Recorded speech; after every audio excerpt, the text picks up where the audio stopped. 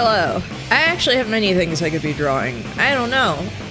I figure tackle a little bit of each thing. But as a warm-up, I thought it would be fun to do a, to kind of revisit some old art, because I found it again. I was like, man, you know, it's funny seeing my old sensibilities and stuff. Okay, I'm gonna roll the screen, hold on.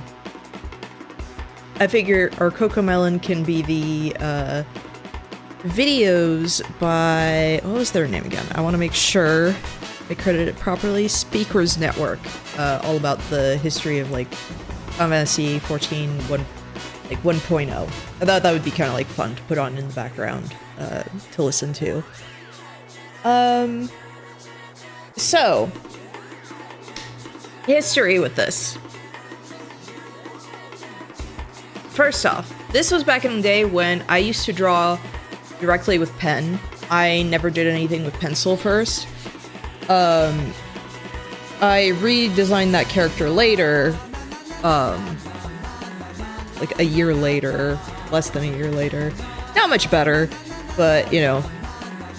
And I mainly only had, like, traced paper, or, like, lined paper at the time. So, history with this character. You might be thinking, like, what the heck? Why is this character named Fuchsia? Like, what the heck is this design? One, I don't know how to describe this design. This was kind of like around the time I turned 14 and everything. I had... Actually, wait a minute. This would have been probably around the time, like, I was about to turn 14. I had, like, joined DeviantArt that year. And I got really into the art of someone called, who went by Estrima, who did a lot of, like, Nights into Dreams art. Like, some really cool traditional work, really detailed. Kind of got me into wanting to add, like, shine to a lot of, like, hair and stuff.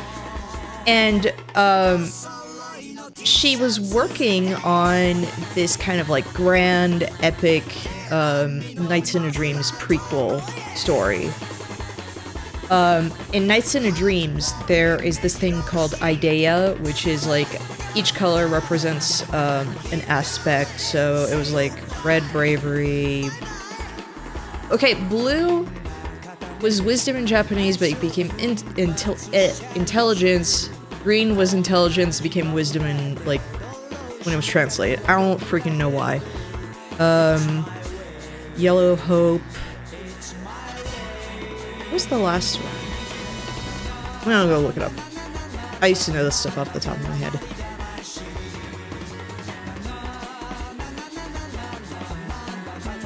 White purity. That was it. I saw the color white and immediately I knew exactly what it was. Friggin' nerd. And it was like, oh, I thought it was really fun. Her designs were crazy. She incorporated a lot of her friends, people in the community. Like, you basically had kind of a wider spectrum of Idea was part of her story. Like, at one point, Idea kind of each had, like, a personification. Essentially, when you sit there and think about it, like, with the Idea kind of on the body and this and that, it was kind of proto crystal gems from Steven Universe and everything. If you're wondering, like, why there's a freaking gem on my character, like, both things. And so I was like, oh, I didn't know at the time, like, when I had first met her, it's like I didn't know that it was kind of stuff that she did for friends and everything. And so it's like I kind of just threw together a design, and then I found out it was like, oh, it's kind of technically a closed species. I don't know how to describe it. But I designed my character, and then I kind of found out more about it, where it was like, oh, you know, they don't have horns, this and that. So, like, this was my first pass at my character. Then I did this one. My character was Fuchsia Passion. And because of that, like, because I was in that fandom and, did a lot of stuff in, like, that community and everything, I wound up putting, like, I wound up dyeing part of my hair pink, like the bangs, basically. I wonder if I could find some of her old art. If I do, she would probably kill me.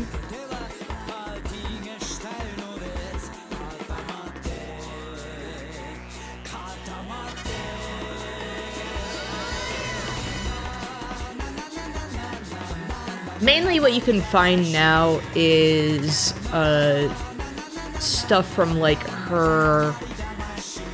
So, okay, Estrima, actually, crazy thing, wound up... Oh, hi, Nits. Estrima actually, so later on, went by Imagine. I never know how to... Redrawing is already perfect. No, it freaking isn't! Look at this! This is like 22 years old now. You can buy alcohol and, I don't know, rent a car or whatever.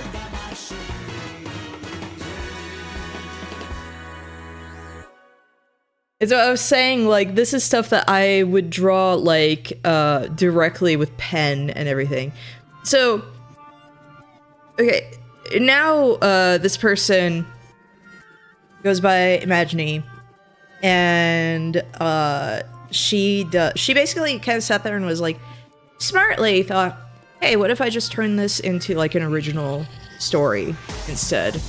Like, all those concepts and everything. And so she's been at that for ages. She still puts out, like, puts the comic out, Angelbaum is what it's called, and it's kind of something where I'm always like, dang, that's crazy that she's still at it. And it's, like, really inspiring, and I love that. And actually did do some official art for like Sega for a time and everything, which I thought was super cool. That it's like, oh, a thing she was really passionate about. She wound up being able to do some official assets and everything. It was really cool, actually. Oh my gosh, this is old. Show you some old art from me. When was this from? 11 years ago. So you know what? This is actually good, kind of like middle thing to do. So I was like, her character. From clipboard. This was her character, and so I drew this like 11 years ago. Everything. So it's funny kind of revisiting all of this, and it's like, oh man, I actually have kind of a comparison between like 10 years difference between those two. Which is just, it's weird. Like, it's weird. I'm like, yeah, I could probably try and redraw this as well. Because, or at least, Trippy is how, like, is the name she's gone by, like her nickname all these years. I could probably just, do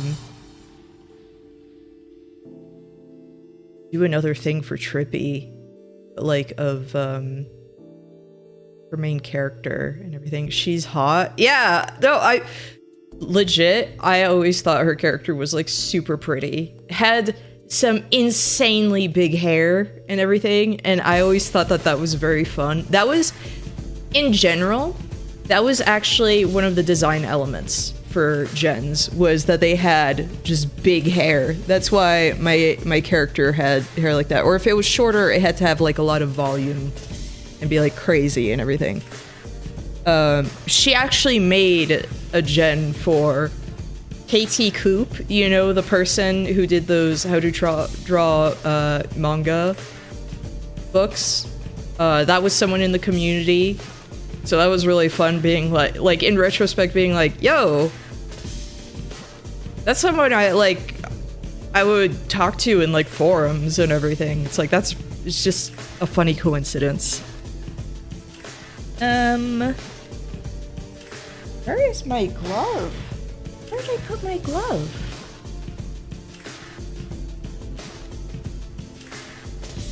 Did I bring it upstairs like an idiot? Because I had two.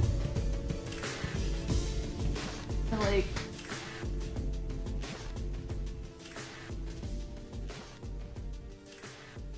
I took the wrong glove up.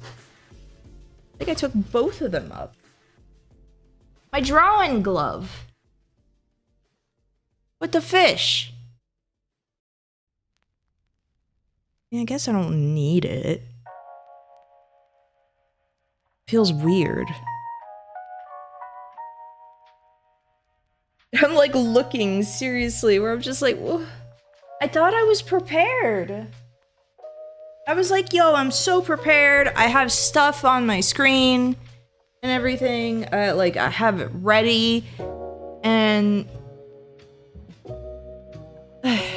be right back. It is too early for this.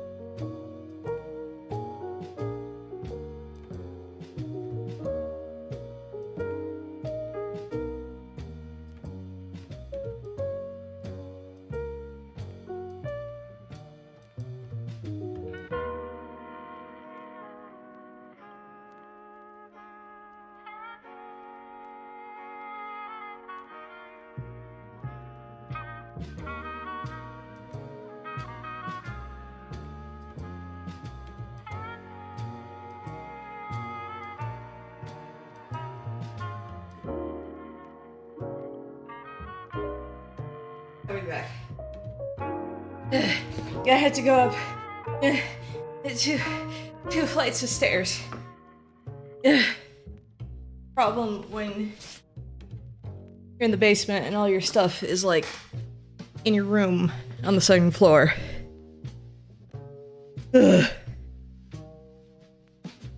I'm already tired enough as it is. I want swimming again. I'm trying to make that a habit.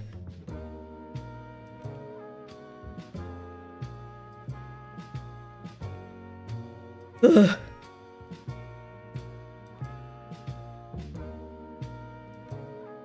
By the way, yeah, and I hope everyone's had a good day. I had to take a little nap on the sofa because I was like washing my sheets, and there's a we have a weighted blanket, like one that my mom knit. So I was just like, I'm gonna get cozy, I'm gonna be in a cocoon. Stuff around. Ugh. Did you use the styrofoam dumbbells when you went swimming? No, and I'm planning on getting like a kickboard. Like they have some of those, but I haven't used those. But I want to get like a kickboard. Mainly what I do in the, to start is I'm just doing laps and everything. Like I go about like 1 kilometer each time. So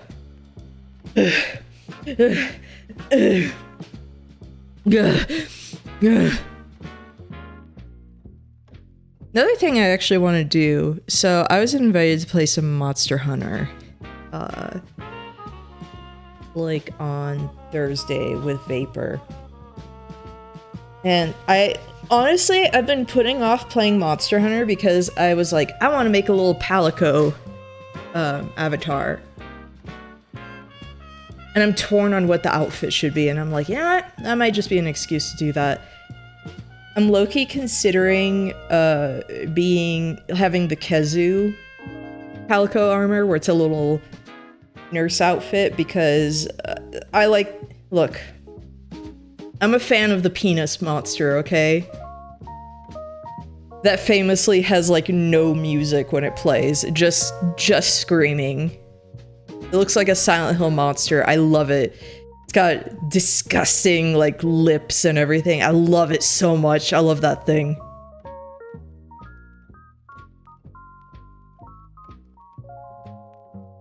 It is disgusting.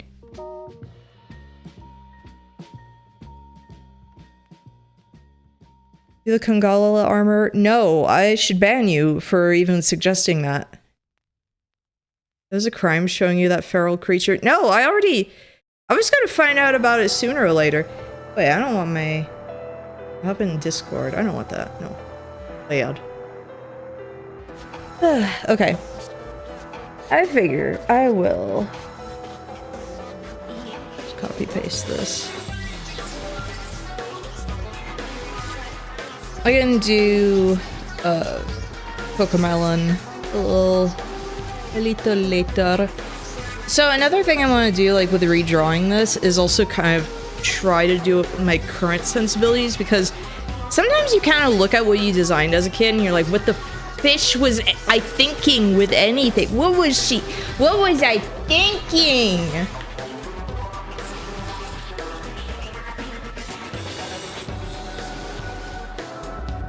Like, it's weird. So even if I don't do, like, necessarily a full,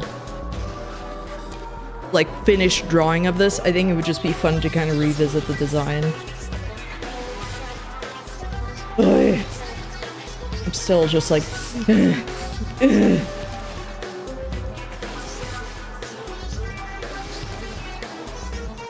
don't know why I went for such, like, a narrow base on this.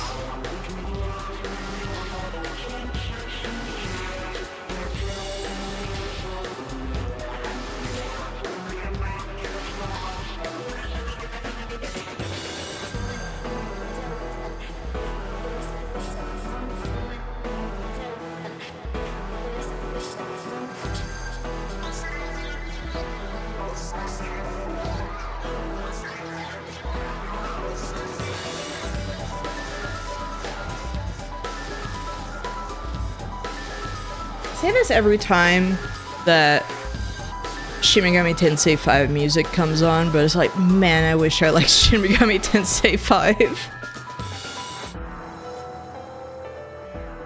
I was so excited for it, especially after, like, you know, oh my gosh, it's been like the age of, it's been the friggin' age of Persona 5 for forever. Oh my gosh, I get a new Shin Megami Tensei game, like just flat out Shin Megami Tensei, and then it comes out and I'm like,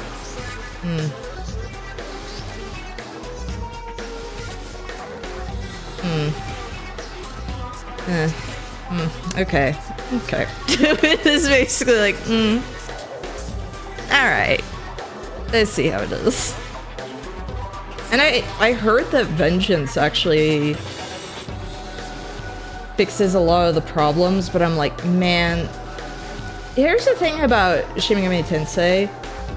It's not the series with, like, the character writing. That said, I like the characters in 3 and 4. I think they're fun.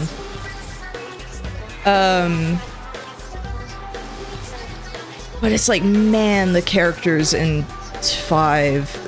The entire... Like, there's a subplot with one character who's, like, bullied and everything, and the way that ends is just so, like, rancid to me that I was like, I hate this.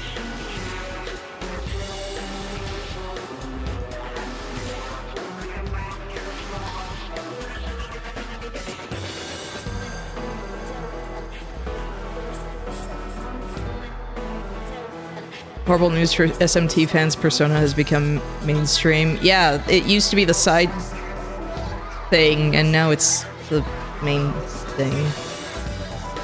I don't like it.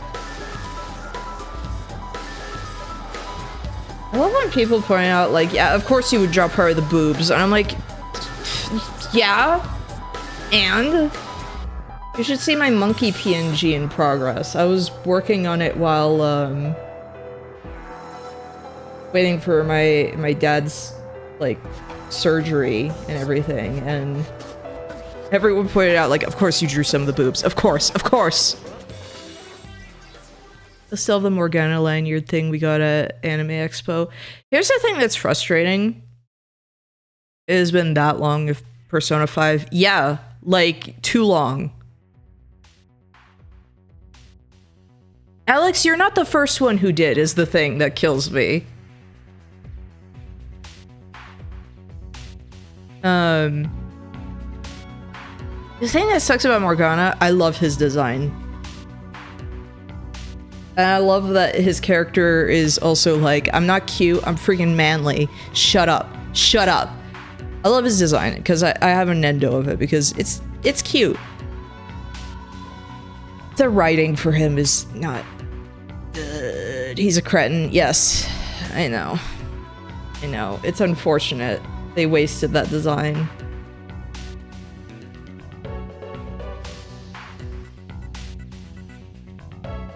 Me, a fan of little guys, having a little guy, and it's just like, oh, a little kitty cat, and then it's like, oh, he sucks.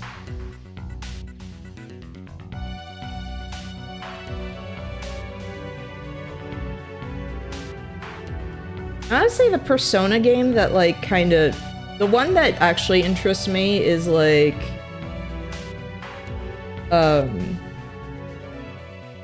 2. That's the one that just seems the most up my alley. It's also, I miss the old designer. That was actually something that kind of drove me insane while playing,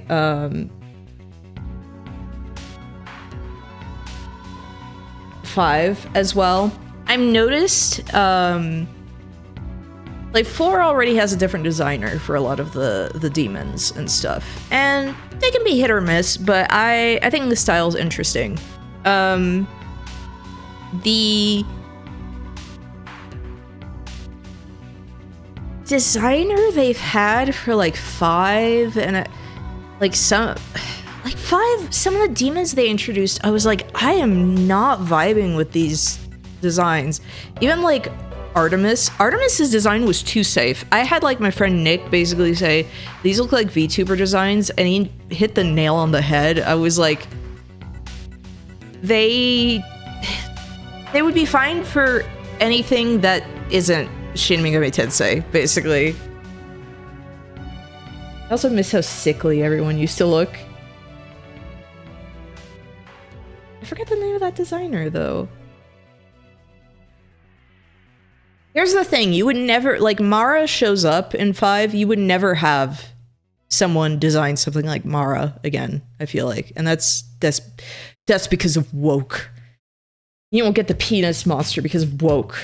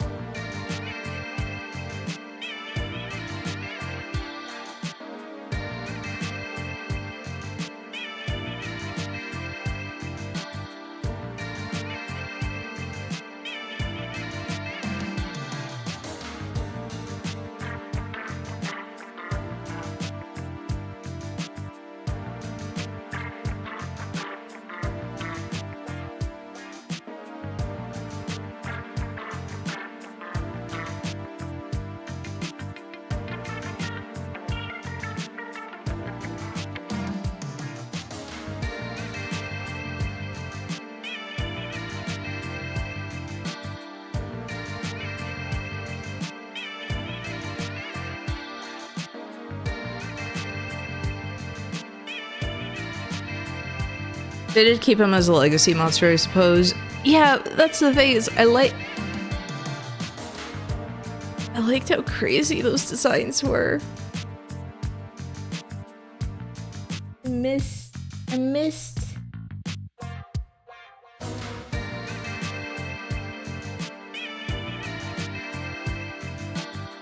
Here's the thing, Artemis does not, like, new Artemis does not have, like, okay, there's the design where it's like all of the boobies all over, and Final Fantasy XIV also references it's a reference to an old sculpture, and Final Fantasy XIV also references that.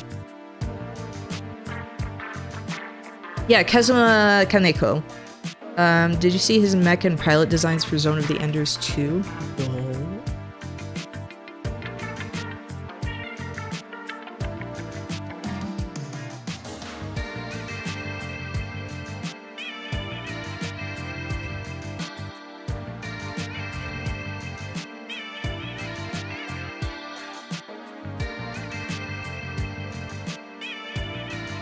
What the fish?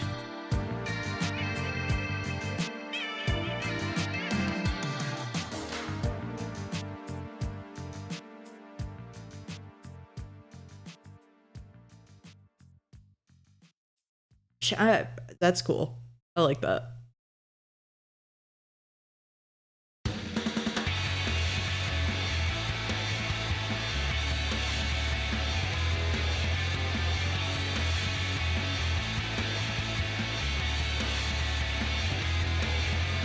They want freak designs. Bring that back.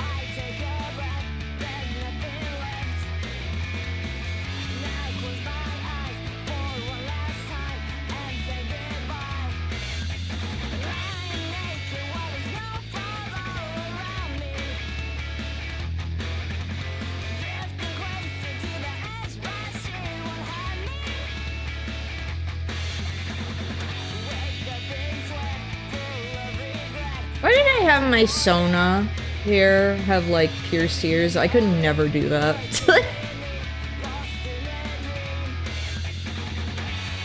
I've considered sometimes, like, do I want pierced ears and everything? And I'm like, I can't do it. I can't.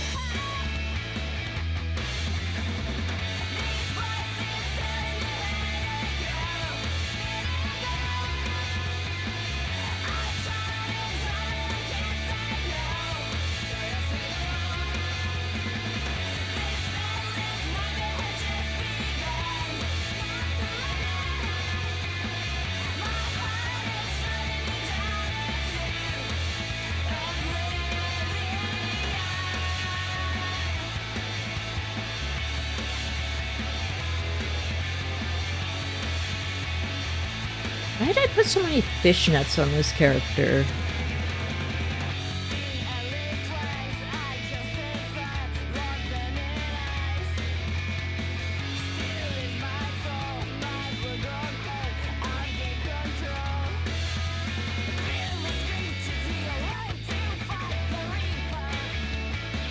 Obviously, what needs to go here is...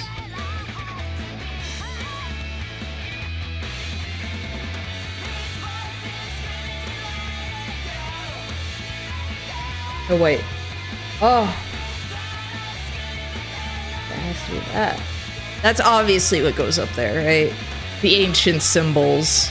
The ancient signs. What if I got a tattoo like that on my forehead? I have a lot of real estate.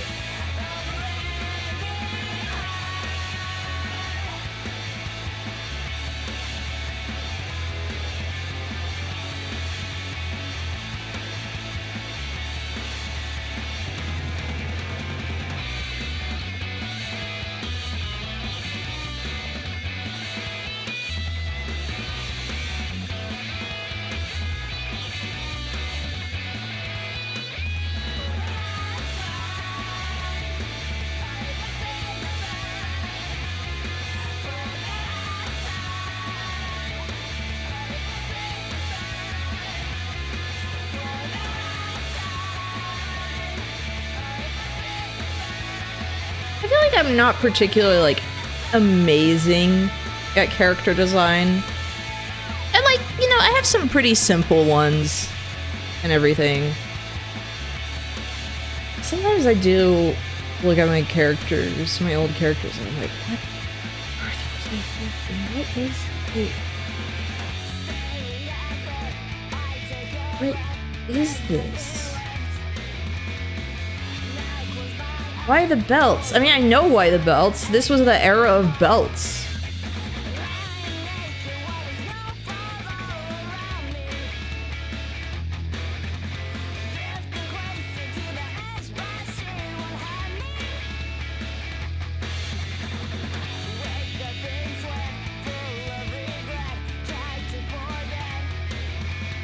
I said this as if, like, my Final Fantasy XIV character doesn't also just have random straps on her outfit.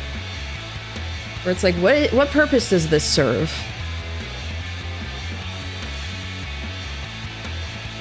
Yeah, Nomura was doing it, so exactly. So it was like, oh, this is just how designs be.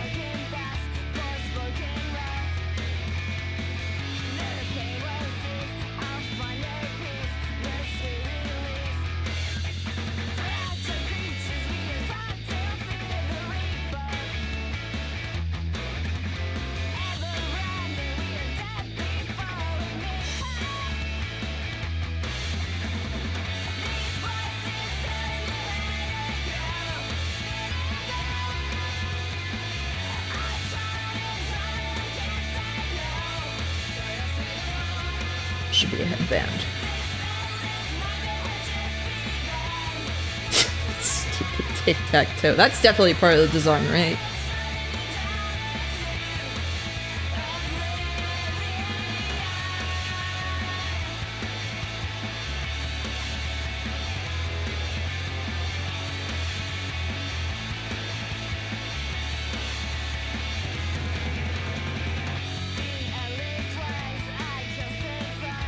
That's the thing, is, you know, you see some designs that you do as a child, and it's like, what the heck? And you realize that it's like, yeah, a lot of what you do, you kind of copy from stuff you see, and some designs, man. Some designs that I was exposed to as a kid.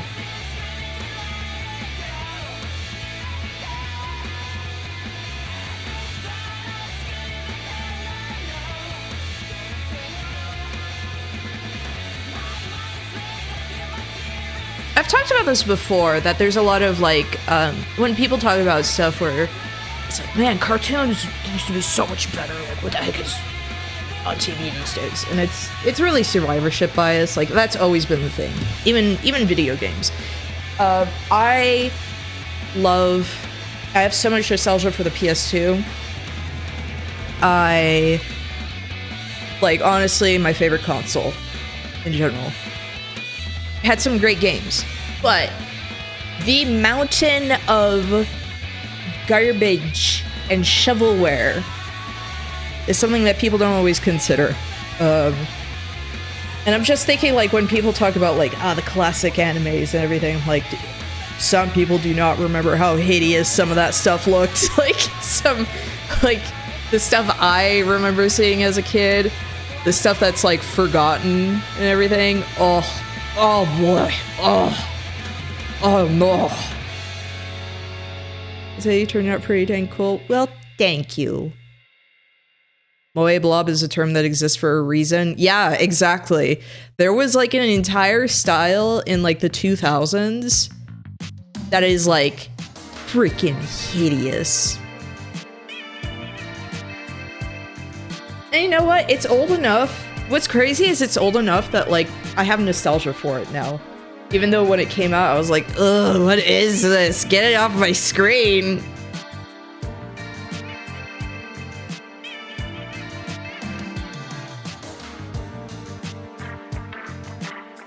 Like, yeah, nasty. Yeah, I should do the test. Okay, not too bad. Clonad faces. Yes! Like... And there's a lot of stuff that, like that you would imitate. Because it was like... Oh, that's just like the standard, right? If that's on TV, that's what it should look like. And you don't, I don't know, you don't have like necessarily the standards that you should. I say that as if like I have any room to speak.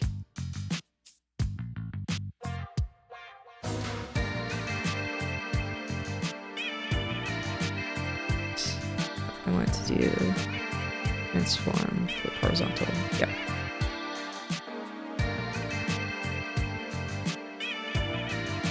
So again, I don't know if I'm going to like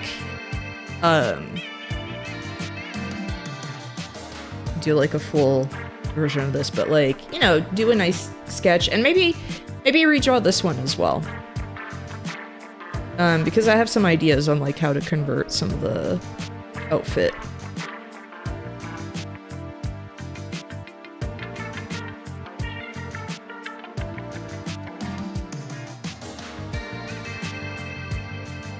I know I have Cocomelon up and I haven't even done anything with him. Sorry. I say this every time. I haven't done an art stream in a while, but man, I miss doing art streams. It actually forces me to like get out of my funk and draw. Maybe define closed species for me. I think I know what it is, but I've forgotten. So closed species, I don't know if people do it so much anymore. I feel like that was especially a DeviantArt thing, but it was basically someone would design a species, like their fan creatures, whatever. It happened a lot with furries, especially.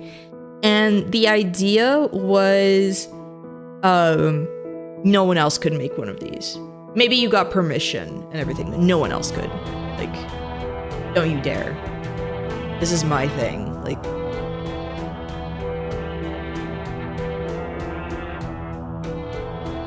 it was something that you saw way more like in the days of DeviantArt, back when there was like those centralized art sites. Maybe stuff like that still happens on Fur Affinity, I want to say. I feel like that would happen more on Fur Affinity these days.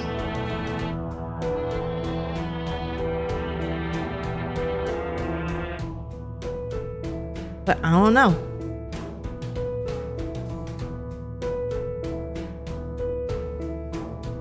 I don't even know when, because now that I'm thinking about it, like, I don't even remember exactly when Fur Affinity came out. like definitely in the 2000s. But I don't remember if it's like pre or post DeviantArt. I want to say it's post DeviantArt because DeviantArt used to be like the only place like that, you know.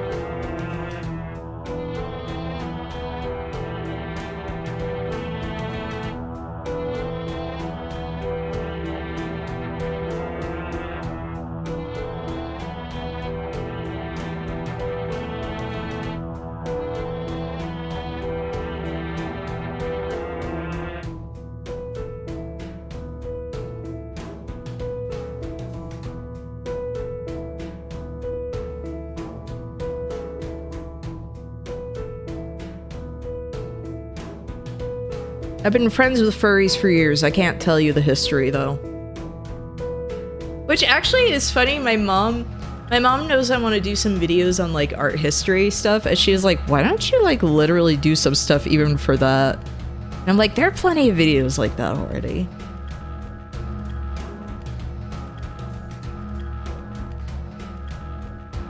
I've said I've been wanting to do those for ages. I think the thing that really stops me is just, I'm like, I do not know how to edit videos necessarily. And that's something I have to learn because I want to make videos and I want to be able to edit streams as well so I can actually like put my stuff out there. I don't know, who'da thunk? Advertising your streams does wonders, actually? What the heck? People don't just like fall in my lap right away? What? What?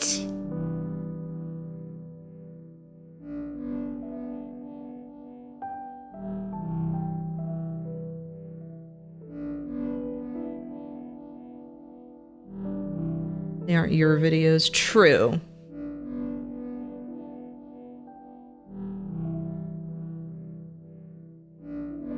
I did through Funger because of a 1 week obsession and still I'm happy it happened. I'm glad. Like, that's the thing is I want to find like weird, I want to find more weird things to stream. I know that's one way people found me was through Fear and Hunger just in general because I was playing it when Super Eye Patch Wolf's video came out. I know that because I watched it after I started playing. It was basically like, so my experience with Fear and Hunger was literally like, I'm saying like too much. I followed this Twitter about weird horror games, just horror games in general, and they posted screenshots for Fear and Hunger, and I thought, hey, that's actually kind of a crazy art style for like an RPG Maker game. I should check that out. And I purposefully decided that I did not want to look anything up. I was like, I want to experience this blind. Because then I saw, oh, you know, Super Eye Patch Wolf has a video on it. No thank you. I'm not gonna watch it. I remember I bought it, so this was back in 2024. I was at my grandma's house. This was the summer of Gollum. Blessed time.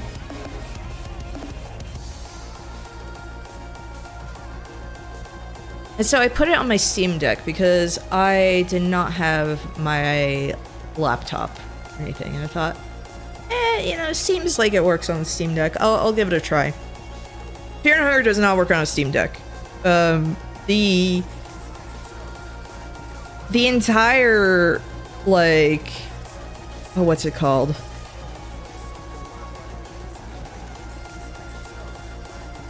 Getting your abilities at the altar, impossible. Actually impossible. Like, I did not know how to use that thing. I was like, I can't. And I didn't go as far as like, I never got to Chambara, so I'm sitting there thinking, I probably wouldn't have been able to kill Chambara because of the way that you are supposed to click around on everything. How does this?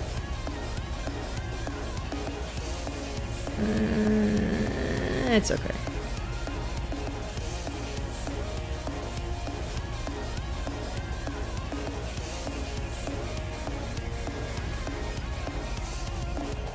Because Chambara has a problem where if your mouse is outside the game, you cannot aim at any of the rings. It is so stupid. So I played it like on my Steam Deck because I was like, you know, why not? Whatever, like whatever. It's a game that encourages exploration. Like at this point, I know just how to play the game. Like whatever. I feel like there's not really... It's kind of a shame. There's not really anything in the game anymore to surprise me, even mechanically. So I do miss the time when it really felt like a big puzzle. Because I remember my friend Nick also playing the game around the same time I was. And it would literally be kind of like, man, what are you doing over there?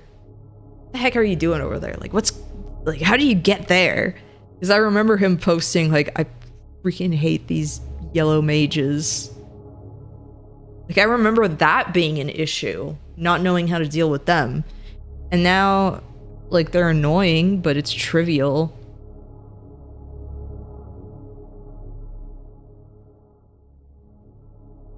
But all of this to say, like, a long story short,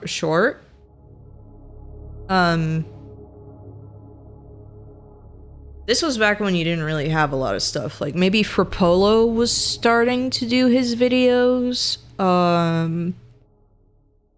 Like I said, Super Eye Patch Wolf had his video. Connor was about to play the stuff. Honestly, they're, like, the VODs for those are the things that have like the most views out of all of my stuff, because at the time people weren't really playing Fear and Hunger. And then around the time that I was streaming it as well, there was a point where it was like, wait, Fear and Hunger 1 is not in the categories anymore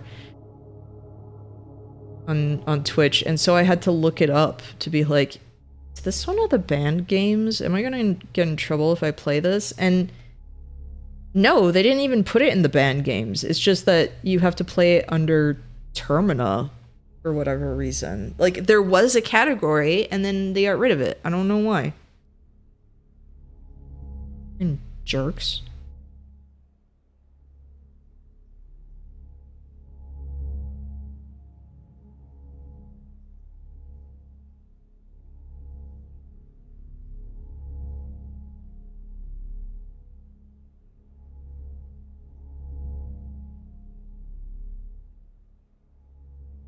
Going to move.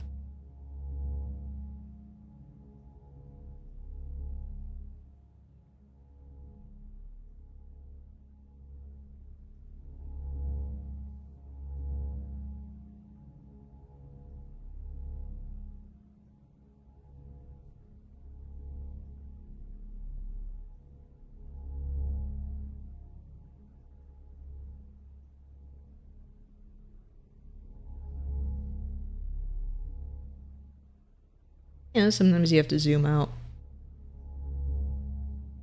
Me giving any advice is making me think of... Okay, I gotta find this particular video. While scary Silent Hill music plays. This one video from Chip Cheesem that has lived in my head rent-free for over a decade now.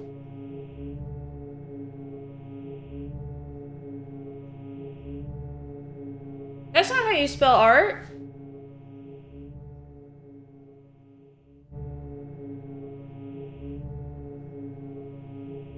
So the background to this one is Chip and Ironicus did this one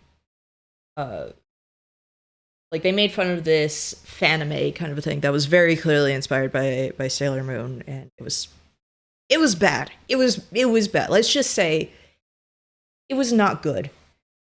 And so he made a parody, like, yeah, I guess that he got like a takedown. Was it like he got a takedown notice or something? Yeah. Copyright counter complaints. So those are gone, like off of YouTube. So, but to announce that he did this video, and I've thought about it for, oh my gosh, 15 years.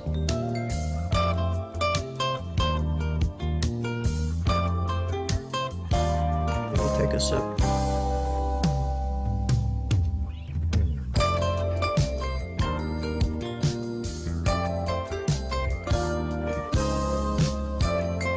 Can I make Cocomelon bigger? I should.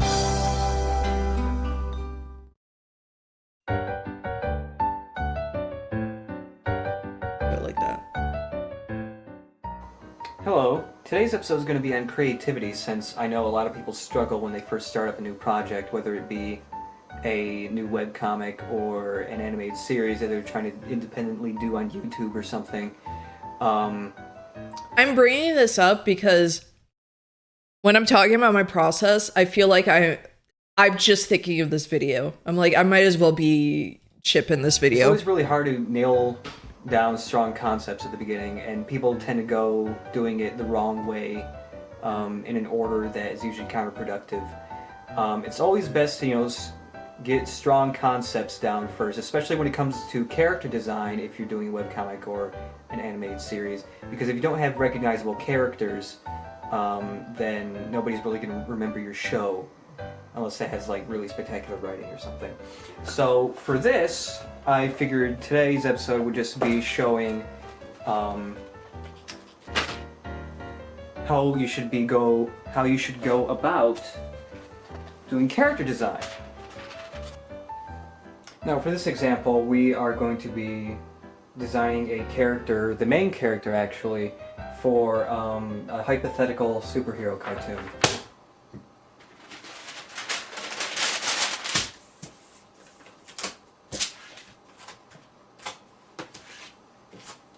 I've thought about this stupid video for years.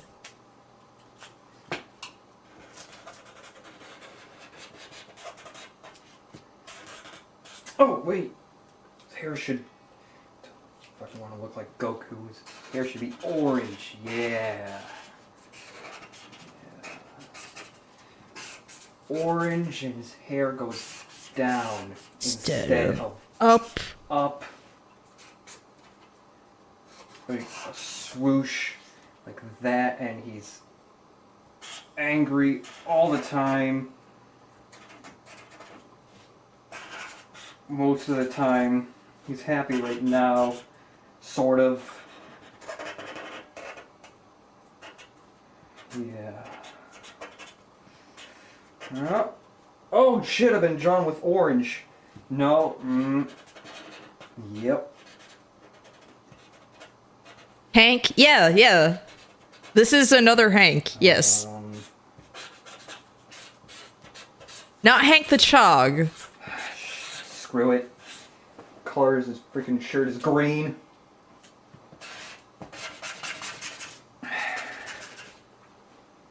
Shit, where's the black?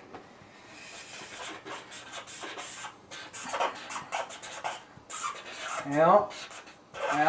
I remember seeing GIFs of this, like, on Tumblr at one point. Just, this character is copyright free, do not steal.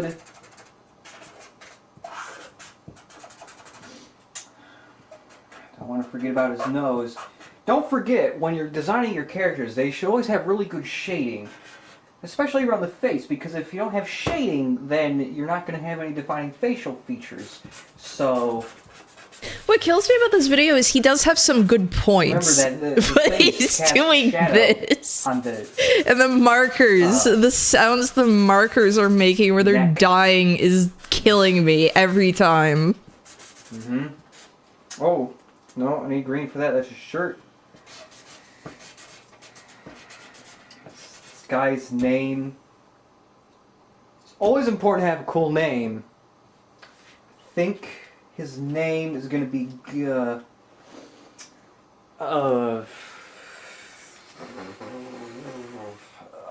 Hank. Hank is I don't know. Just come up with there we go. Great. Beautiful.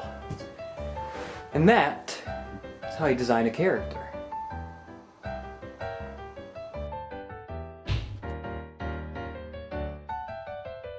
Ruined Goku. No! Hank is awesome! Look at that! Ugh. That's beautiful. Shut up. Oh, he's just beautiful and wonderful, and I love... Oh. Oh. Oh.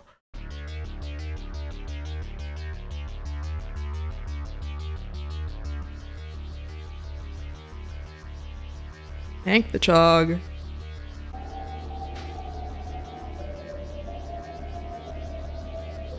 I have to say it is fun just doing a stupid warm-up like this. It's just like, ah, yes. Revisiting, like, I've revisited Homestuck art.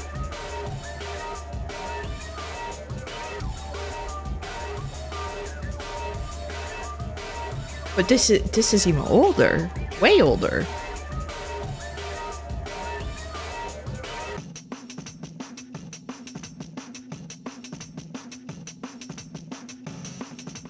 I don't care if it's like if it's not like super clean or anything. I just want something like fun and something to like revisit. My old art.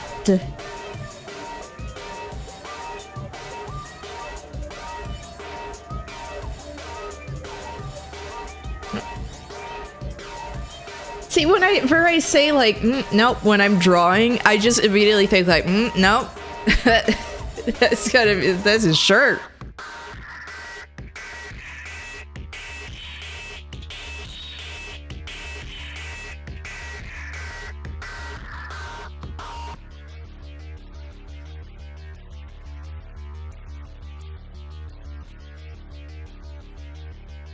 I kind of have a fondness for the just big, stupid ears. I've always thought they were fun.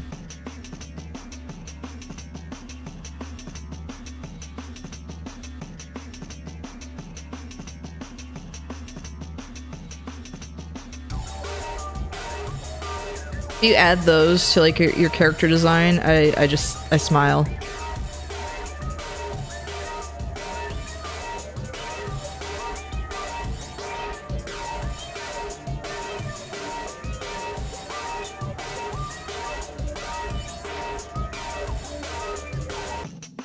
What are the benefits of big ears like that? I don't know.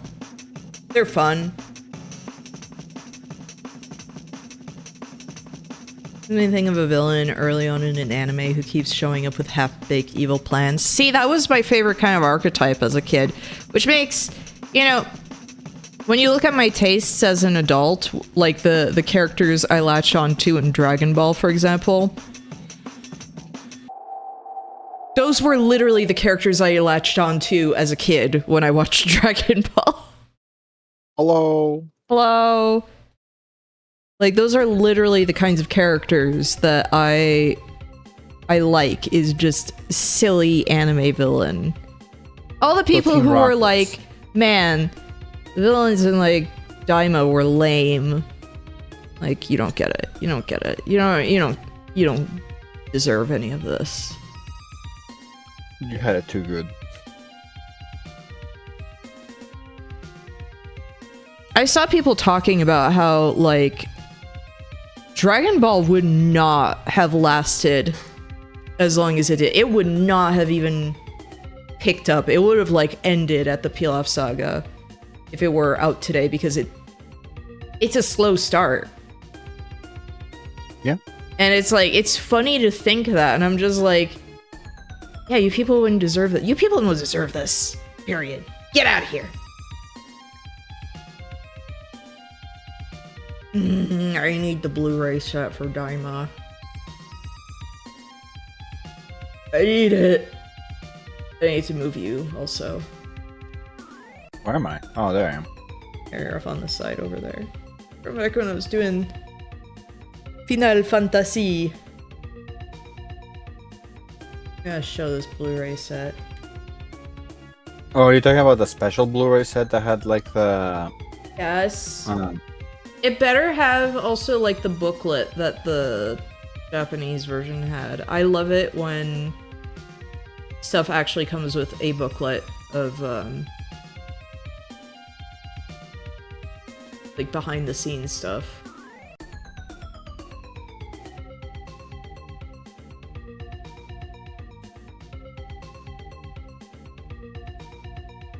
Just looks like the cards, but it does have like a really pretty box.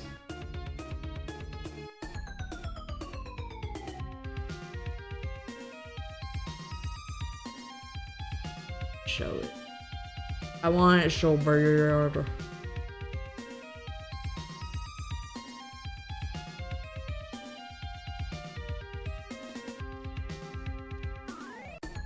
Man, OBS changed what some of the stuff looks like, and it's messing me up. The Japanese Blu-ray has like even more details, but it's like I really like the art up there. I think it's very, very pretty. Yeah. Very cute. Yeah, it's like I hope this actually comes with the behind the scenes booklet thing. I feel like a lot of Japanese Blu-rays will have stuff like that. Like the Blu-rays for JoJo that would come out had like a ton of features and everything. When I went to Japan, I wound up buying a few of them because, you know, they're good.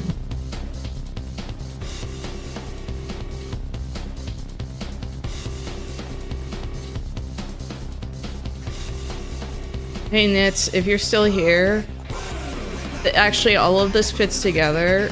It turns out Goma's voice actor also voiced Akira, and so it's really funny going back to JoJo and being like, yep, I hear him. Yep, I sure hear that. That actor is also in the game Rusty Rabbit. Oh, Kiryu. Well, that's one of the actors. The fact that it's Kiryu in Japanese, I'm like, why wouldn't you play it in Japanese? And then there was stuff like that where I'm like, well, that's just a bonus.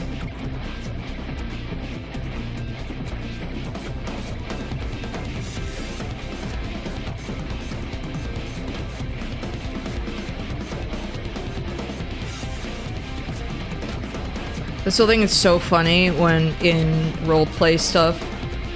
Okay, roleplay, I haven't done it in a while just because, like, I'm distracted and, you know, I had a really bad experience with someone that kind of turned me off for a while. But it's like I keep meaning to go back because it's fun. I like it as a side thing. And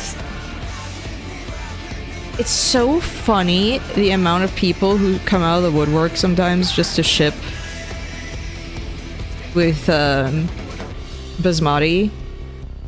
Like, it's very funny. And it was funny how someone was, like, more than one person was shipping Raditz with her.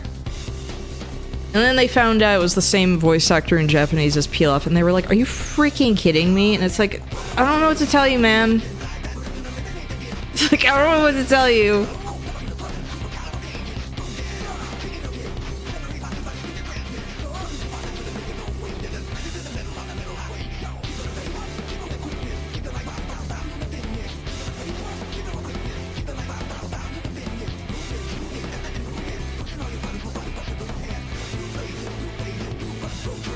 She's up there like Daima's her girl's best friend. Oh my gosh, shut up.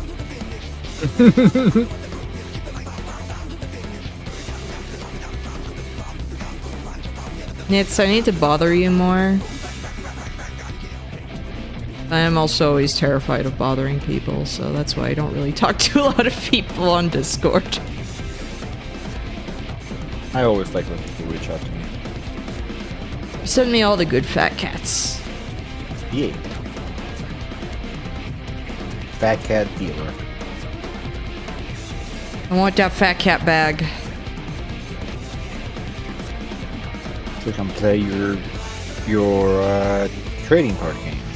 The cards I would put in would literally be the 2 magic cards that have Fat Cat on them. And then maybe also I'll get the Emmett Selk one.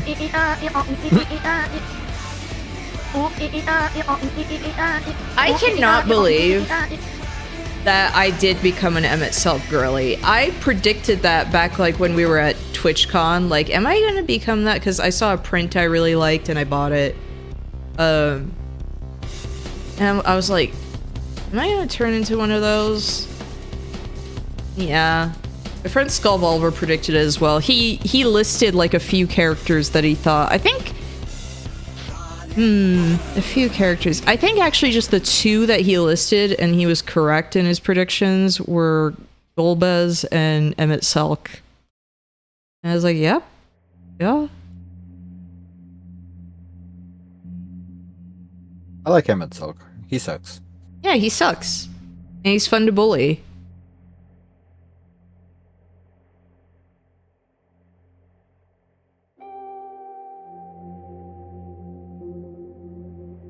And because I like him, I'm kind of like, oh yeah, there is the proto Emmett Selk from Final Fantasy 15. It's like, am I gonna like that guy when he shows up? 15 is the game I'm super not interested in. Yeah. No, wait, I keep 13 thinking 16 is the one I'm not. Like, okay. 13, I was like, okay. I never got it, because it's like, I didn't have money. Like, I had a PS3, but it's like, I didn't really have money to buy a lot of games, and I saw my uncle playing some of it, and I was like... I really understood the, complaint about Hallway Simulator, because that's what it looked like. I was like, I don't know if this is for me, man.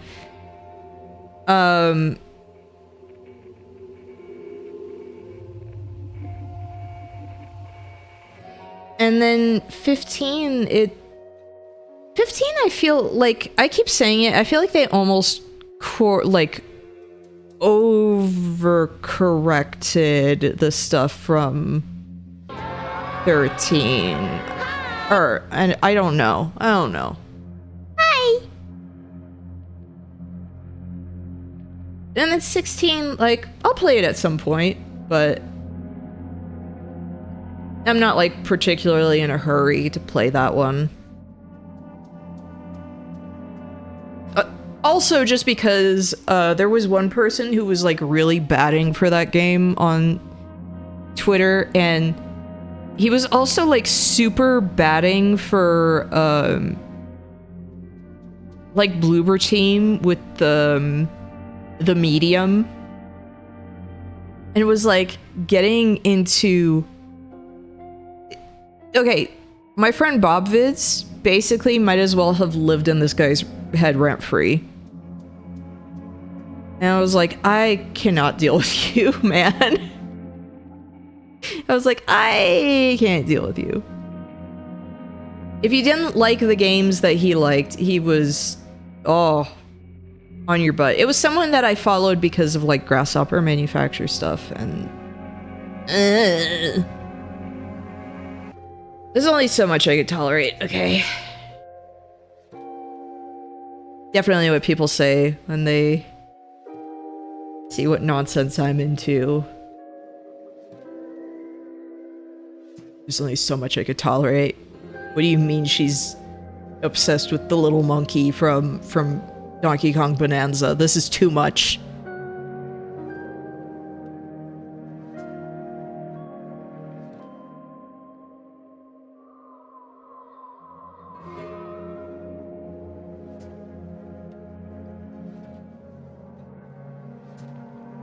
The day I have a disposable income again, I am absolutely commissioning Morbi to draw more of Bismati with little guys.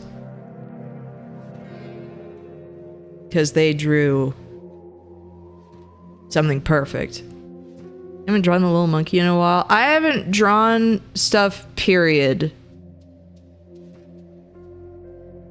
Been in like this weird funk.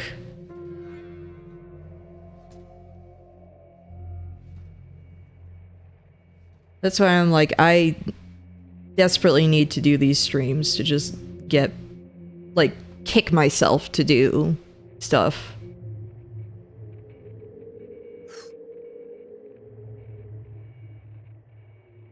Oh, I'm getting to go back to work tomorrow. Oh, good. Okay.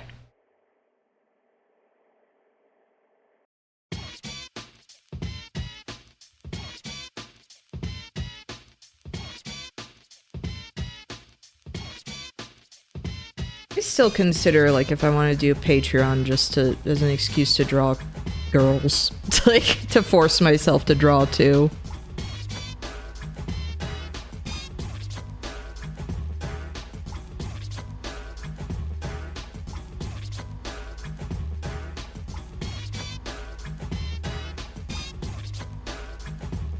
The only problem with Patreon is I'm always like, I don't know if I have anything that's really like... I mean, if people want to support, it's because there's something that they like, but it's organizing a Patreon and making sure that it's like, okay, do prices feel fair? It's the reason that I don't open commissions, really, unless it's like a funny doodle commission. I'm like, I don't know if, like, are these prices fair? I used to, like, be so bad at pricing, though. Like, when you kind of look back and it's like, oh, what do you mean I was charging, like, $5 for something? That, like, was genuinely, like, inked and this and that. And I was like, what was wrong with me? The answer was lack of confidence in what I was putting out there. And it was kind of like, well... if I have this really cheap, that means more people are gonna buy from me. No. I mean, I did the same thing. I think that's a thing a lot of artists do, really. And then you realize, like, wait, I'm literally just... no.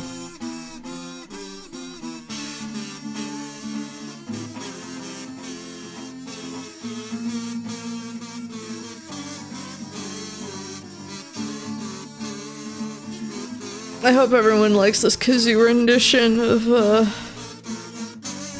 final boss theme of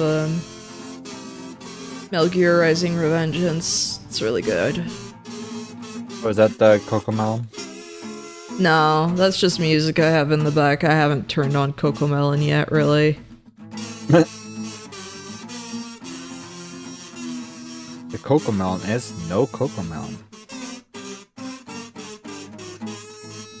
I was considering playing this thing that's about the 1.0 version of Final Fantasy 14. Like, how bad it was, basically.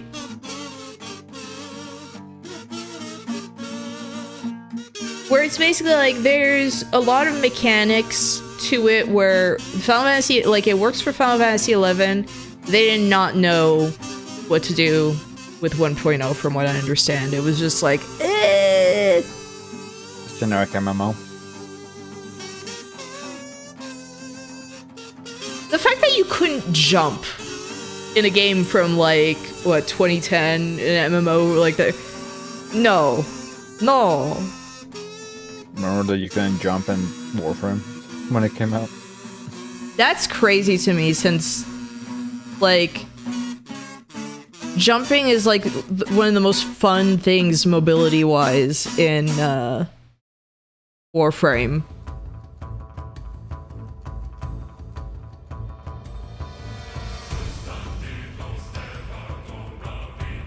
That said, I think I liked the atmosphere better of, like, old Warframe when I saw footage of it. Yeah.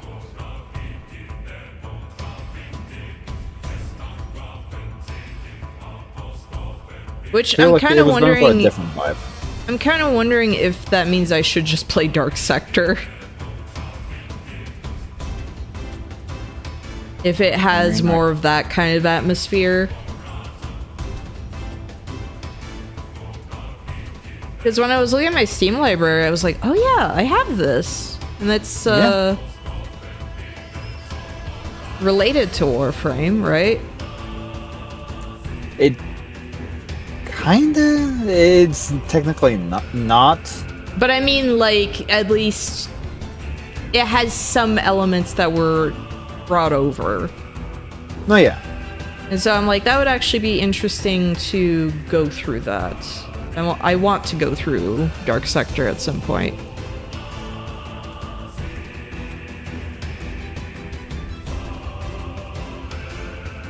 Major characters will look familiar. Okay. I said your request for free as practice. It was surprising how many people kept asking for changes on free animated pieces. Okay, that is ridiculous. If it's free, I think you should just take it, man. Like, especially if that was like animated stuff. Like, if you want changes to something free like that, pay up.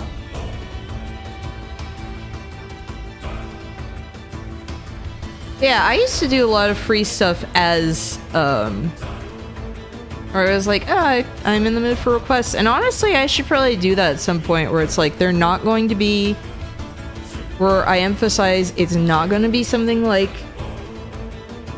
cleaned up, detailed, but it kind of reminds me, I saw Temmie do that with Final Fantasy 14 characters, and I was like, oh, that's actually a fun idea. Just try and do like interpretations of people's characters and stuff. I've actually been wanting to do that with Kala, where it's like, okay, this is how I interpret her outfit and everything.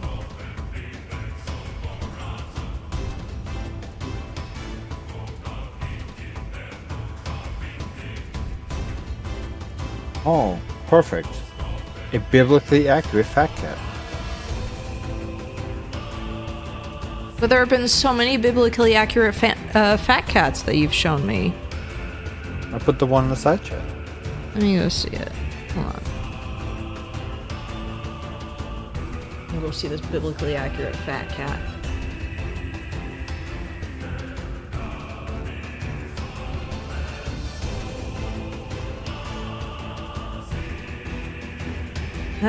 Take me to the side chat, please.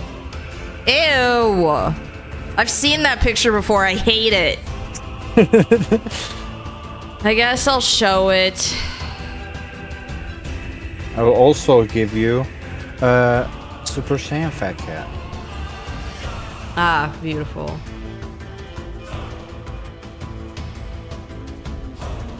I hate this.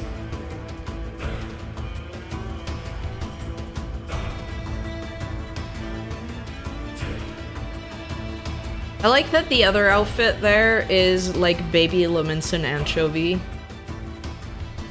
Is this the same head, same body?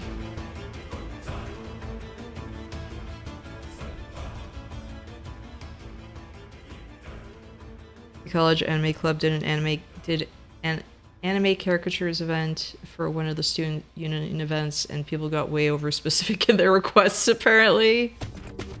That cat all grown up. Ew, no. No, don't say that about her.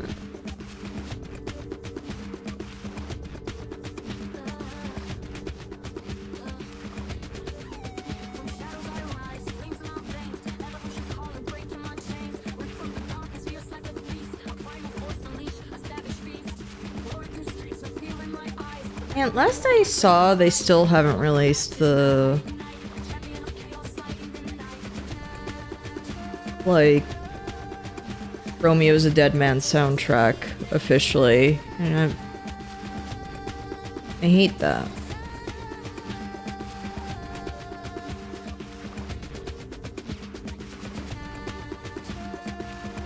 I'm still hoping that they have a Romeo as a dead man physically. Same.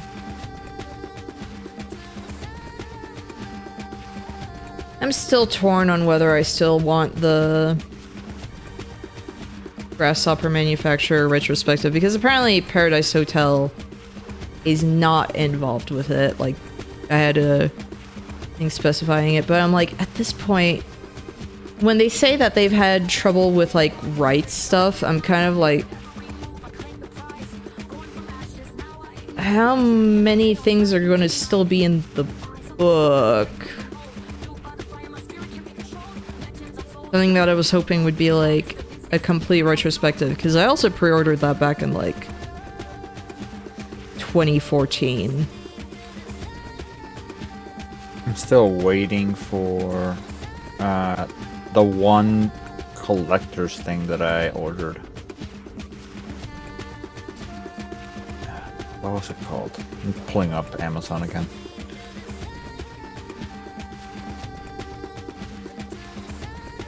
When you say biblically Hotel accurate fat Barcelona. cat, I assume you meant ring angel, not that. Yeah, I thought you were going to talk about, like, the thing where it had all the angel wings, like the mount. No. Oh, the Hotel Barcelona Collector's Edition. That's still not... Still not out. It's going to be a Mighty Number 9 situation. Kind of feel like it. It says it's coming out on the 28th of this month. They have an actual definitive date on the page. On Mighty Number 9 3DS, right? The one that I never got. Yes. That I... Backed and stuff, and... That my name was not added to the credits. The long, long credits.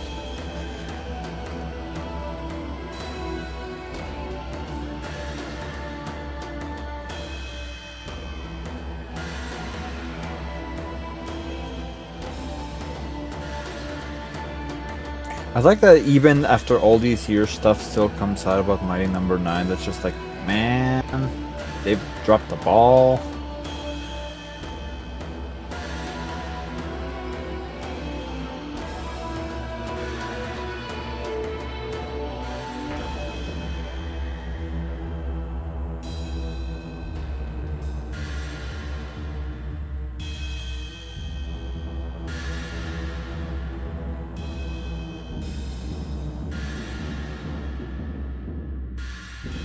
They did great.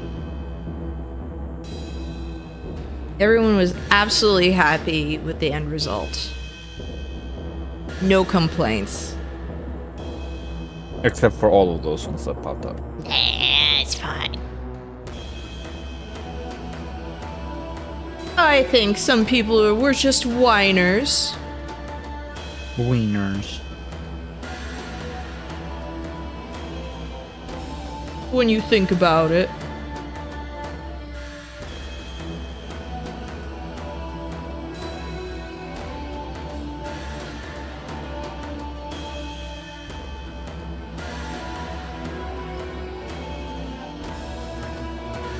Like, I wish that guy's like art book would have come out. They just never did. People want to see art for the thing? Ew. Gross. You're right. Put that person in, like... Solitary confinement. Yeah. The oubliette. Oubliette.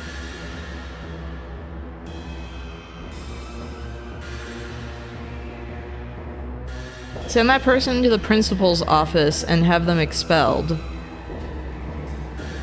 Send them to the principal's office and have them jailed.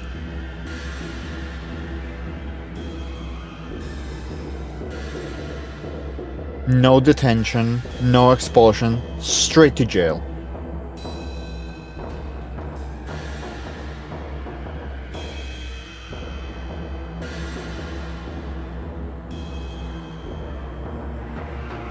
Man, I love being good at drawing hands. Says every artist. I literally looked at the camera as I said that. Oh no.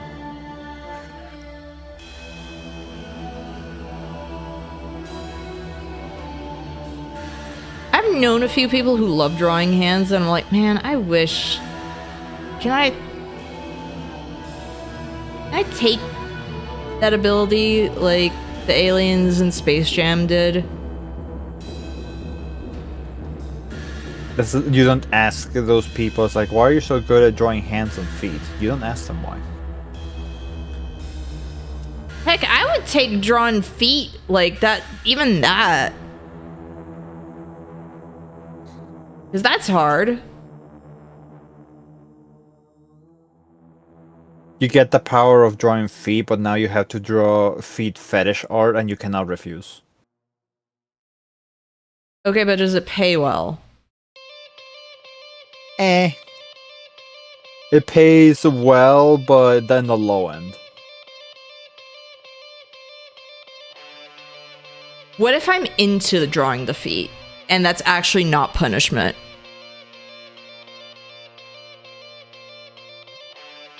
Well, now you're adding a hypothetical on a hypothetical, Yes. unless you actually are. Where it's like, okay, what if I'm into that? And that's not punishment, and you just made me powerful.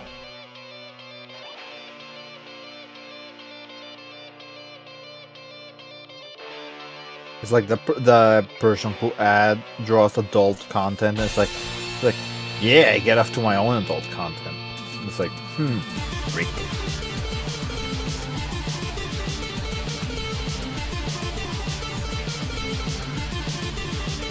Person who draws adult content sits there and just goes, I freaking hate drawing, hate art.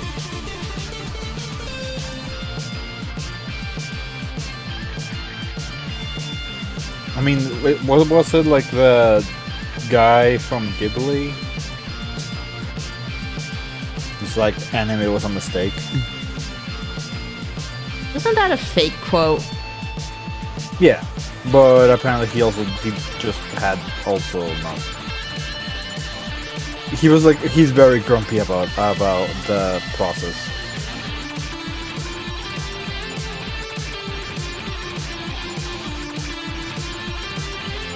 He saw Because, those I mean, Clannad it's the- girls and was like, oh, anime was a mistake. Oh no, that was a fake, like you said, like that was a fake. I just, Quote. look, a joke. Wolf.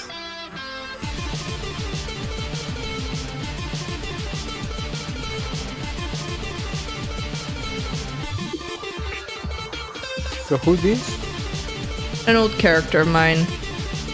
Oh.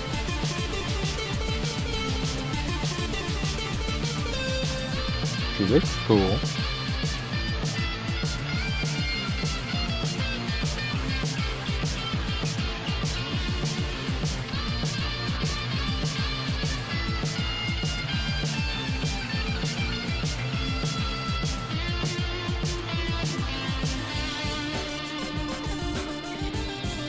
Why were belts such a thing for a while in designs? Final Fantasy. No, but I mean, like, even why? It just was a weird style for that one specific Final Fantasy creator. But I And just don't know read, if it was just him who started it. Like, I don't know. I'm pretty sure he did. Spice Girls. Did the Spice Girls have a lot of belts? I don't know.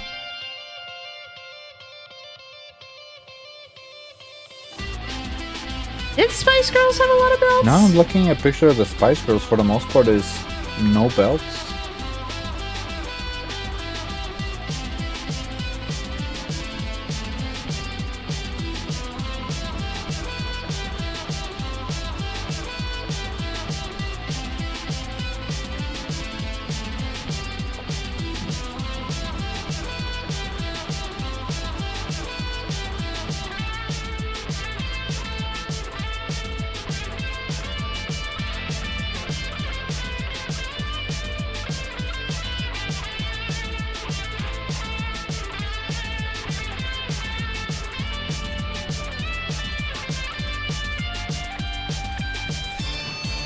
And I don't care if this isn't like particularly clean. I'm just doing this as like a warm-up and just a fun, like...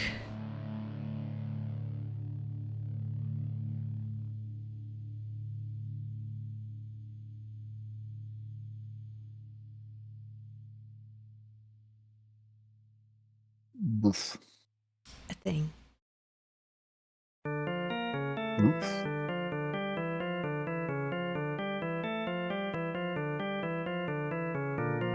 It would shock me if it was like Rick Owens or Alex McQueen or the inspiration. Yeah, like that's the thing is there's a lot of... I still think it's so funny seeing the picture where Maria from Silent Hill 2's design was taken from, where it's like, yeah? Or even like some iconic Sailor Moon looks just being from the runway.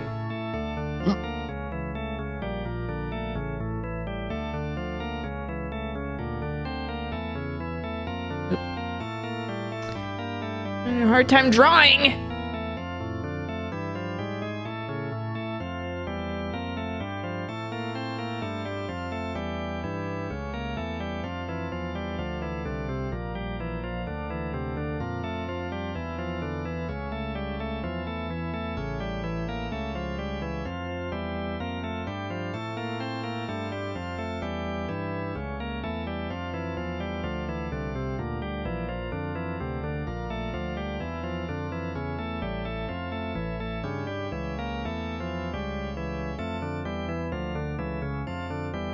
Oh, come on. But I just missed the huge dip that happened a couple of days ago on the pricing history for a hard drive. What's it called? Wow, what the heck are these things called?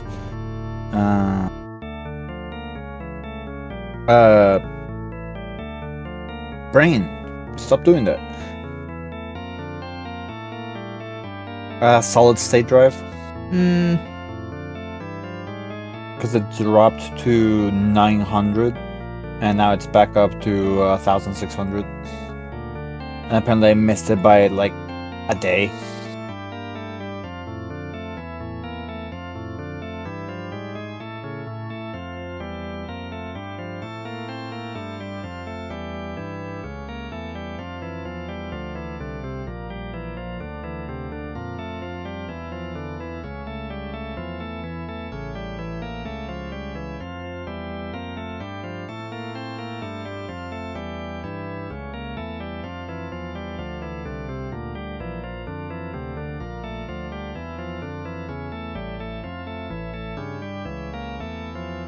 having copium right now, like, I don't care if it's messy. Promise. But the messy look is good. Or the final product looks kind of like half edge, half finished.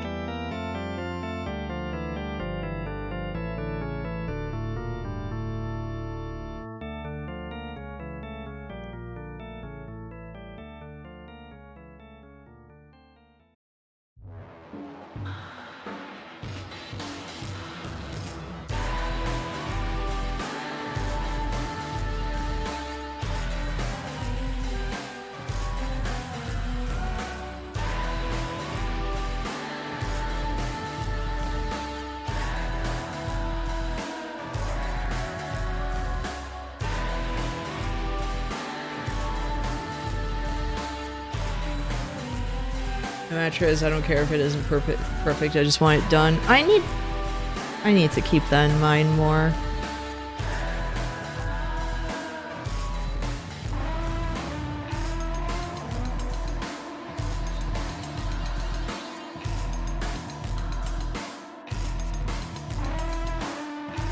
Because I feel like that's just one of those things that paralyzes me on occasion. And then I just don't end up doing stuff, and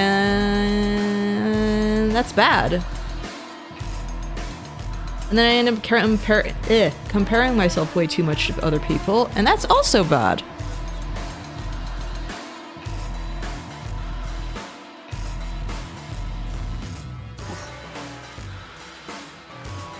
There's some other details I'll just add on top.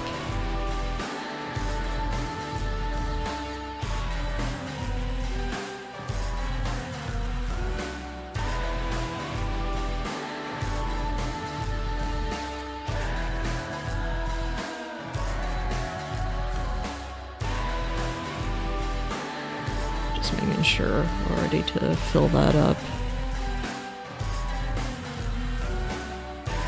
Nope, not refer to other layers. Oh, wait, no, I do want that, but...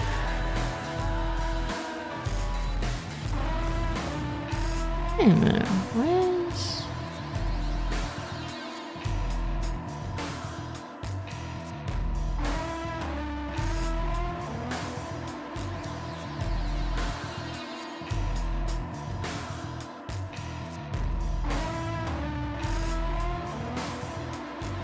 I'm having...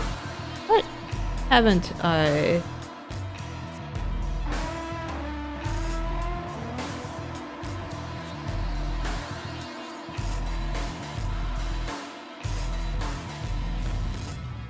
Huh?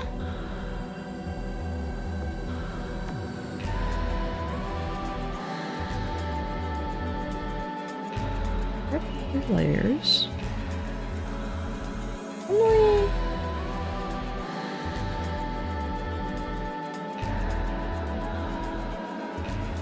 What happened? Normally...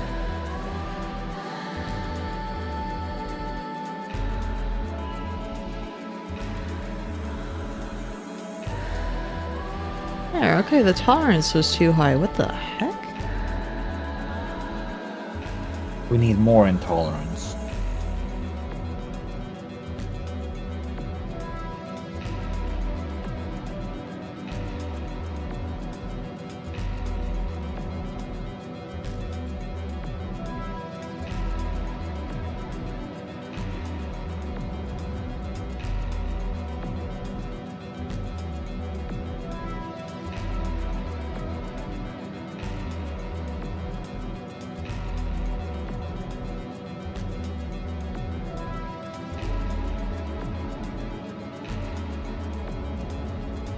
Oops.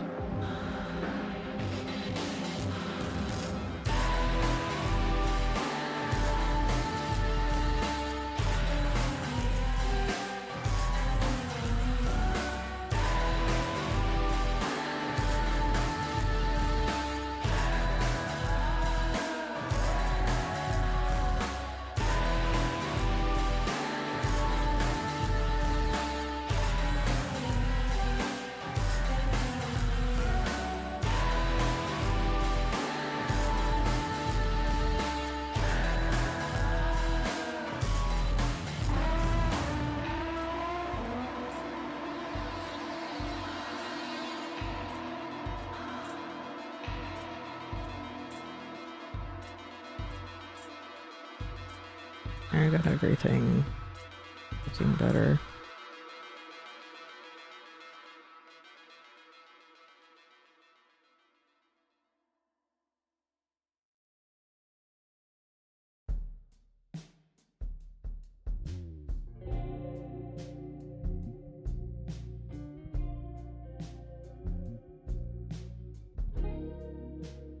Oh, oh, I didn't feel that good. Oh. Oh!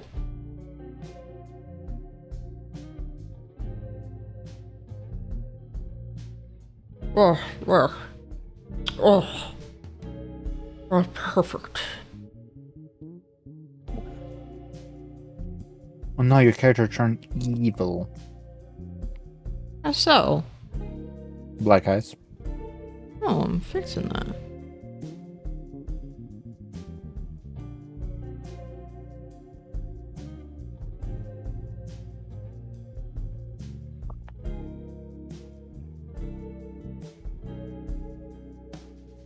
To kind of remember what some of the... Go for like a fuchsia. What if they made like a Final Fantasy character in FF14 that it's a cat character and its name is Dancing Beans? Oh, sure someone could make that character and just play as a Mikote or Hrothgar and call him Dancing Beans.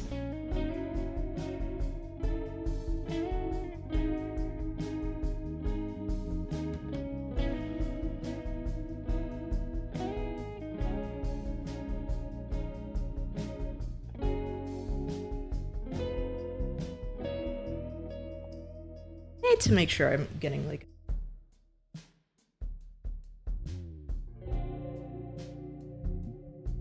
definitely more purple.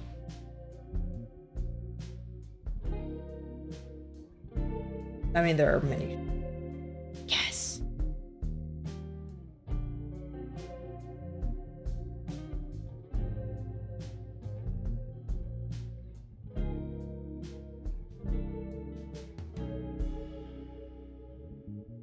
Wah. Ah.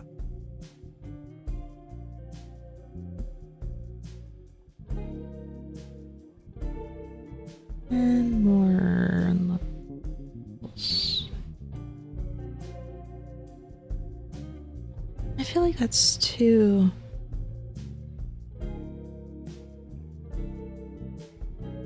No.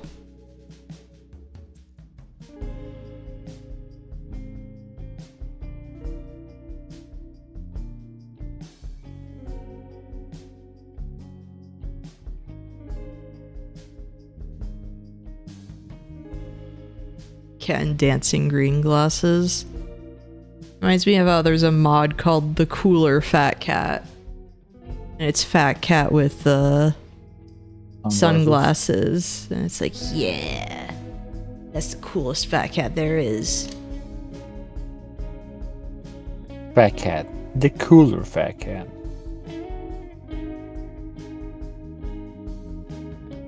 You know, they make some minions where it's like different outfits and stuff, and I'm like, give me not only different colored fat cats, but like fat cats and, you know, costumes and stuff.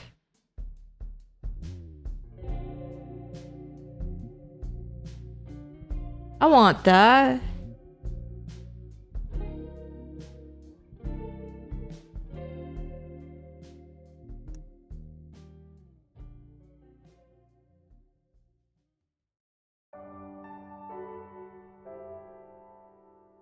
I want so many fat cats, you have no idea.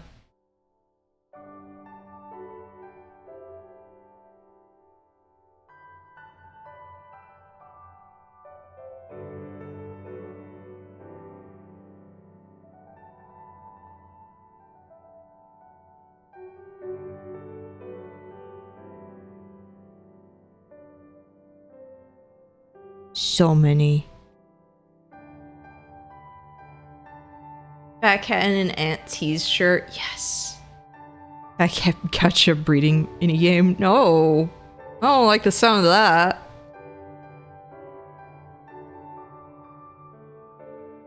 Good different variations of fat cat.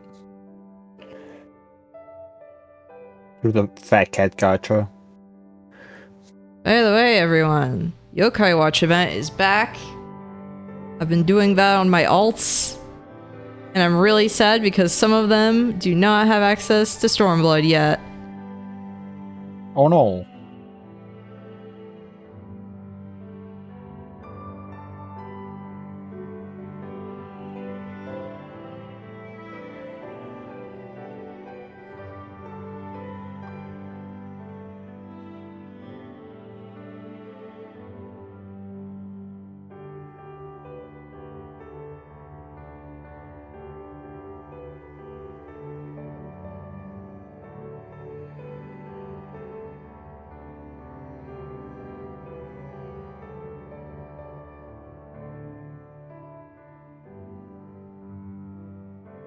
I want that Jibanyan sofa for my little Lalafell. I think she would be really cute riding around in that.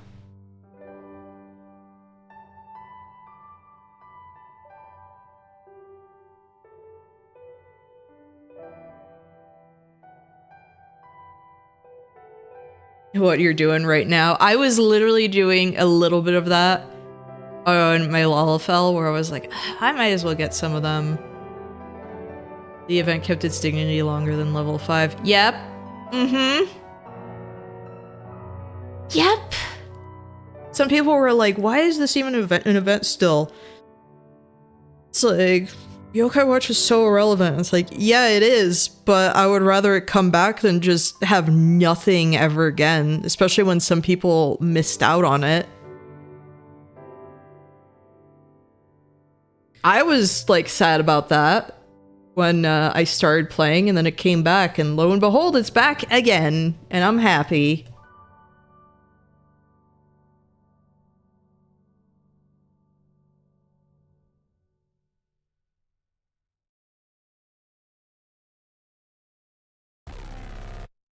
Because the weapons are fun, and I like the mounts.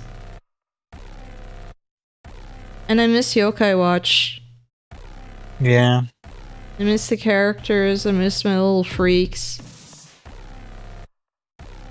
And level 5 would get their butts in gear.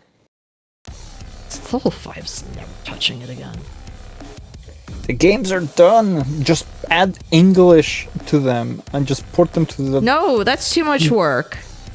You know how long it took them to do 3 in the first place? Then they made 4. Yeah, and they made... Well, like, no, to bring 3 over, and then 4 happened, and it was like, well, Yokai Watch is dead in the West. Screw anyone who actually likes playing the games. And they spat on me.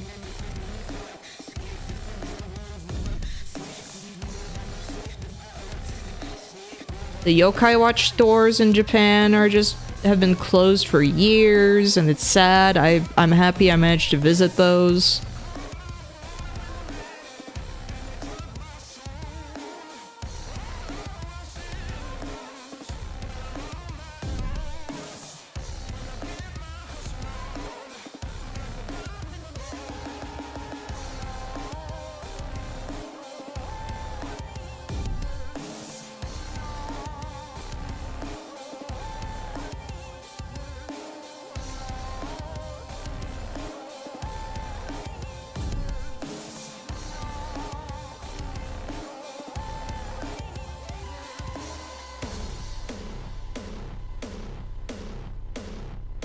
Clowns at level 5 like using AI now. Yeah, when there was the whole thing where it's like, hey, look, the spiritual successor to Yokai Watch. And I saw it, was like, that looks like some AI. I don't freaking want this. Wasn't it just for like the backgrounds? But even then, it would, because it was like, you know, level 5 famously known for having like some really beautiful background work. And then they showed like the second trailer where there's like, yeah, there was no AI in the backgrounds now. I was like, you kind of already messed up.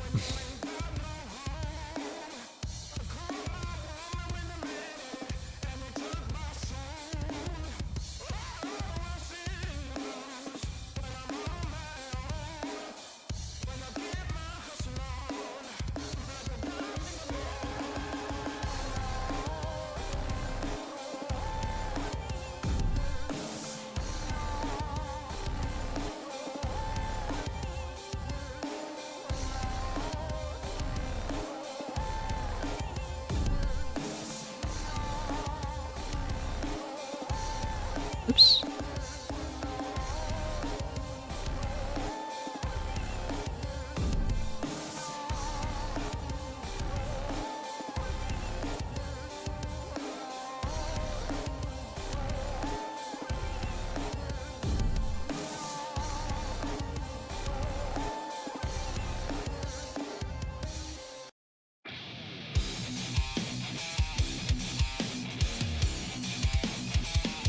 I'm playing Faust's theme. Are you happy?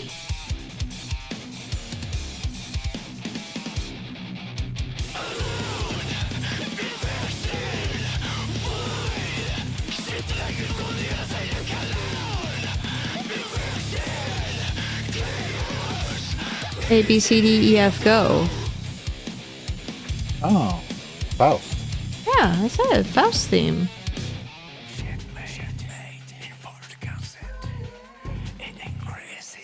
So when are we playing Guilty Never. Gear?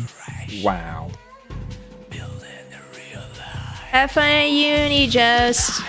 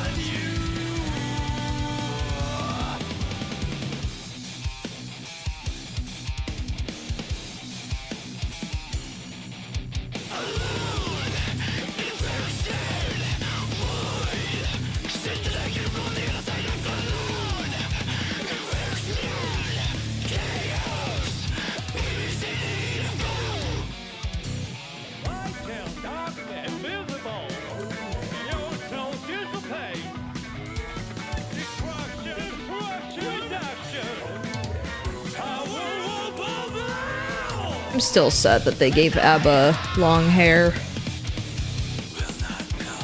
I think her short hair might come back.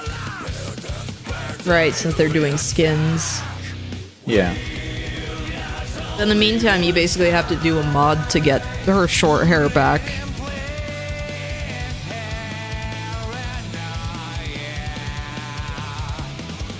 Like if they brought back Kai's like Seal the Sword lightning brand, like they might bring back her hair. And they may bring back that bunny ears.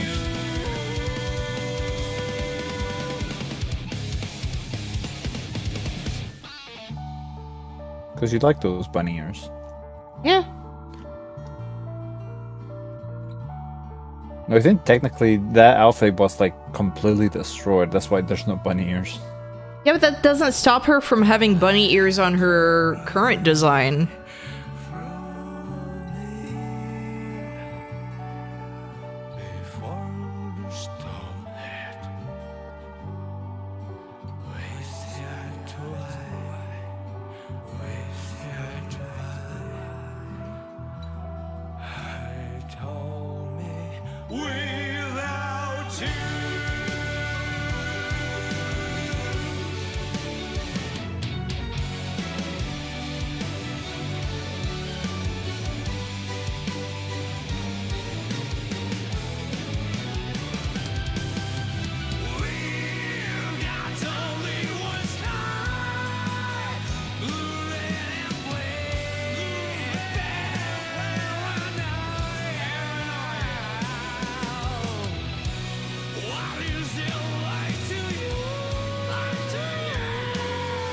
Again, I do not care if this is messy. I just want...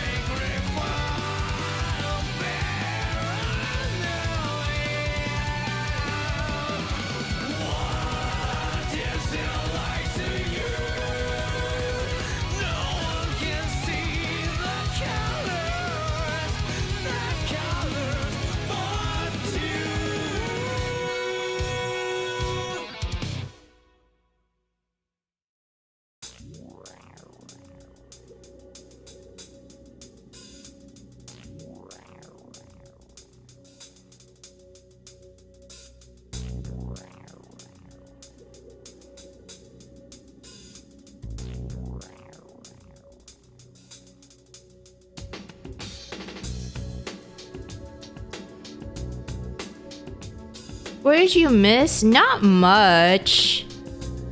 I don't remember what I was talking about other than missing Abba's short hair in Guilty Gear.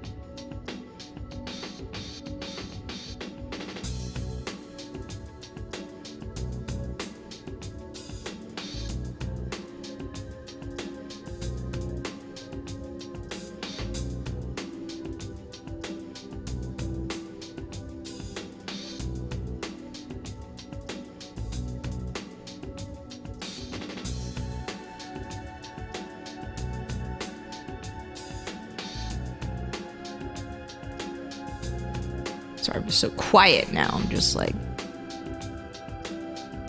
in the zone.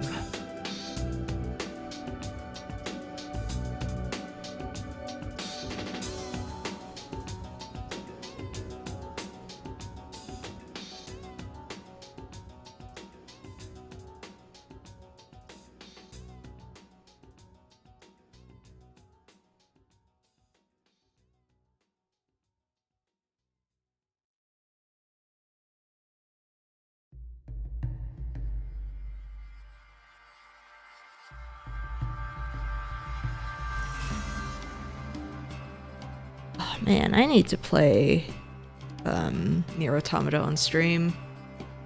Yeah. Would you Guys were play talking about Nier belts, but Replicant? honestly, fishnet was the real style of the time. Hey, my character had a bunch of fishnet, and I'm considering adding some still to her. Like, it was belts and fishnets. I don't know what was wrong with me designing this. You know what you need to add? You need to add like the cell spots. that Oh they yeah, love. that's great. That's a great idea. That was not part of the style at the time. Okay? You don't know what you're talking about.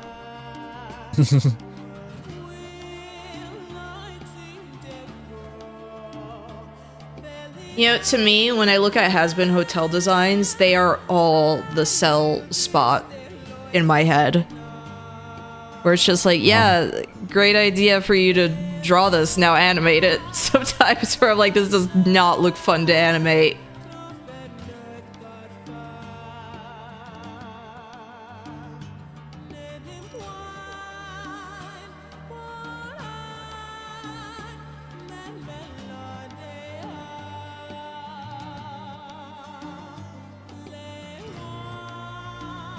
I'm sorry, I will always find an excuse to bully has-been hotel.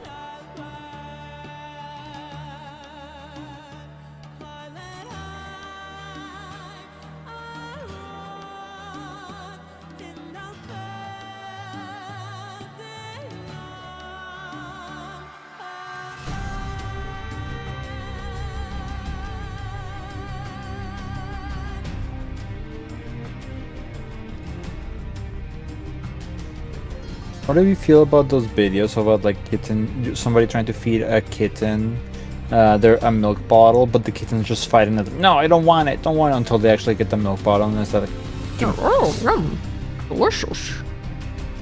yeah. The kitten's not eating? Are they stupid? I mean, they are baby, so maybe.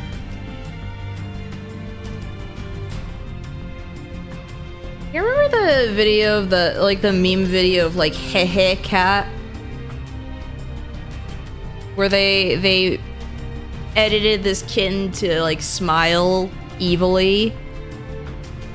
I love the original video because you can tell that like it's a really young kitten and there are no thoughts behind the eyes. Like it's just sitting there like, huh? Oh. What? Like I don't even know if it's aware that it's alive. I think that's most kittens, where they're just like, are you not aware that you exist? Oh. Huh? Oh.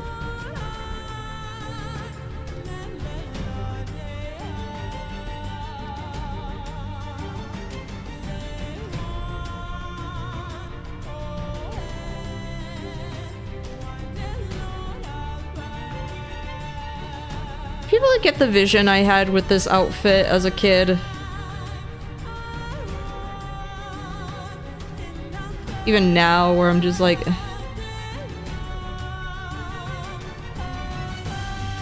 Now my question is, would you wear that outfit? No. Why not? I don't like showing skin. Like, that's just not my thing. I'm too nervous to. Oh.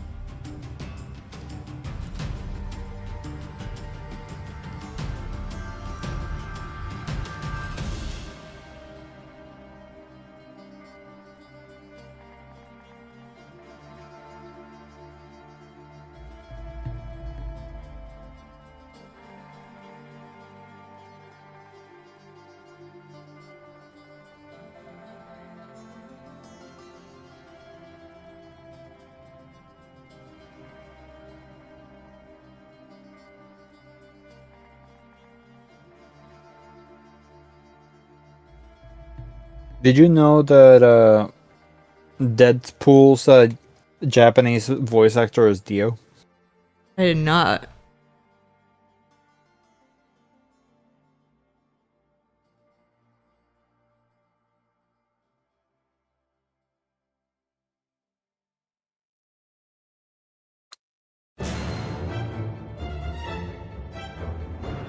Therefore, Bobo, which also tracks. Yeah, actually, that makes a lot of sense when you put it.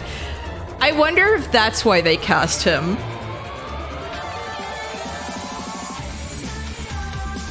Was because of Bobo. Oh.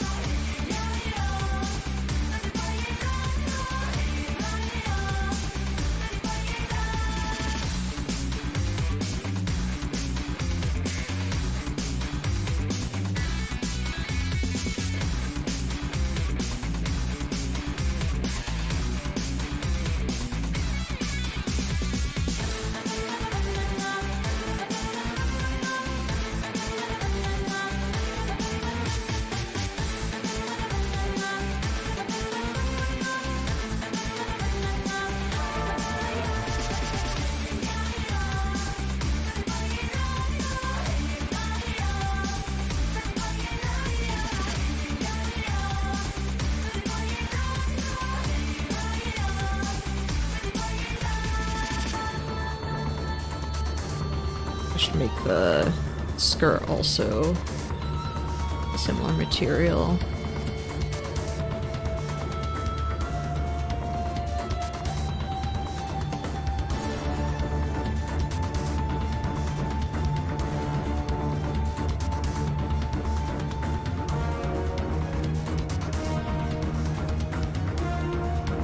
Actually, I'm not going to bother with that first.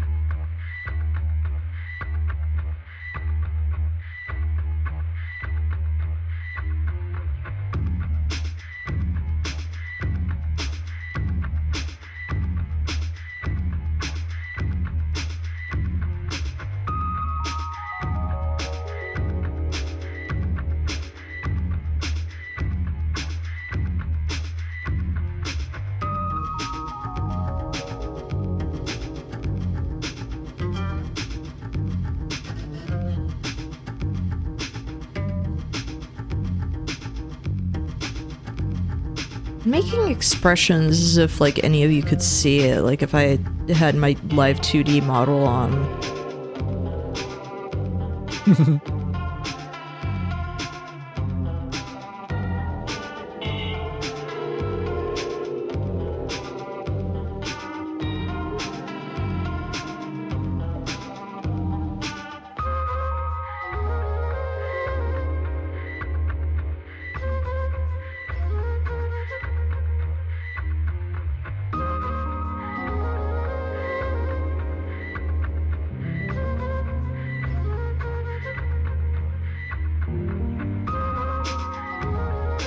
I'm like, is she stupid?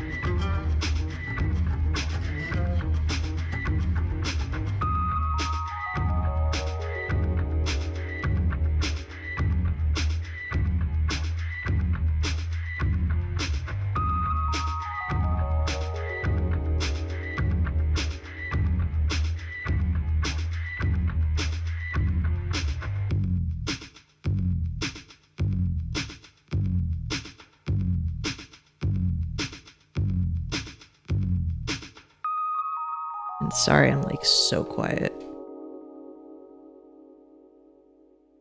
Focus, that's fine. I could put Cocomelon on, everyone.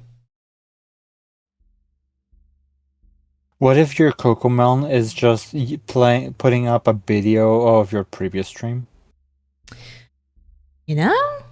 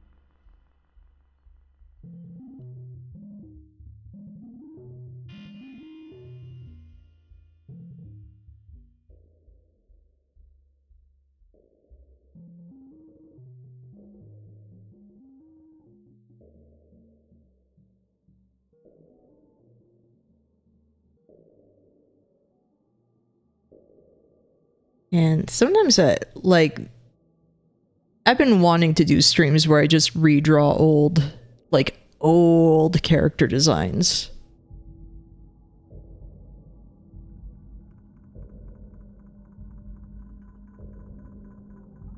Sometimes it's fun also seeing like, what would you change?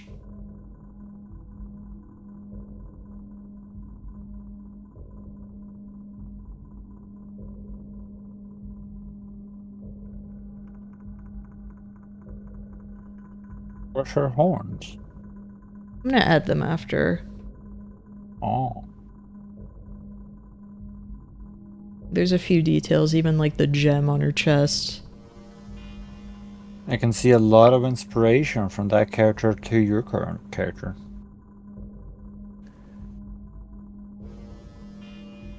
Wait, what do you mean? Character of yours. I can see a lot of inspiration from that character to your model.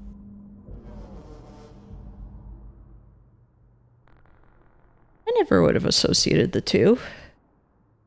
I mean, you have them side by side. Pink hair, pinkish skin. Well, the lips are obviously not a thing.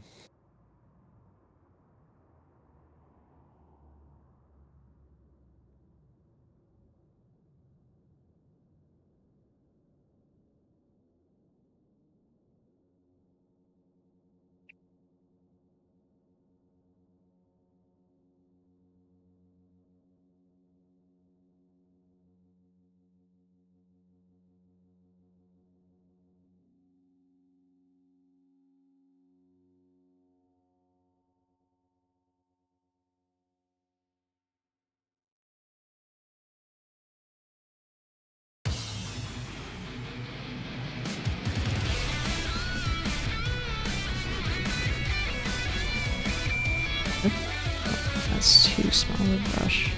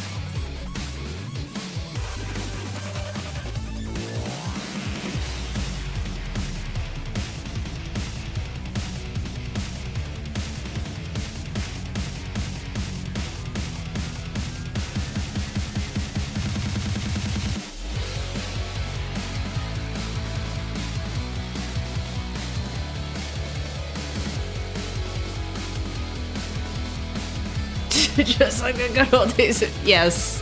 Yes.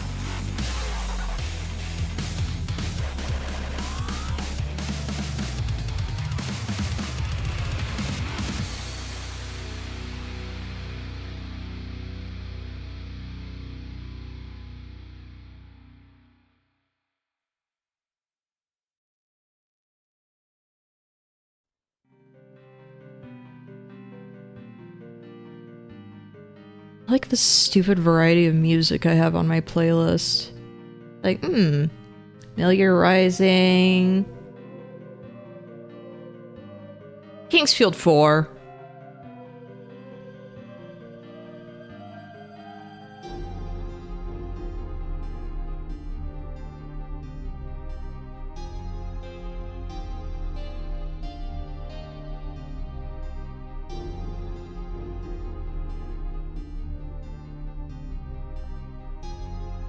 I really want to play the Kingsfield games.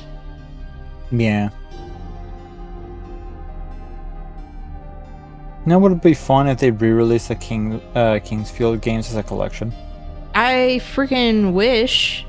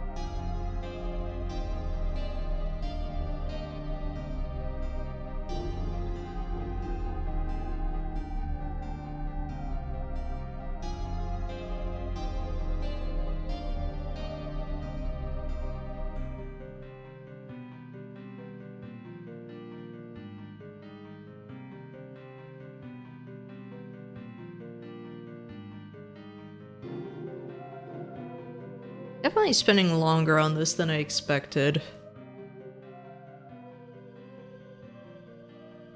It's good.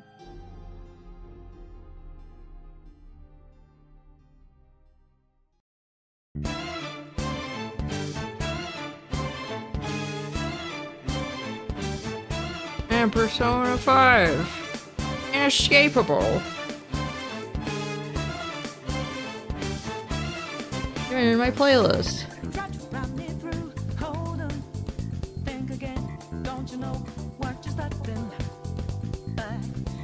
I'll never see it coming.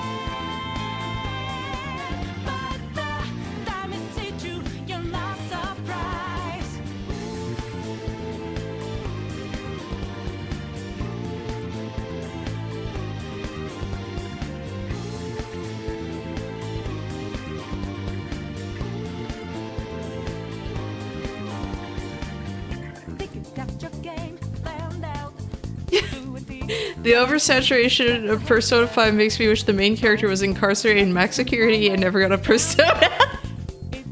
Man, the venom!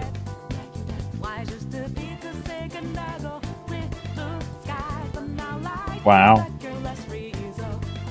But hey, they announced P6. Yeah, it's got booger green color. Yeah. That's the theme, booger green. Yeah. And that's why the game apparently is going to be a more Shin Megami Tensei series type title. Freaking please.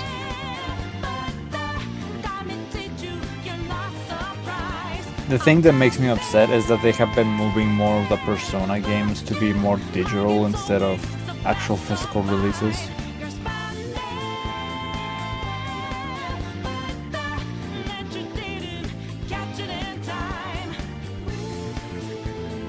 The funny part is that every time they do a Persona crossover in a game, It feels like that game. Oh, you have the death bells ringing because that game shuts down soon after the Persona 5 crossover.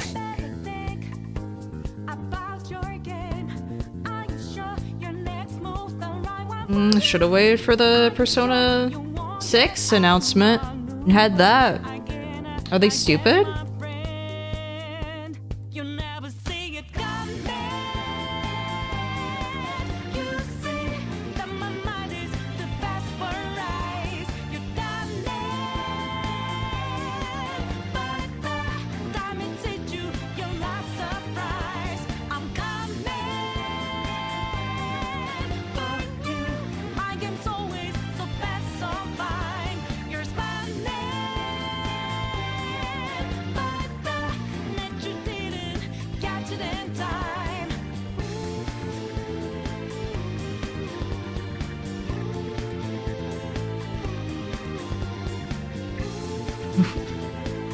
Movie's comment is still killing me. I wish she was in maximum security prison. Like, dang! Like, I know.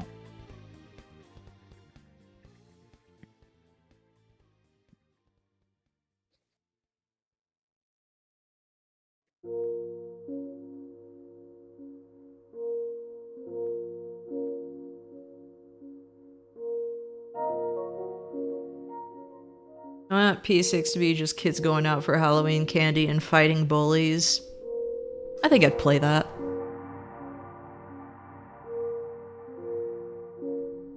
I think that's a pretty fire idea, honestly. Atlas, hire this this person. Atlas.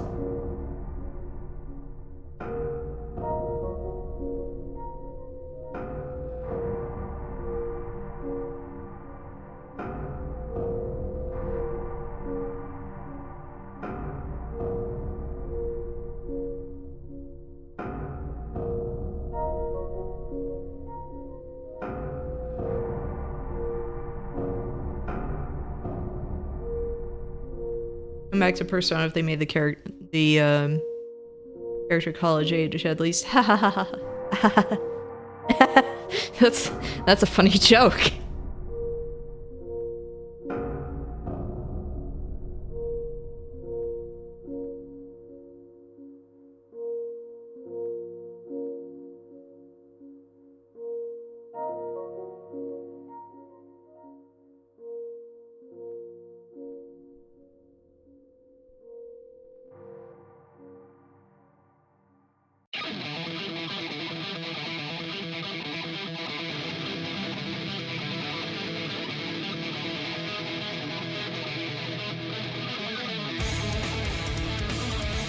Middle-aged salaryman Joker would go hard. I would get the next Persona game if it was some nonsense like that. But it's not gonna happen. But NK, what if you got like the next big villain as the Subway Slammer? Okay, I would also probably get it if that was the next villain. Like, that was your main antagonist, is the Subway Slammer. I remember when I heard the name Subway Slammer and everything, I just remember, like, it was during a Final Fantasy stream, and I just remember, like, choking. Yeah. 'Cause it was like, what do you mean that's a villain? The Subway Slammer.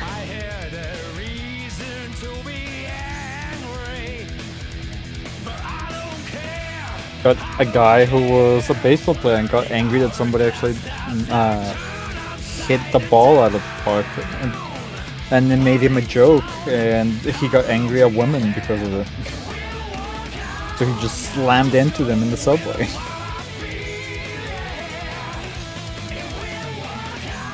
Does someone ship themselves with the Subway Slammer?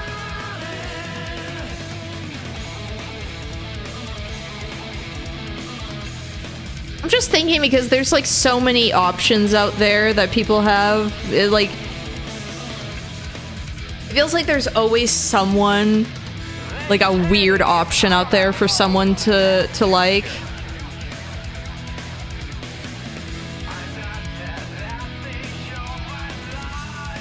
Didn't people start rizzing up the Subway Slammer at one point? Like, I guess? Literally what you just said. I mean, like people, though.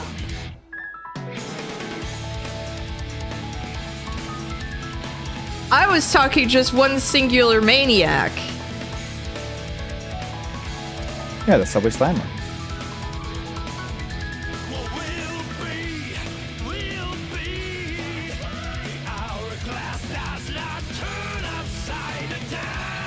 It's like Persona 5 started out with like the worst villain possible, like evil. And then all the villains after that didn't feel as bad.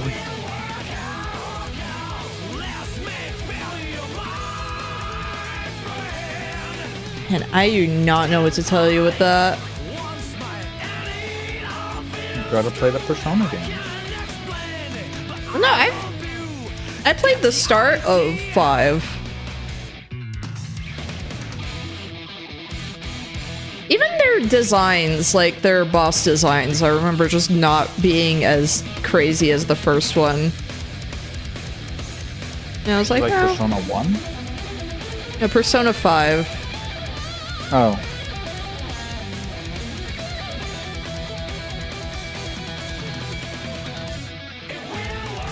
Should bring back Persona 1 and 2, but they never will.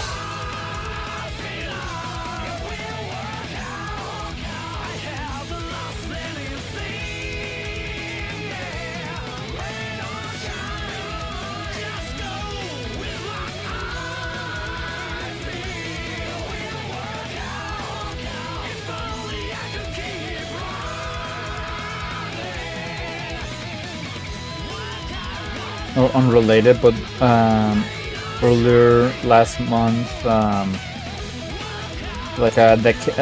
tried to log into the Nintendo Switch's eShop, but it wasn't letting me because apparently my Switch's cache got corrupted. Oh, not great. The good thing is it does have an option to clear the system cache, and it doesn't delete anything, so. It worked out, but it was just not something I expected that could happen. I had to look it up. It was something that could happen. Me neither. Like I said, I had to look it up. It's like, hey, why every time I try to go into the eShop, I just get a black screen?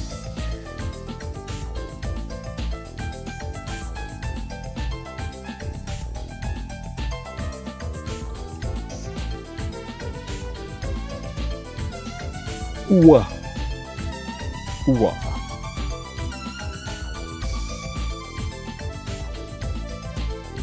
I know I got the ability to go back to work tomorrow, but I don't want to go to work tomorrow. Get that bread, though. I do have to get that bread. More after $3,600 bill for my car. Exactly.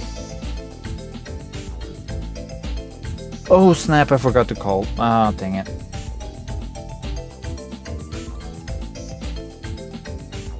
Remind me to call the shop because I have to take my car back again. Again? Did they goof well, no, up they put again? No, they put a dye in the engine to find out where the leaks are. Because they're noticing that, oh, there's oil leaks coming out and we don't know where they're coming from. So they put a dye to locate them. And I have driven enough miles for the dye and I have to take it back before the dye washes out because it's been raining a lot. Well, not raining a lot, raining every so often.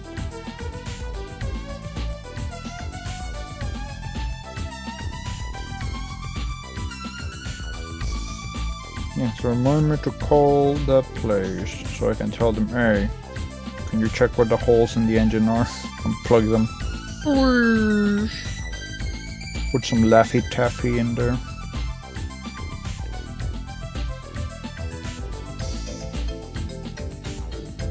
You haven't been on the eShop recently, have you? No, I have not. So one of the things that is happening, people are doing their Mecha Chameleon, like copycats that are putting in the eShop. Unsurprising.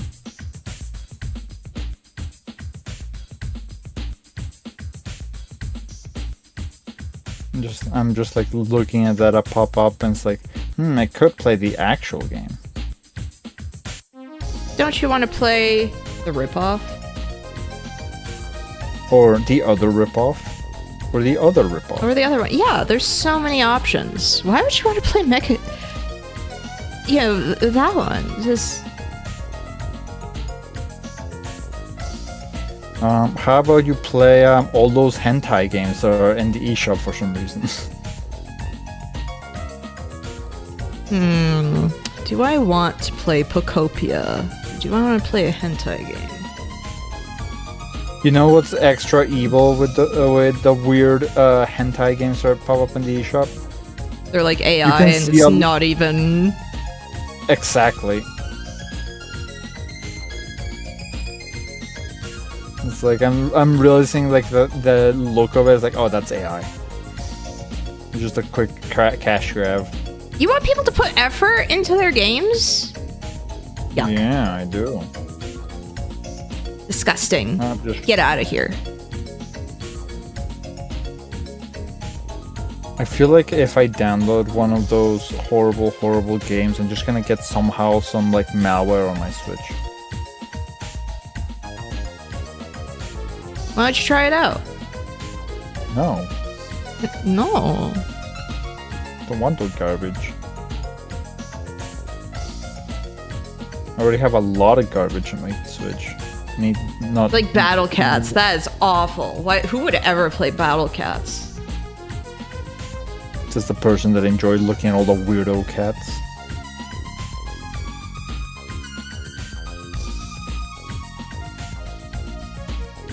I'm gonna tell my kids that was eugenics. Eugenics.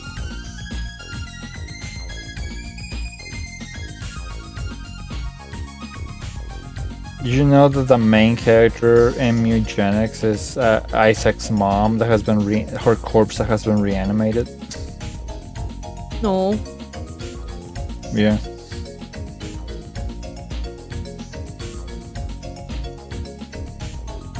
No.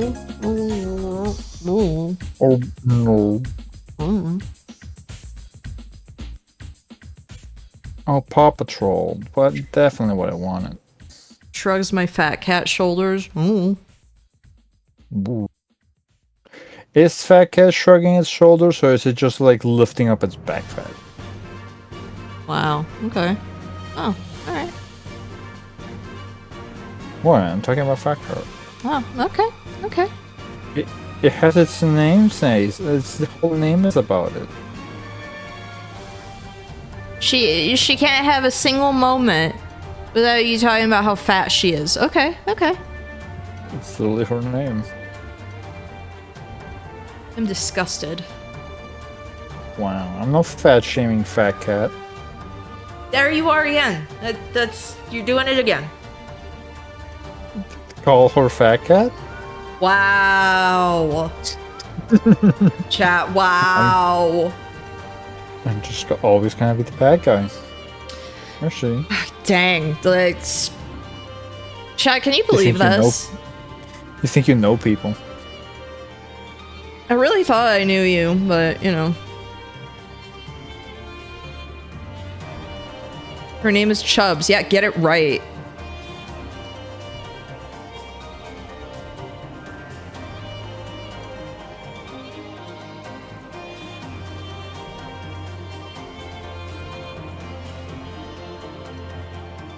Do I want to do the fishnets?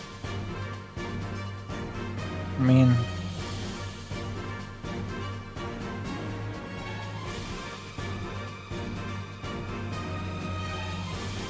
Is there like a way I could cheat? Yeah, you make the cell spots. I would actually rather do the cell spots. Do fishnet. Can I just say that?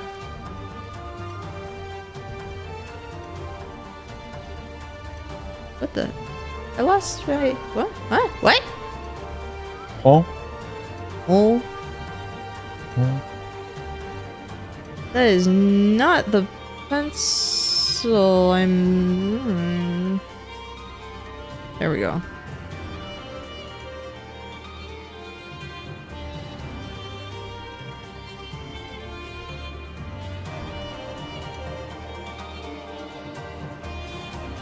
Oh yeah, I was invited to play Monster Hunter World on Thursday. Oh. I need to make a Palico PNG though.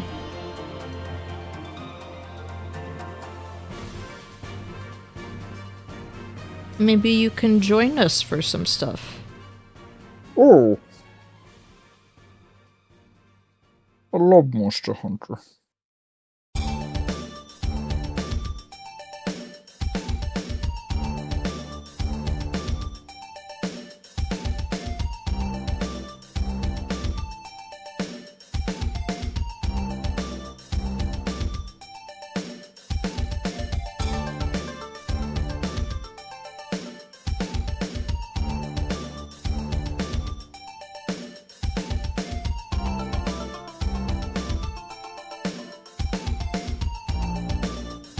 Just imagine you make a Palico PNG and the Palico just looks like a fat cat.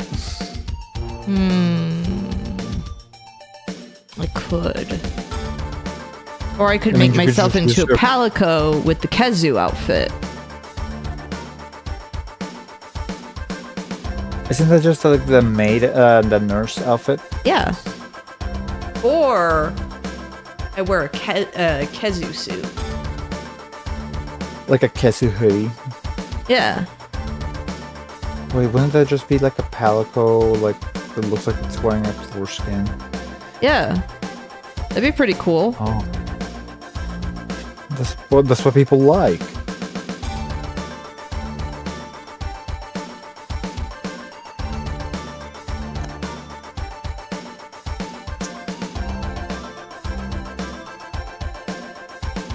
Here, I think I'm done with this.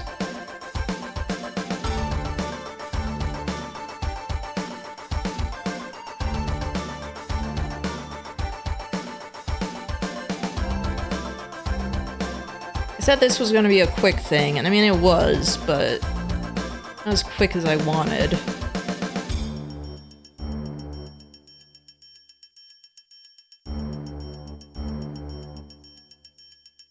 I mean, it was pretty quick. It was 2.5 hours. Oh, that's bad.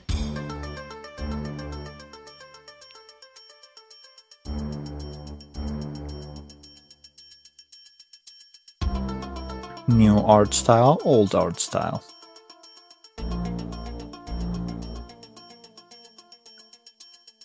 Oh, the horn shrunk.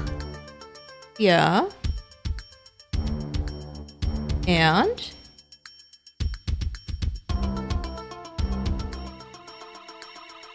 Nothing.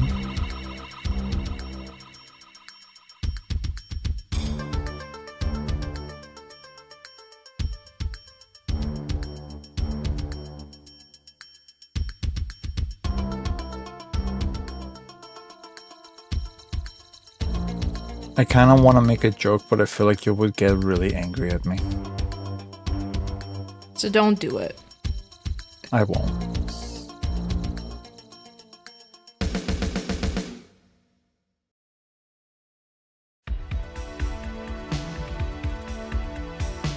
She became purple. She became the color that she was supposed to be.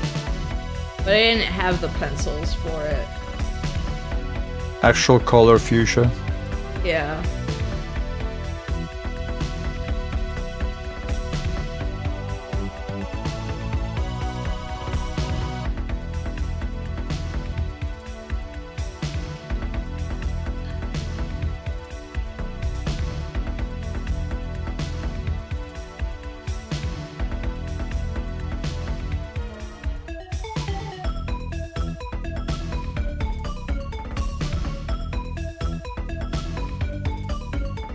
I'm gonna recharge my Switch.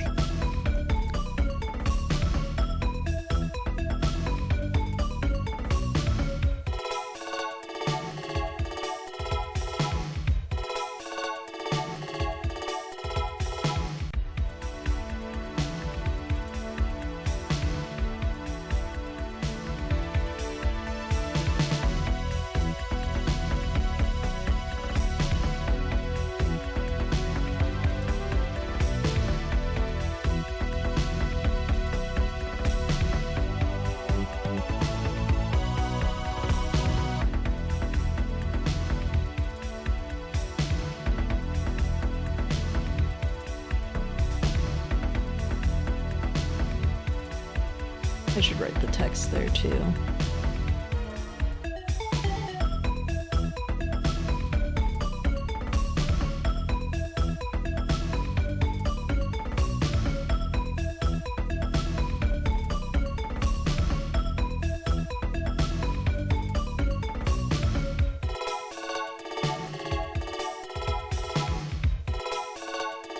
Alright.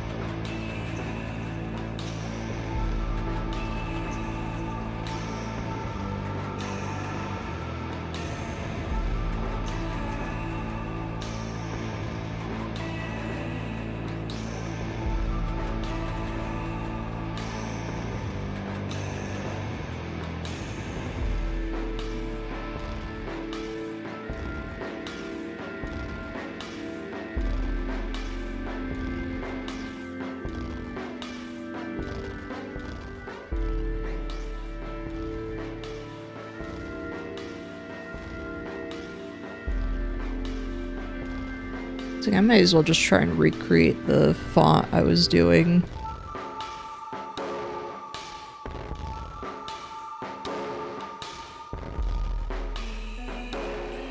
Yeah.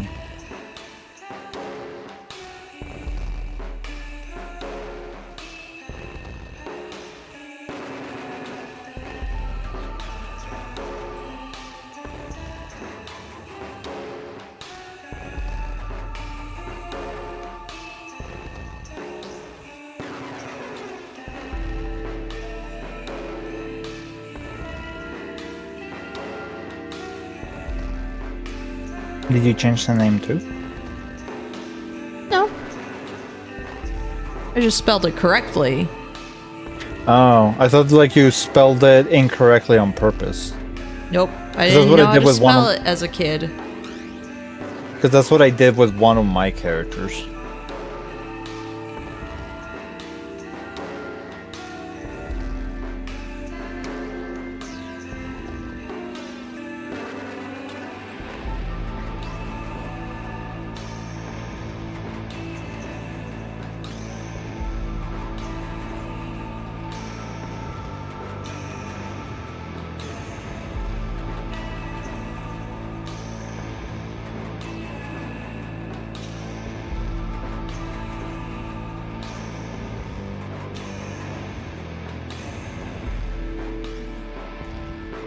No, I'll get rid of that part. I'll just...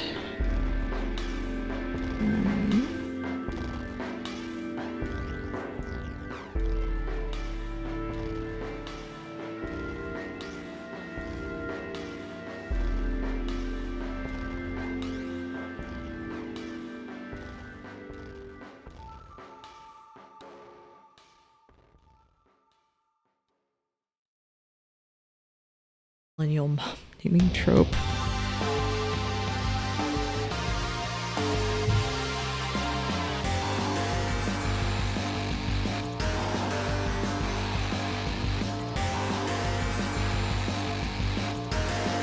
I hate being a millennial because I have to share everything with those people. Millennials? Yeah.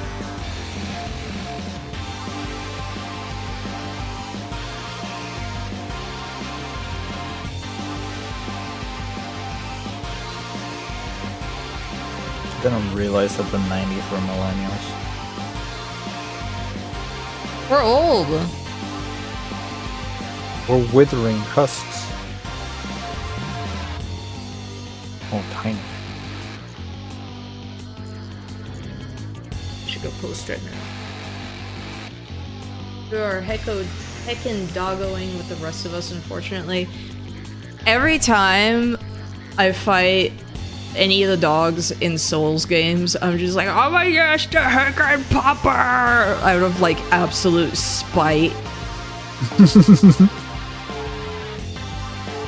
Oh, the heckin' pupperino! Ah! Stop. No.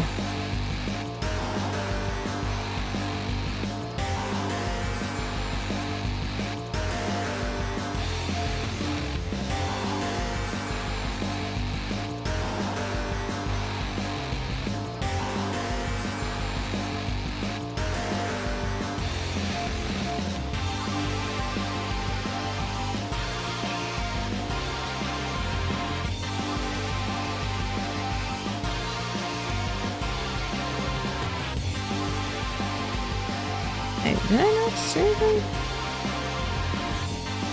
Yes. Oh no, yeah, it is there. I'm just blind. Blonde?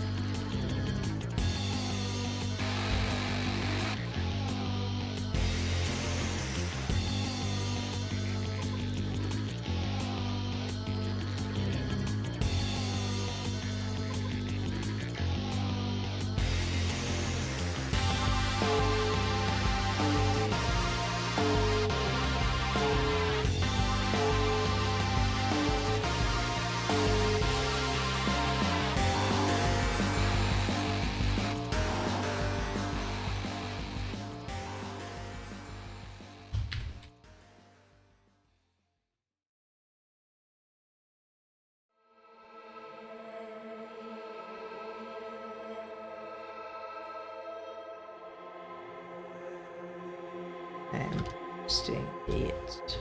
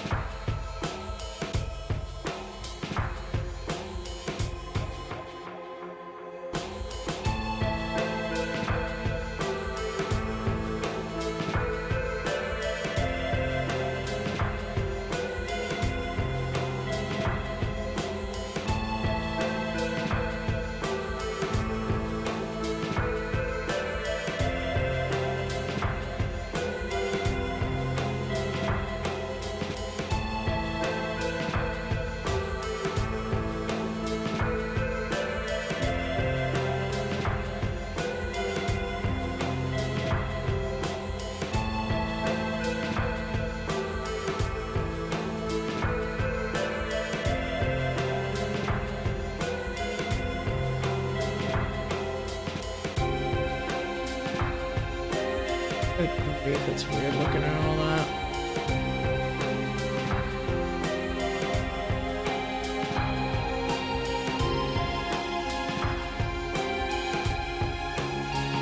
I should redraw this too. Like at some point. Like this character, rather. Oh yeah. Let's see. Yeah, see, at this point when I redrew her, I'd already gotten the color down better. It was like, okay, you know, I got the right colors versus this. I'm gonna be right back. Oof. And I'm gonna figure out what to draw next. I said I was gonna draw Lock. No!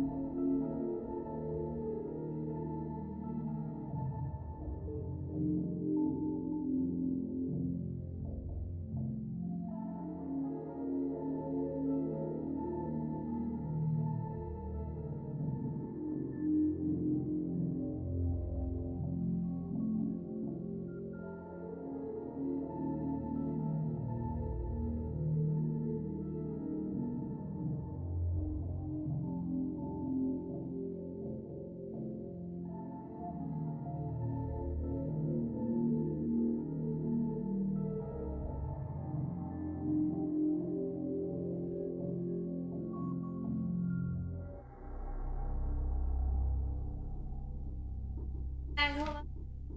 Actually, I already forgot my pillow fell over. It's awful.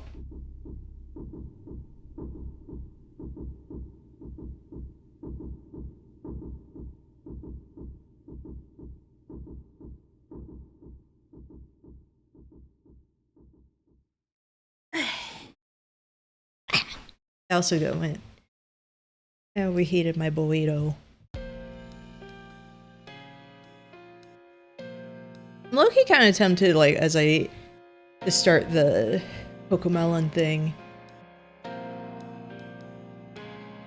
Wow, he said me drawing Fat Cat was cringe. Okay. Okay. Alright. I need to draw Fat Cat where someone is touching her paw and she sinks it, like, slinks it right back under her body, just gives the side eye. Not the shovel! Stop! What is your obsession with shoveling my Fat Cat? I just realized I was talking, trying to defend myself, but I was muted. Muffy be lying. I don't know.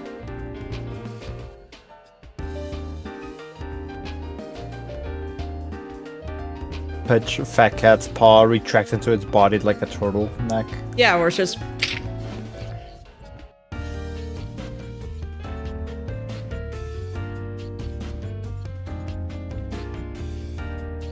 Yeah, this track is so good. I like this one, Ink Long Dry, and the one from the hard version of the dungeon. I am gonna put Cocomelon on while I eat my burrito. It's the videos from Speakers Network about Final Fantasy 1.0.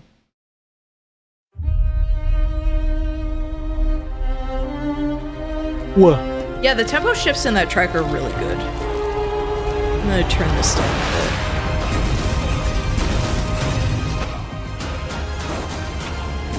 The Utah burrito. No, it's a freaking beaten and cheese burrito from like Del Taco that I got like super cheap. Hello, Earthians.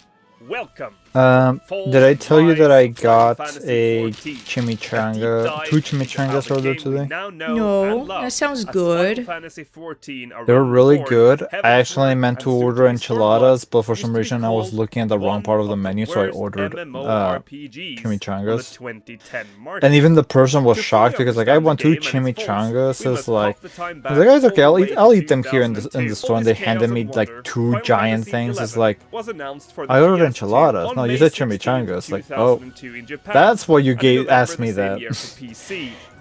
Just an important side. Do I have to turn it up or turn it down? I'm gonna give you a side stream. It looked, well, let's just say that it looked early 2000 tech-ish. Wow.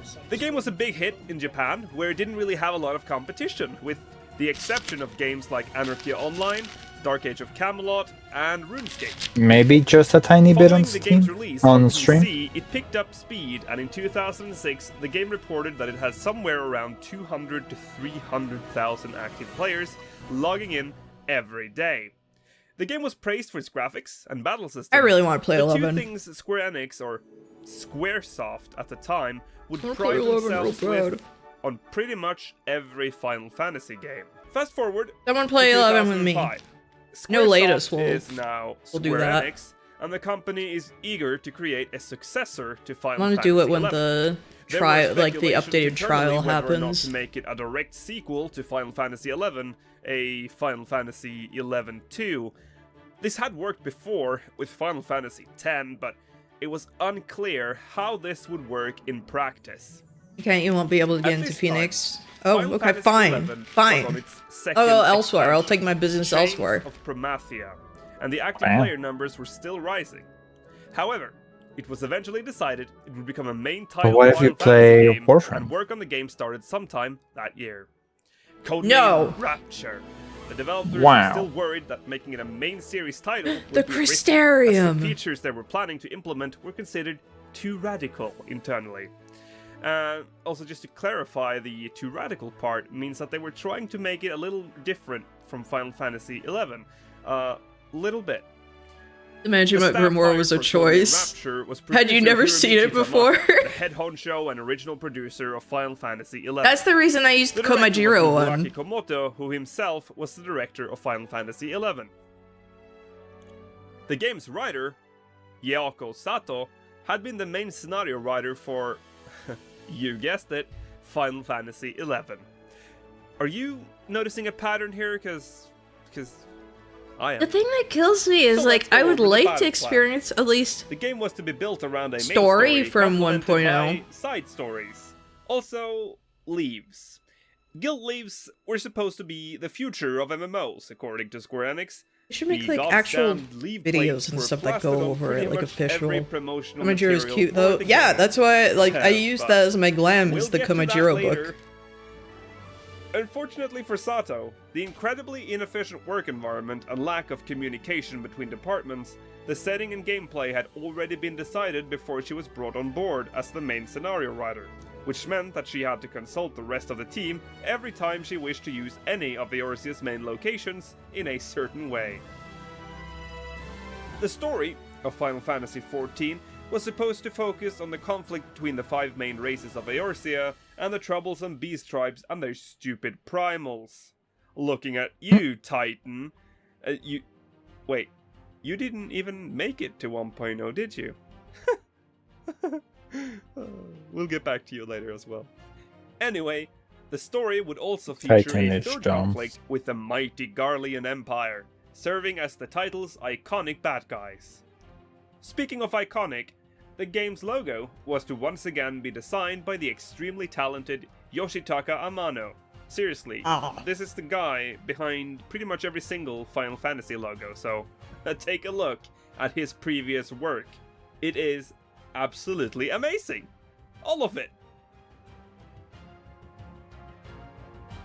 The logo for Final Fantasy XIV was designed around the importance of weapons, and take a look at this logo for a second. When I first read what the concept was, I got a little bit confused, but don't worry, it will make sense a few seconds later. The concept for this logo is a wheel. Okay, so the wheel in question was a wheel of adventurers, arranged so their backs were exposed and they needed to rely on their comrades and friends for support. So as you can see, it's sort of like a wheel. Pretty neat, huh? So back to the game development. Art director Akihito Yoshida was one of the few department leaders that had no previous experience from MMOs. So he had to adjust from working on a single, static project where what was done, to creating artwork assets for a game that was supposed to be constantly updated and expanded. Needless to say, he had some serious work ahead of him. Now, when the team finally sat down and started planning the actual game world, they quickly decided to once again use a high fantasy aesthetic, and the world was supposed to encourage exploration. Yeah, we'll get back to that later. Which they need to go back to doing. I mean, they said that With they're the going more to try abstract to ideas ready, they started with the change actual stuff up world. so we actually The team explore created a things, which I detailed would profile of like. Eidolon, including its relation with other planets, ecosystems, climate, and geography to promote. But a what if you sense instead of make it into a realism. hallway simulator? Seriously, I know the team No. would get a lot of flack for this game, but my gods. Then their they can attention say to it's a detail is crossover with admirable. FF13. As development continued, the world was being sculpted by the art department. It was decided that larger seamless zones were more desirable than a series of smaller zones with zone dividers to stick with their realism mantra. In addition to this, I genuinely supposedly love put a looking lot at of effort into footage the from topography and varied lighting of areas environments in to ensure they didn't 1.0. seem repetitive. Like, I think it's really It fun would appear, however, when that people are they just would like take exploring. There's one video that's asset, just like, say, oh, this passage right here in found, the you know, Nosha, Mordona and everything, then and it's like, evenly distribute this all it's over the interesting zone. seeing all of that, like, Sometimes pre-calamity. mirrored, other times at an odd angle, but always the same asset. So take a look do a at back this in map. time thing, This so is it's a little Stamblen as quiet. it Okay. appeared in the original release of Yeah, the that's game. why I said maybe a little Look at bit this higher. area right here. I didn't Then hear you notice say how many quiet. times this exact asset is repeated. I thought you Not meant only loud. that, but the lighting they put so No, much I said, effort like, in was make not it a little bit actual higher. light. I did It not was hear a higher. Very simple light map put straight onto the ground textures. And yeah, the environment didn't have any shadows. Yeah, I'm gonna say that again. It didn't have shadows. This made day-night cycles awkward, as there was no actual global illumination. Or I think like how I would redesign her. To solve this, they added a blue tint at night. Day for night. Tint. This made things such as campfires and lampposts look dull and not really lighting up anything at all, so... Seriously, Square, what were you thinking? This looks ridiculous! Let's look at some map designs again, shall we? Like this one, for Lenosha. It's actually one of the less horrible ones. Still a lot of copy-paste in this one, but... There is one map that all 1.0 players dread. One so cruel, so evil, few even dare to listen to this own soundtrack. Oh no. Oh, ladies and gentlemen, I present to you the Black Shroud 1.0. Is this true, latest? Seriously, look at this. Look at this, and remember that someone at Square Enix gave this design a thumbs up. This is the single worst case The Emerald Labyrinth. or waffle mace design crime I have ever seen. The only open areas in this map are these things, and they're just lazily copy-pasted throughout the intestine that is the 1.0 shroud. And this river. This goddamn river section. The cutscenes for the game were especially good. I actually like the look they of might that be map. the best part of the entire game. They were first drafted using a storyboard followed by motion capture to create the scene in a digitized format. And let's be honest, guys, Final Fantasy 1.0's cutscenes were impeccable, even by today's standards. Most impressive were the scenes that were voiced, as the lips were actually synced to the voice, making the scene look just like one you'd see in a good single-player game.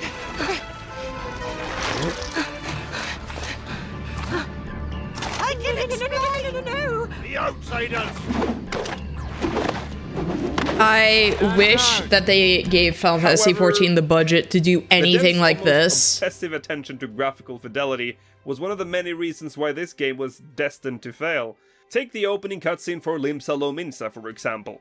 It was one of the most challenging cutscenes for the devs to create, as it featured a real-time rendering of a scene involving multiple NPCs running around with monsters swarming the deck, all happening at once while a giant sea serpent jumps out of the sea and over the ship.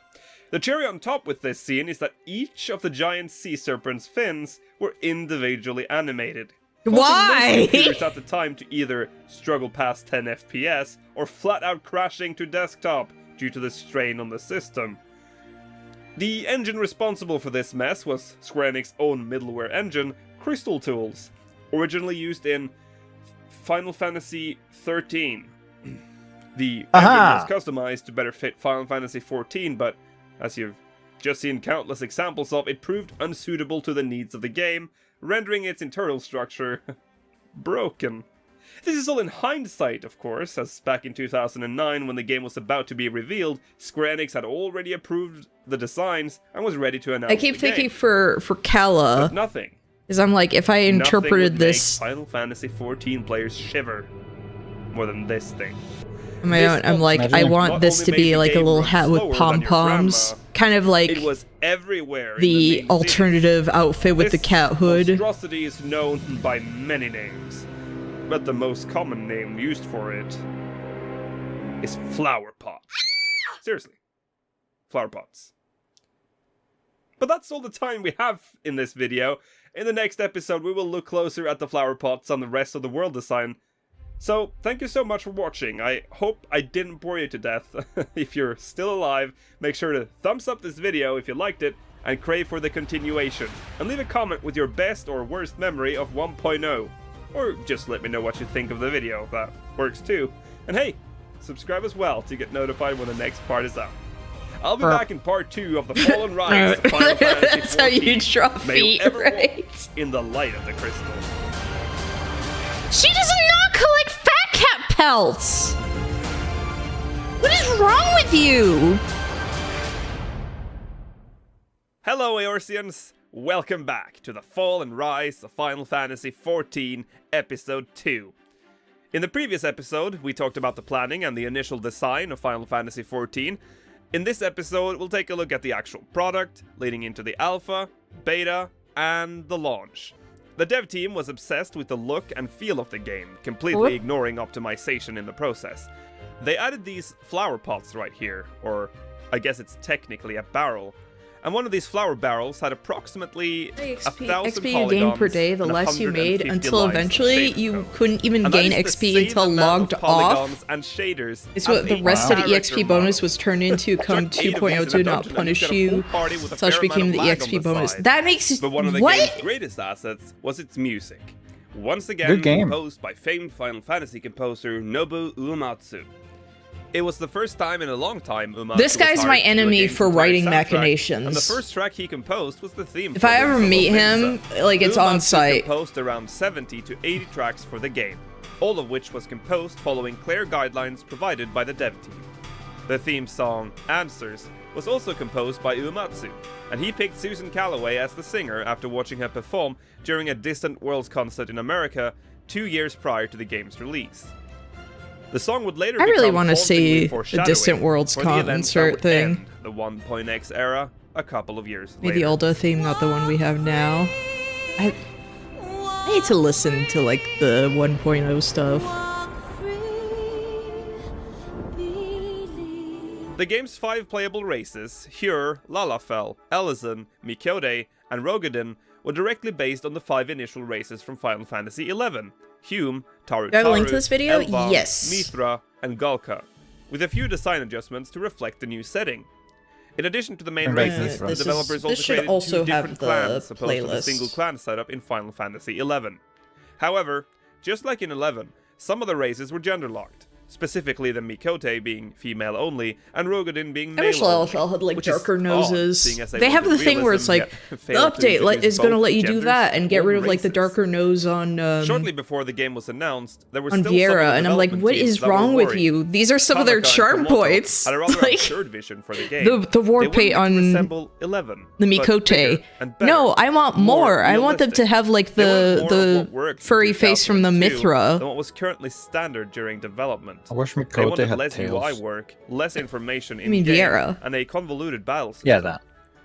It would seem Wait, that Tanaka Viera. and Komoto, although being No, great cat. producers and directors The cats of Final have Fantasy tails. XI, were both ill-equipped But the and unprepared tails from, like, for the the current FF1. MMO market. Nonetheless, 4 years of planning and development is about to come to an end. June 2nd, 2009. A surprising announcement at the Sony E3 conference sealed the fate of the game. What the hell? What? The game was to be launched in 2010 for PC first, then for PS3 later. This sent shockwaves throughout the gaming world. At the time, the safest bet would be a Final Fantasy XI 2, but here it is. Final Fantasy XIV. Alpha tests were slated for March 2010. I mean, okay, and only Final Fantasy XI But is veterans Final could Fantasy participate. 14 And so not the alpha literally opened at in this March point of Final Fantasy 2010, 10 and it didn't or take long 11 until people 2 started realizing that something was terribly wrong. with the way that The they graphical bugs aside, have the so battle much system was a stuff mess. that they just Look took at from this icon 11. here. This is a skill timer. You had to wait for it to charge to use a skill. Looks like a clever way to display a global cooldown, right? Wrong. You didn't even have auto attack. The most basic attack still had a skill timer.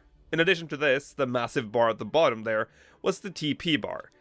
This bar had to fill up to use certain skills, and it would only charge if you were attacking a target and landing a hit. And get a load of this. The dev team decided to not implement forums during the testing phase. This was supposedly done because of earlier recurring issues with mistranslations related to news updates. So, they decided that instead of fixing the way news were translated to just, scrap the whole idea. So players were literally reporting bugs on unofficial Final Fantasy XIV forums and boards, so the devs could see it. Yeah. And this is where it starts getting both strange and interesting. Before the game's release, producer Hiromichi Tanaka made several interviews to promote the game, and he's not exactly the most energetic and optimistic producer I've seen.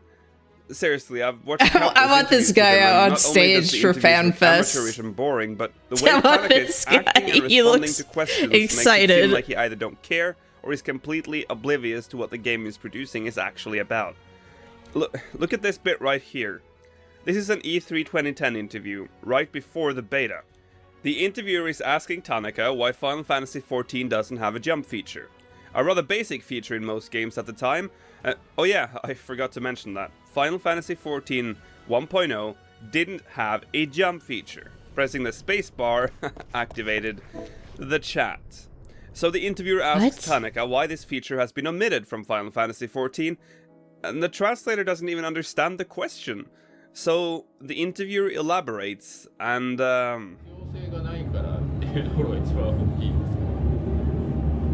The main reason is because we don't think it's important to have the functions in the game. They don't. Dude, it was an emote.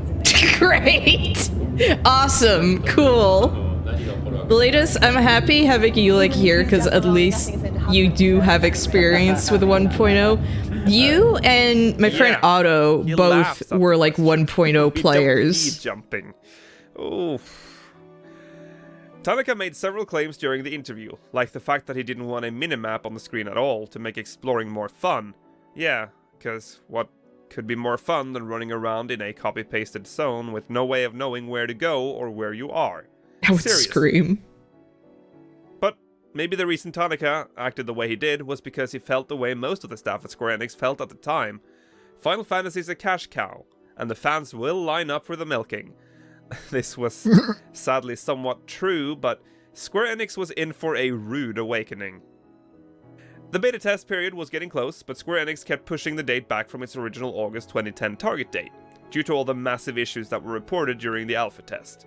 The biggest headache for the devs was the flawed battle system. Whenever I kind of simplify Hella, I give her a fat cat face. Rewrite the entire system proved difficult. The beta test was pushed back until September 2nd, 2010. 29 days before official launch. During the beta test, non-Final Fantasy XI players got to join in, and they quickly discovered that this was far from what they expected. Countless issues were reported, such as slow and difficult UI, graphical errors, and low frame rate. The battle system, which had been revamped, had replaced the skill timer with a stamina system, working as a light version of the skill timer. Instead of having to wait for the timer to fill, you only had to wait until the stamina had reached a certain level, and then use the skill you wanted. Some skills used more than others, so it was pretty easy to deplete the bar and then having to wait for it to refill. The TP system remained largely unchanged, with the exception of the TP bar itself being placed underneath the hotbar together with the HP and MP bar. This is most likely the UI. Okay, I need to hear it. The Gridania Outside City theme / Emerald Labyrinth theme would drive you up the wall after hours of listening to it. Okay, I gotta... link, please.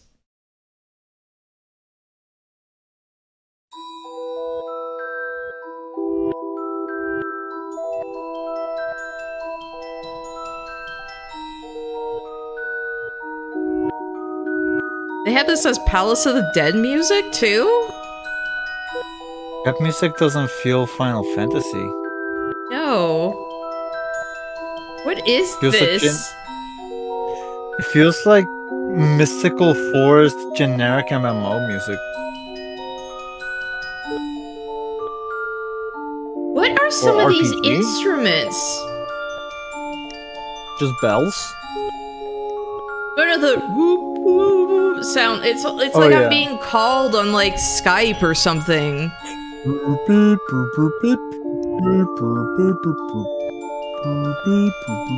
Is it literally?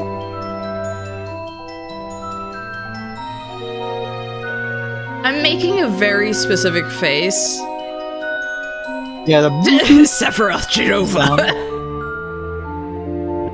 And this was on loop for most of Gridania. Why? for fun. See, What at least better for thing to Palace do of the than- Dead.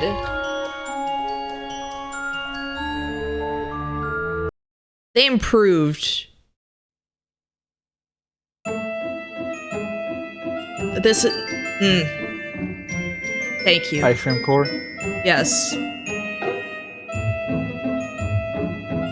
I used to have mount music on, and so I listened to this for so long because I love it.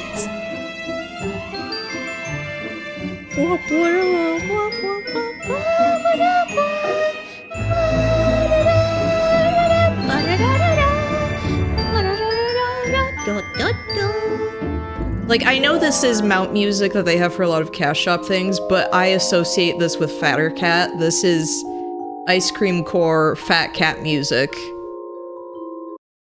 I know players remember to this day.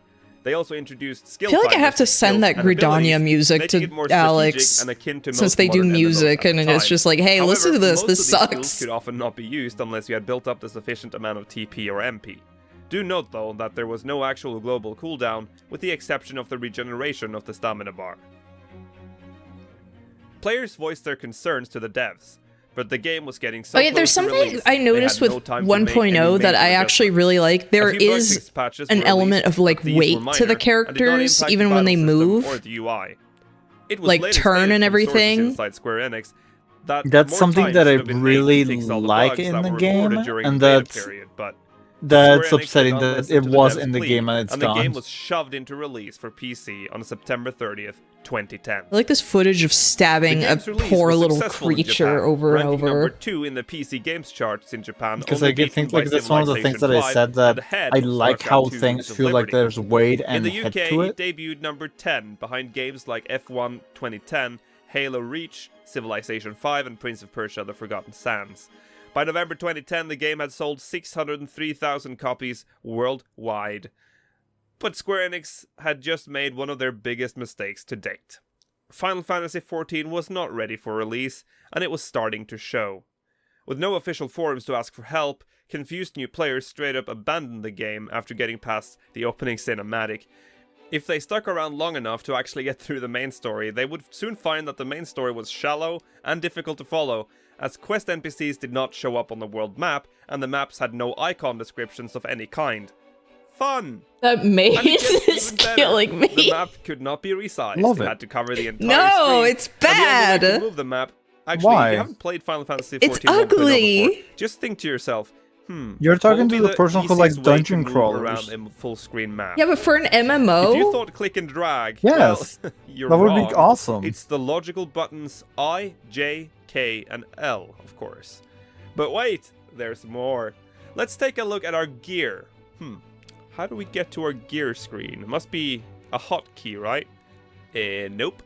Pressing minus on your numpad, hello Final Fantasy XI players, or simply clicking on the main menu button would slowly open the menu.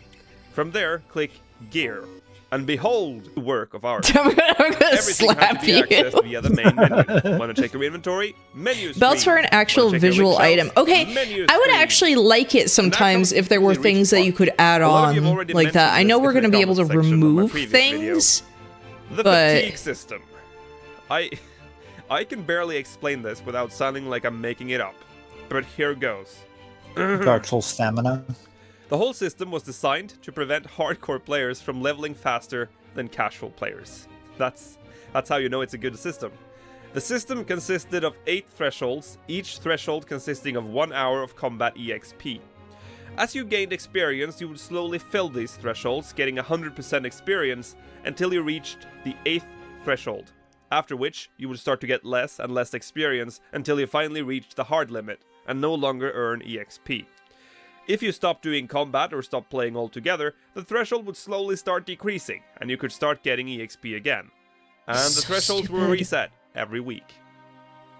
In addition to this EXP system, for Like, your I physical guess level, screw you for 1.0 wanting had to a play the skill point game, system really. For your class They level. should bring it back. The No. physical level gave you all the basic stats Yeah, like it HP, would let people MP, play other battle games. stats, while the class system gave you skills and abilities for the classes you were leveling. And each class had its class like level. Like These onboard had their own parental separate controls. thresholds, of course, so if your EXP threshold was reached, you could always start leveling your class level. When you reached your skill point threshold, you could switch to a different class and earn skill points there. And while you're doing that, the threshold for the other class starts decreasing. This is how you could learn cross-class skills in 1.0, by basically leveling the class level, but not the physical level. Confused yet? They defended this by saying, it made it fairer for casual players, as they couldn't compete with the hardcore players. So while casual players No, get to if catch I up with remember hardcore right in players this in their video, like they vertical cover progression, a aka whole their bunch of physical stuff, level, and the the hardcore players who had already hit their threshold could progress gameplay is one, horizontally like with the their actual class combat levels. is something. However, the real reason behind the system became How does like abhorrently clear. okay, Final Fantasy you play 14 had 11. no actual How endgame does this content even at all. compare to The only 11? I system know fully 11 has implemented to like serve as side content big ol' was, cooldowns to you stuff, guessed it, but the thing we saved like from the first episode. you could die to a level 2 mob at level 7 easily. Key feature, the thing that separated it from the others. Quests you could pick up and do. 11 on the actually go, functions with this shiny jank. I know icons with someone beautiful when I was stained glass in paintings the of them. These when I would was on keep you occupied Winders, for hours, right? we were kind of talking about Well, 11 then at you one point, realized and there was a time limit someone on was these as saying well. it is a game that works better on Right. controller, but I was like, Just like in the current that wouldn't Final make Fantasy sense because it 14, was a you could only PS2 undertake leaves game. if you had a leave allowance, and in 1.0 you earned 4 allowances every 12 hours. I wanted to play and could 11 stack up so to a bad total as a of kid. 99. But my So, mom if you didn't ran want out of me leaves playing and online still had stuff several levels to go with before another main strangers, story which quest, is was, bound to happen, absolutely because the fair, main and I story think that was spread very out real reasonable. thin. You were shit out of luck. And But had to also, grind it was mobs the for a era while. of dial-up, Again, so this it was the kind case of for like, I casual also players. don't want Pop to like into the game fight after for a long time that. away, complete some leave quests, and then come Of back a week making later to phone do some more. calls. Yeah. Unsurprisingly, every One leave plate time, had been my designed mom with told me great to care call and my detail, dad, and each and leave I quest pick up type the had its phone, corresponding and look. it was right There as were he in was total calling 8 me, types so of there was leave no quests at ringing. It launch. was just Diligence, immediately valor, talking. Tenacity, What? veracity, Oh, hello, Dad. wisdom, Yeah, I was like, wait, what? justice, Huh? temperance, and devotion. 2 types What of dialogue did you local have? Do you quests for remember? crafters, I don't constancy and freaking remember. ingenuity, That was like 2 back types in of field ground Riyadh. leaves, munificence and Oh, piety, okay. and 2 types of We ground had company AOL. leave quests. Because when which we you could moved only do here, solo, that's when we equity, started and having promptitude. like, I will read you uh, the description of one of them, so you know, you can get a a general modem idea and of how the everything. descriptions of these plates are. Let's take this one. We had Everyone's favorite AOL quest, from like the tenacity. free trial CDs that they would put in like a The guild the leave sh- plate like, portrays an what's Alice it and called, Archer at the riding a convenience store? chocobo in a Yeah. forest. These leaves always feature a monster that runs away. At one point, sometimes you very could far just from his grab those original CDs place, and must be and use followed them, by the and each players CD to a was a certain free spot, trial, and then they where eventually more fixed monsters it. will spawn and attack. Note that even if Like, the fleeing grab a target bunch is of killed CDs and before it's he like, reaches oh, free the internet for a while. reinforcements, those monsters will still have to be killed as well. Safe to say, 1.0 players learn to recognize the leave plates and select their leaves that way to avoid unwanted quests. However, should you fail a local leave quest, you could not abandon it. You had to get it replaced and then clear it. There was no option it's to like leave discard quests are a still local there, leave. obviously, but it's like so This was archaic the that no one only does viable them. system currently But in it's place like- at launch for players to enjoy, other than the main story and certain For a side while quests. before Cosmic was Exploration, it? sometimes that was how I There leveled was some a stuff second up, like system in Culinarian, place. if I needed. I really Behests. needed something. These were basically just like leaves, except they would spawn randomly every 30 minutes, close to Aetheroid camps. And they would not require a leave allowance. Yay! There isn't really much more to say about them though. They were basically just large leaves with a level requirement and on a 30-minute cooldown. Oh, and they were open for everyone, so you'd often have large groups fighting for the same goal. So I guess it could be categorized as a forerunner to the Fate system implemented in 2.0, but Oh my gosh, that's one of the things I stretching it a bit. forgot was so bad was until I basically was running doing out of Occult leaves meant Crescent you had was to like either grind for a very rushing to long Fates time, and also wait doing for the Behests Yokai to Watch stuff. spawn every Sometimes 30 it's like, minutes, oh my gosh, I need to rush in stop and playing. try to get a single Seriously, hit this game in. felt Please, like I it was beg of actively you. trying to make you stop playing it. But oh, there is so much more. But that's all we had time for in this episode. In the next episode, we will take a look at the teleport system, chocobos, market wards, teleport. and of course the critical reception and the decline of the game. I hope I've improved from the first episode, and as usual that you haven't died from boredom. If you're still breathing, give me a thumbs up if you enjoyed this and want the next part ASAP.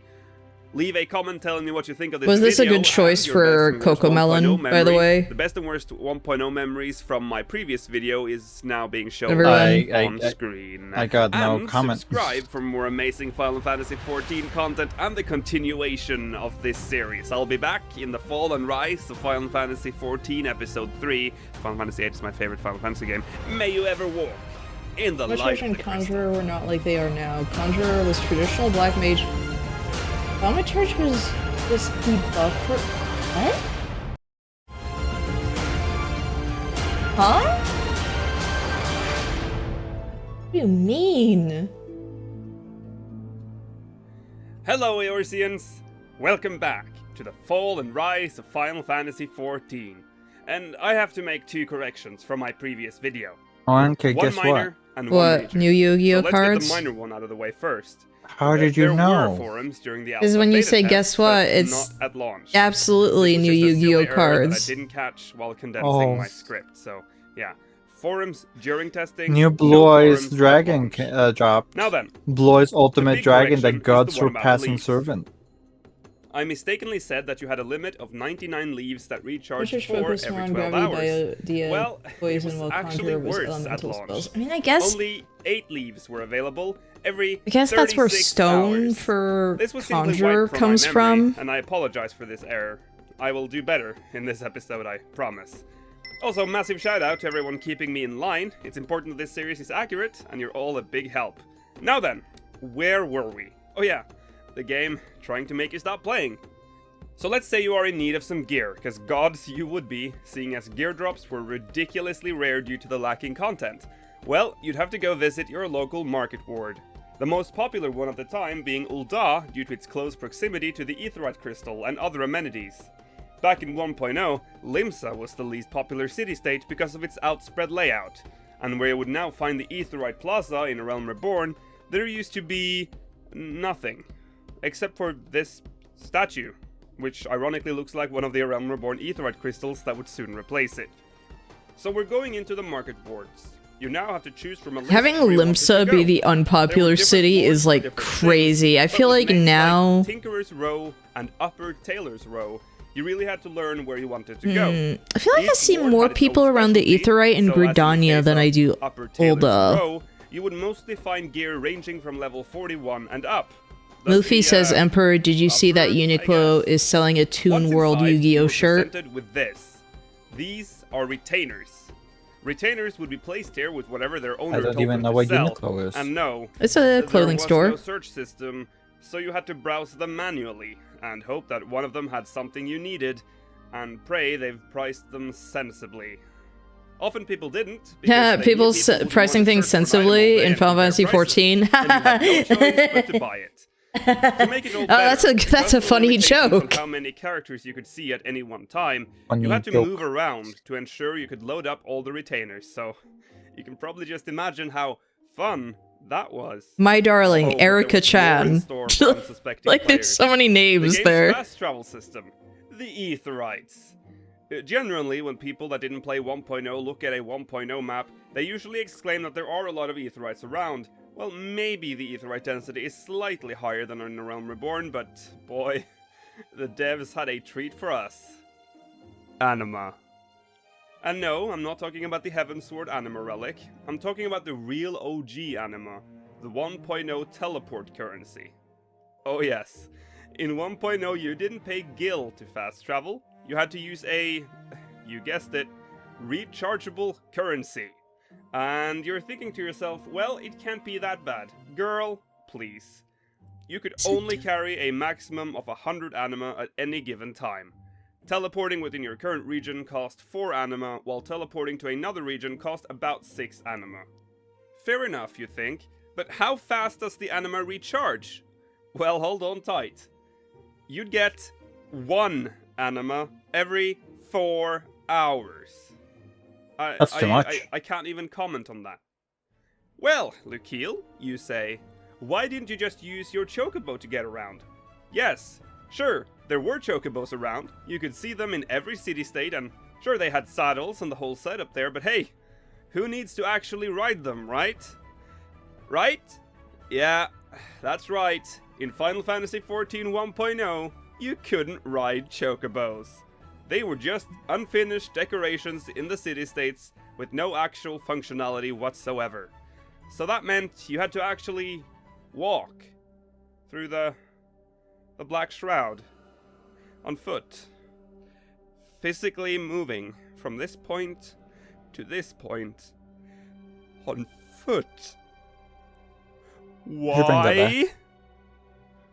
Well, okay. Let's take a few steps You would back play the and game look if at it one of was the like assets that this. was sure to be one of the redeeming qualities of this game. I do like The that trademark dungeon. all It looks Final actually Fantasies fun pride to themselves me with, because I like the main weird, story. like Well, long the opening cinematics for dungeons. the initial city-states sure seem to tease one hell of an interesting main story plot. But the air is quickly kicked out of it after the first initial quest. What seems like a great engaging story with lots of interesting and intriguing plot devices is soon replaced with dull and empty quests involving shallow NPCs you never see again, and fetch quests with little to no relevance to the plot. And yes, I am aware that the latter was pretty normal at the time, but the reason why these fetch quests were especially infuriating was that the main story was spread so thin, you could go as long as 10 levels before actually unlocking a main story quest. And then hey, fetch quest with no actual relevance. And you're thinking, 10 levels? Pfft, get good, scrub. You've clearly forgotten about the 8 leave quests every 36 hours, the lack of mobs in the overworld, and the fatigue system. All in all, the main story arc was overall flat and not very interesting.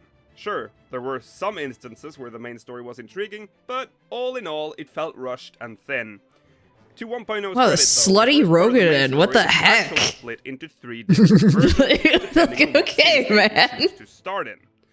So to sum up the main Yo, it's storyline Zell. for 1.0, I'm going to use Limsa Lominsa's storyline as our starting point, and I'll explain it in broad strokes until it merges with the unified main storyline.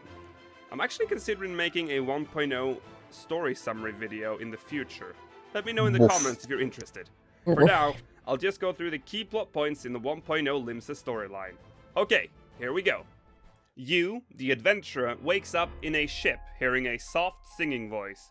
Yet despite clearly hearing someone, you cannot see anyone fitting that voice around you. The voice calls out the ever-famous words hear, feel, think.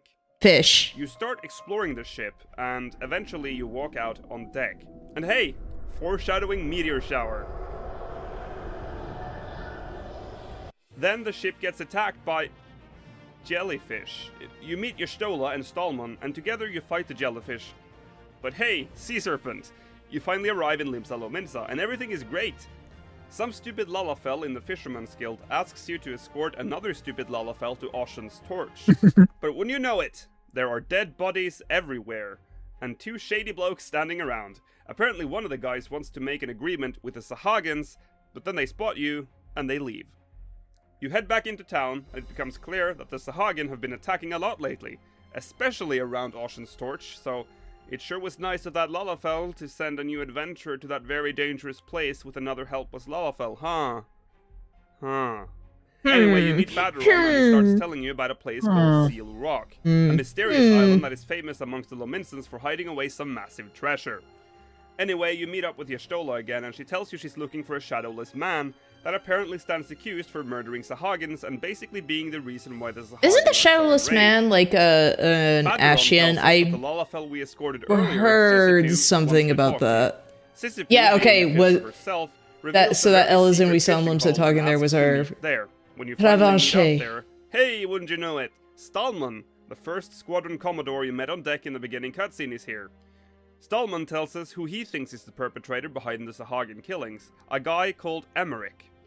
This Sahagin drama continues for a while, and there is some fighting, lots of deaths, and pretty cool all-female pirate crew that shows up. Emmerich, that sounds There's familiar. also a brief moment in the story where we get a good look at the musketeer different class character. that we would sadly never get. Also, just an important sidetrack here. Take a look at this weapon. This is the 1.0 Arcanist main hand. In 1.0 Arcanists, or Arcanists, we're supposed to wield a staff and not a book. Yorianje used to carry one. Well, back to the story. At one point, you head to God's Crypt in Lenosha to find But the book is Y'shtola engaged in funnier. a battle with Stallman. Stallman has found the supposed key. Especially when it's Well, they an make- entire group of summoners or battle ensues. You are suddenly scholars, blinded by and a it's just bright like light someone and you getting find beaten yourself up with the alone. book club. Well, until you start looking around and you finally witness Stallman and But 2 the other book shady makes dudes you a in a rushed conversation nerd. about planning to claim the treasures of Seal Rock for their own gain. Y'shtola appears before you and explains that you both possess the ability to Ah, view when the she had happenings of the melanin. past, the Echo. And again, we're served with some great unintentional foreshadowing. Something ain't right. Having like actual lip syncing is insane.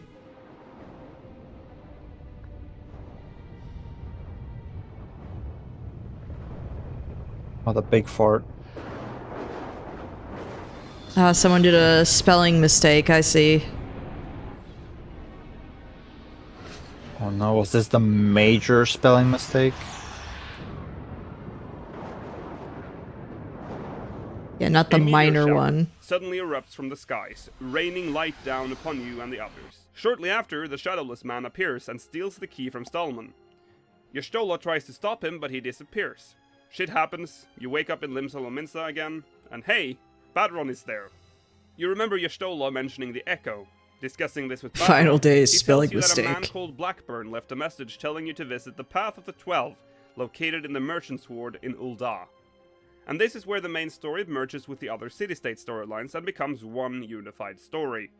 The main story quest started at level 1, but was spread out over 4 levels. The thing about Myths of the Realm, I think it's a fun and then finally, level 20. alliance raid. Some of the I wish it was gateways of the harder, game like was already mechanically, I known to wish the it was devs harder. before launch. Square view on this was that the game could be patched after launch, and And the story, I kind of wish... arguably, earning a quick buck in the process. The thing No big about deal. it is, It's I Final kind of Fantasy. wish we knew It'll be more fine. about But them. then came the reviews, and it finally dawned on I feel like everyone we that this didn't game really would get not to be know ushering in them the new at golden all. era of Final Fantasy.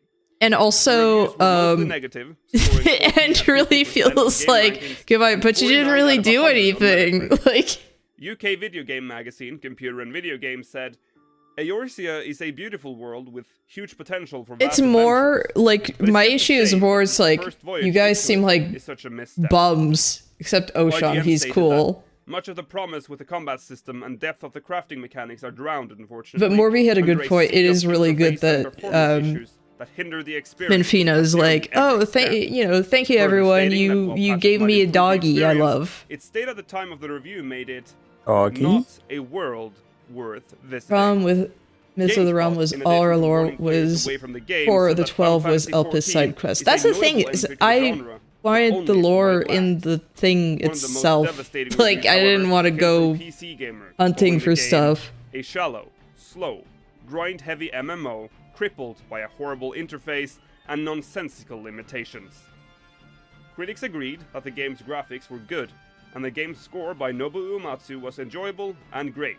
And they said Machinations was the best song they'd ever heard, and that's why it's been Criticism was haunting the laid game against ever its gameplay since. pace, its convoluted interface, bugs, and glitches, Good. and the incredibly slow pace of the main story. That's your favorite The league song, system was criticized Machinations. for being too restrictive, Yeah, and the 'cause it has fatigue mach- system was machine in the confusing name. and unnecessary.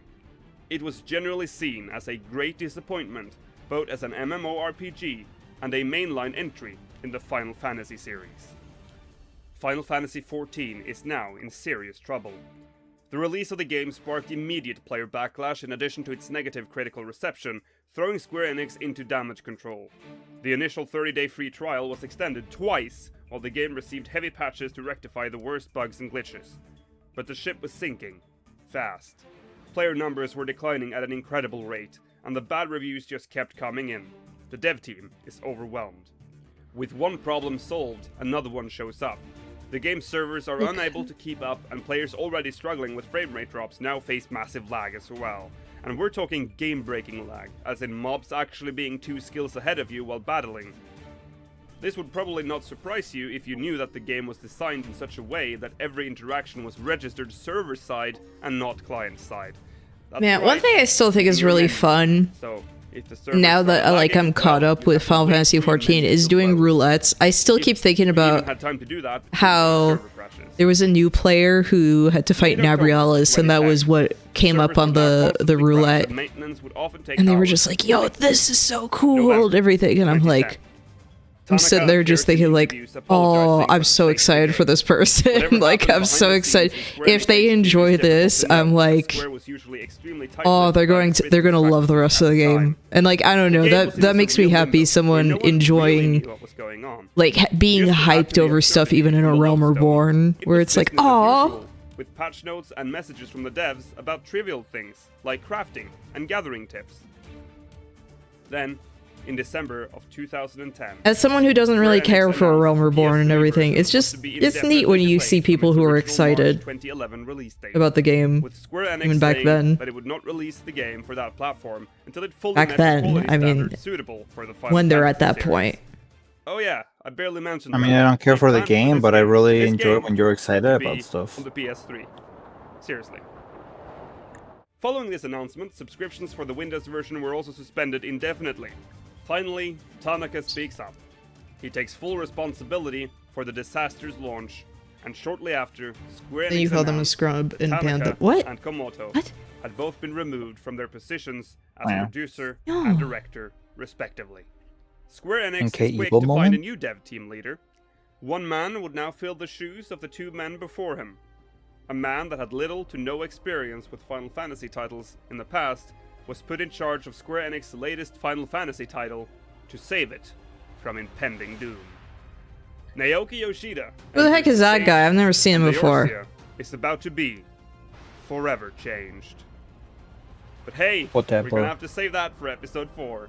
Thank I you was so engaged much for when I watching. was hope you first enjoyed this watching you episode play and series in general. it If you before did, I please joined give a and thumbs caught up up. and subscribe Yeah, if that you're new amazes around here. me. And as usual, leave a comment telling me what you think of this Especially video and because your it's like favorite I keywords wouldn't from have Final known Memory. that I'll be back like in you the had fall and started rise because of I'm Final like, oh Fantasy yeah, you're 14 always episode like 4. Dalamud is getting closer on to us. everything. Until then, may you ever walk. Like when healing light and all of of that, where it's just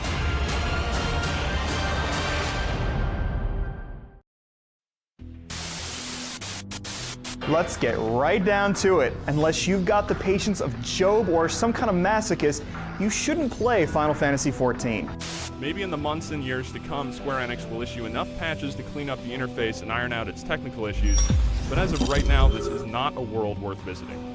実はまるでない初めてファイナルファンタジーシリーズのどっちかというとプレイヤーの方が圧倒的に歴史的には長くて今回 honestly something I appreciate is when people check out the stuff that I play.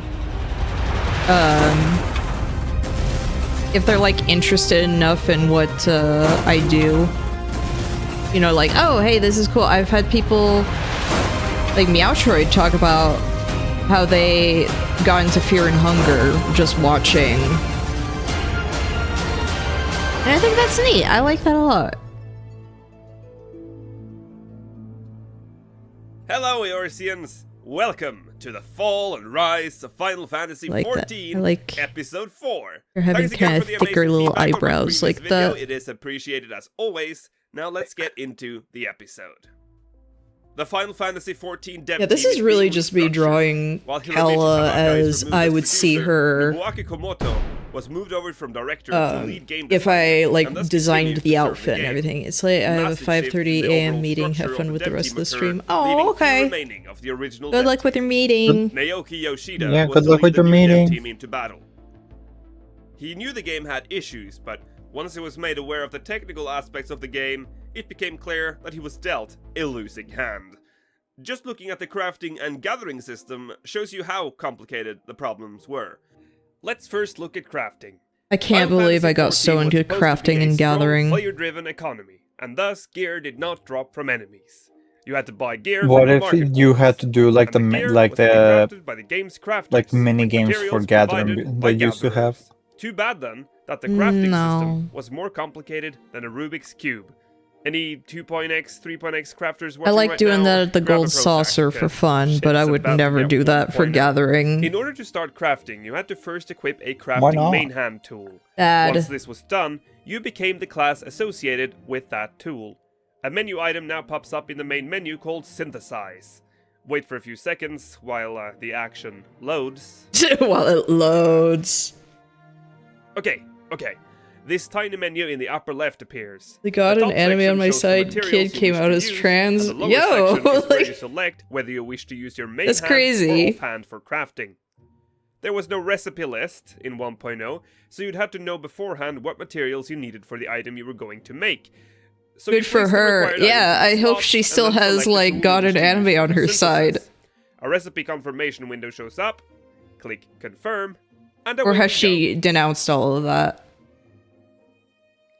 The first thing you'll notice is this rapidly decreasing timer counting Or down. just combine them You and have to get the choose an god of action anime. before the timer reaches 0 to progress. Failure to do so will lead to a What would the botched god of anime be synthesis. like? There is also a progress bar, a durability rating, and You'll a definitely quality have rating. very thick Once your glasses. progress bar reached 100%, you were given the option to either finish the synthesis or She's a touch up Stalinist according to the increase quality. post. Quality Okay, but that increase based doesn't- on your gear. That and doesn't the way you answer my synthesize question. the If she item. has, Touching up does she would have further got an increase the anime quality on her as side long as you still? had remaining durability. It was not a bad system, just a bit tedious. A word often used What to is a describe most Stalinus? aspects Is that of like 1.0. somebody who believes The in problem with Stalin? this system was that it had incredibly long animations and was extremely prone to That's server getting me latency. like. Remember that timer there? Well, if you were a high-level crafter and actually had to think about your next move, you could very well have time left on the timer, but the delay between your input and the server response could often Communism lead in to anime. botched synthesis. Oh, okay, I was But not this is wrong. not even the worst part. The worst part is the actual recipe system, and the lack of a recipe book. You had to know what items you needed from memory, or by writing it down in the journal they included in the collector's edition. To craft items, you had to craft a lot, and I mean a lot of items. Take a square maple shield, for example. A basic wooden shield. Well, to make that lovely item, you'd first need to make a maple plank from a maple log, then make 30 bronze nuggets from tin ore and 3 copper ore. Please keep in mind that there is no quick synthesis in the game, you had to go through the same set of menus for every item. Then, from all these nuggets, you'd have to make bronze rivets, bronze nails, and a bronze ingot. All of this for a really basic shield. Then, take some willow chips and sheepskin to make sheep leather. Then, take the sheep leather and make sheep leather strap. Now, At place this all the point, make an items you've actual created in the shield in crafting real menu. life. I The sheep know. leather strap, the bronze plate, the bronze nails, the bronze rivets, and the maple planks. And start synthesizing. And voila! You've got yourself a maple shield. Okay, I'm not going to go deeper into the crafting And aspect of imagine like there's a chance for For failure, them. so all of the stuff that you did, you Time just for the lose it. gathering system. Okay, I'm there pretty isn't sure much they to would say have about had it, that other than still. being incredibly convoluted. And Since that's a thing that you can If you do played the mining in and current botany Final minigame Fantasy with a still. gold saucer, you've I know, basically that's why I tried brought it up. Let's take botany as an example. When you've found a node and started your gathering, Because I you'll get remember this like the vertical issue with bar the a slider magicite, you can move up that you and could just down. waste it. Hey, Please look, it's your decide favorite. What portion of the tree you wanted to gather from? Please take a gander at how slow the server responds to this. The next step was the actual chop. You now had to attempt to find something in this part of the tree, and this is how you did it. At the second step, you click chop. A marker appears on this thing, and it starts moving up and down. You could not control this motion, by the way, and from the clues given to you in the little window and chat, you either had to go up or down from that mark you've started chopping from. If you're lucky, you hit some good stuff. You also had a limited number of attempts at a node indicated by this bar. You never really knew what you'd be getting, so you had to prepare to spend a lot of time for this. And getting anything in high quality was also left to chance. So gathering certain items was a living nightmare. And should bring good this luck back. hitting your target. The input lag made this so hard, few players actually bothered doing this. You know they should bring And back to then there Warframe? was fishing. What? The lack of Just jumping. gonna show you this clip of fishing. I would be in fine with action. that, actually. I don't think any words Really can explain this awesome. better than this video. Yeah, Because I think like This, you know how Warframe has PvP. this right here. This Yeah. is 1.0 fishing. You know how they could make the PvP actually work? Remove the Naoki jumping. Yoshida's mission was clear. Make Final Fantasy XIV playable and make it the game it deserves to be. One of the first updates Yoshida and his team pushed out was the item search feature, allowing you to actually search the market wards for the items you needed. In addition to this, the wards were renamed to more easily reflect what they contained, making purchasing items a slightly easier task. Another thing that was added early was Rowena, and her elegant runestone system. Rowee. These stones dropped from faction leave quests and could be exchanged for gear.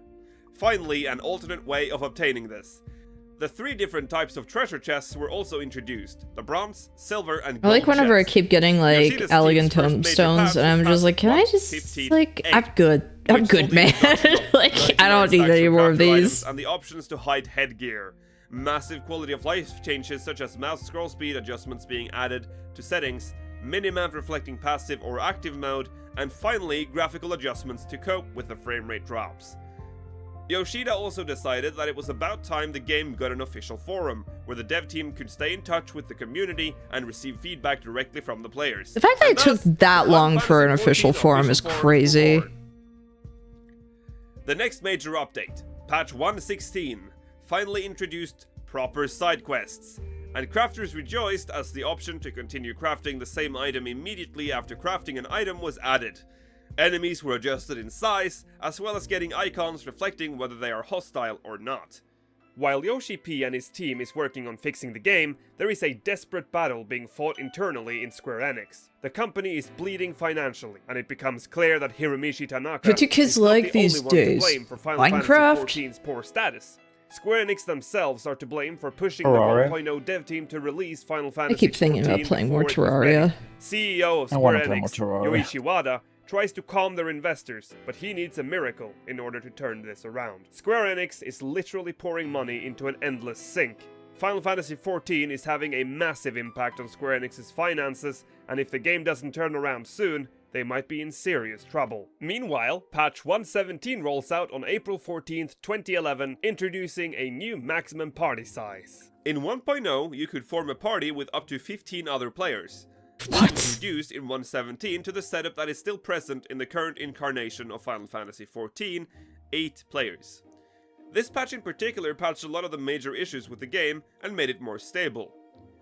It was around this time, however, that the dev team came to the horrendous conclusion that the game was so fundamentally flawed, it could never be fully repaired. The server structure, the game engine, the programming, it was all broken and difficult to repair. In addition That to one they this, had dropped the on world Moon. design was sloppy and full of glitches that Yeah. were hard to locate and fix. Even if It they was made like, the hey, game how about we playable, just reset they would never be everything? able to expand the game, as the game's engine was already pushed way beyond its limits, not to mention, optimizing this game for the PS3 seemed impossible. They had to make a decision, fast. Could they really abandon a Final Fantasy title? Doing so would leave a hole in the Final Fantasy timeline.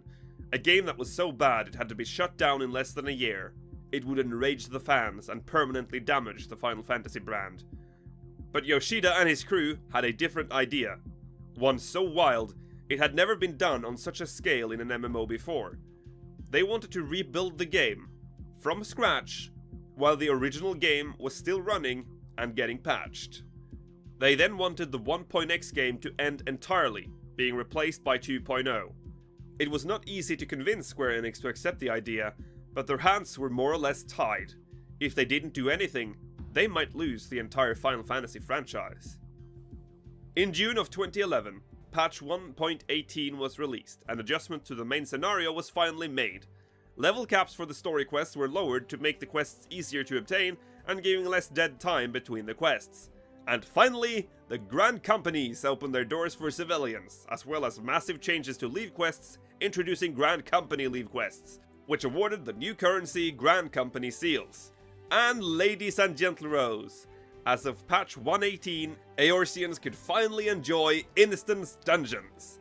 The 4-man dungeon The Thousand Maws of Totorak, and the 8-man dungeon Zamal Darkhold.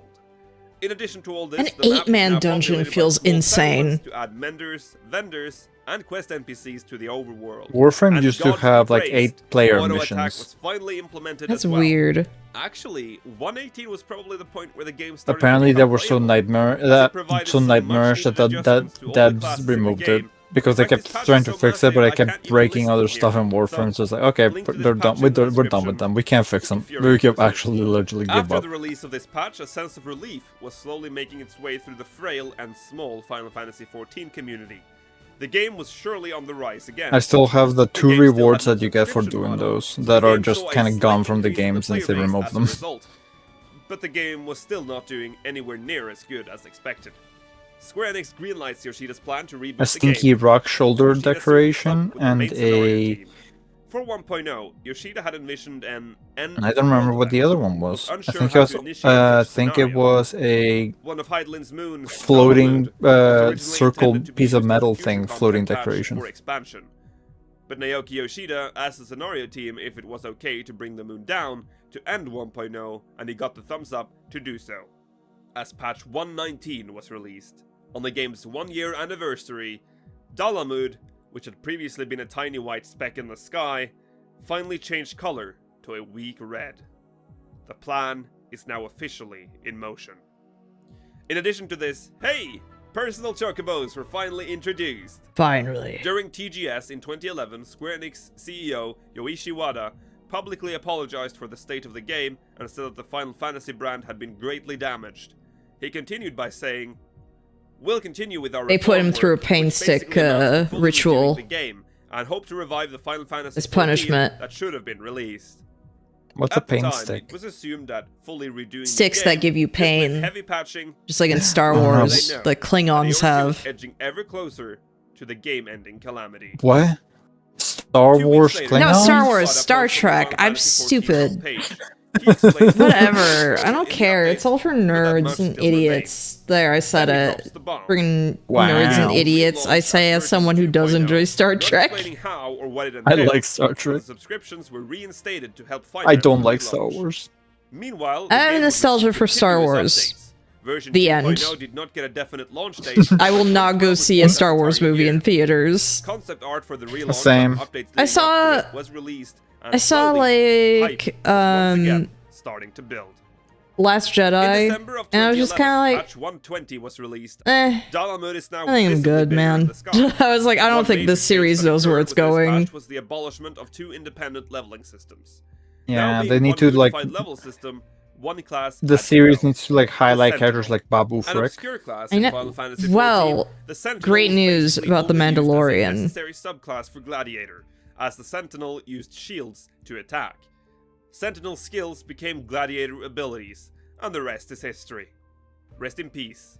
Or Sweet Prince. like another great character, In George. February of 2012, Square Enix announces that the server mergers will occur, and all players had 1 month to choose their new server before the merger. Failure to do this would default your character to whatever server your old server was designated to merge into. This would reduce Final Fantasy XIV servers from 18 to 10. All worlds were renamed during the merger. Selbina became Riddle, Wutai and Jusal became Masamune, Rabanaster and Cornelia became Durandal, Melmond and Figaro became Aegis, Istory and Mysidia became Gugnir, Saronia and Lindblom became Sargetanus, Fabulb and Besaid became Balmung, Trebia and Cashuan became Hyperion, Karnak, Palmetia and Bodham became Excalibur, and out of nowhere, Ragnarok was born as the first and only European server. Hello, love. And so, in March of 2012, patch 121 was released, and this is where things really start shaping up. The job system is introduced, as well as 2 new dungeons, the Aurum Vale, and Cutter's Cry. The Ethernet shards pop up in all the city-states, making it easier to move around, and inns were implemented. At this point, Final Fantasy XIV starts to really come alive. The world seems more complex. There is more stuff Maybe to we'll do, see my whether you're vision leveling or with, doing in-game content. And this is where Kala. most 1.0 fanboys, in lack of a better word, remembers the joys of the pre-A Realm Reborn Final Fantasy XIV. The game still suffered from severe latency, optimization issues, bad performance, I mean, still lacking early and endgame content available, and of course, the bad publicity I see what the you're game had received, doing. resulting in low server She population. looks different from In the midst of all the this, actual work is one. being done on 2.0. The But early I see. stages of development was focused on getting all the aesthetics and lore right. They wanted the transition from 1.0 to 2.0 She has to a be more as smooth tame as possible. pose. But hey, look at the time. Thank you so And much this for is watching just this episode. I hope for- you enjoyed. In the next episode, we'll look at the end of an era for Final Fantasy XIV and 1.0, as well as everything that happened in the time between the 1.0 But my shutdown biggest to the question release is, of where's 2.0. Fat Cat? Remember to leave a like if you enjoyed this series and want Right more. here. And hey, remember to The subscribe if you're new around. Spear. Also, leave a comment letting me know what you think of this episode. You and let me speared know what Fat you think Cat? is the best No, feature they Fat added Cat can during turn those into the 1.0 spear. patching. I'll be back in Oh. the fall and rise I of didn't Final know Fantasy that. 14 episode That's 5. that's what May you like ever walk you can in the fly light of into. crystal. I just thought like with Fat Cat being able to fly, you know how sometimes birds will just peck at like your whatever fruit you have in trees and stuff. Mhm. Imagine how much worse it would be to have like fat cats flying and just eating whatever you like plants you have. Just No, I'm just imagining you're feeding birds and you're like looking them or bird watching, and then just a fat cat glides back and just takes off with the bird. Like, it would be so sad.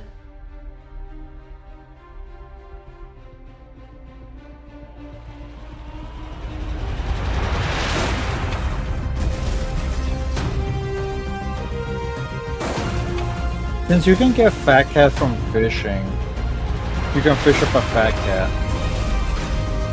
Does that mean that like the fat cats are diving into the water, like to just gulp up fish and you just fish one out? No, I think they just follow you. They're like, oh, you have food? Hello, Eorzeans. Someone fell in the water. Welcome to the fall and rise of Final Fantasy XIV episode Fat Cat 5. isn't immediately in I'm frame. Akil Everyone should be Bravestone, and asking, here's a where's quick update Fat on what's Cat? happening on this channel in the future.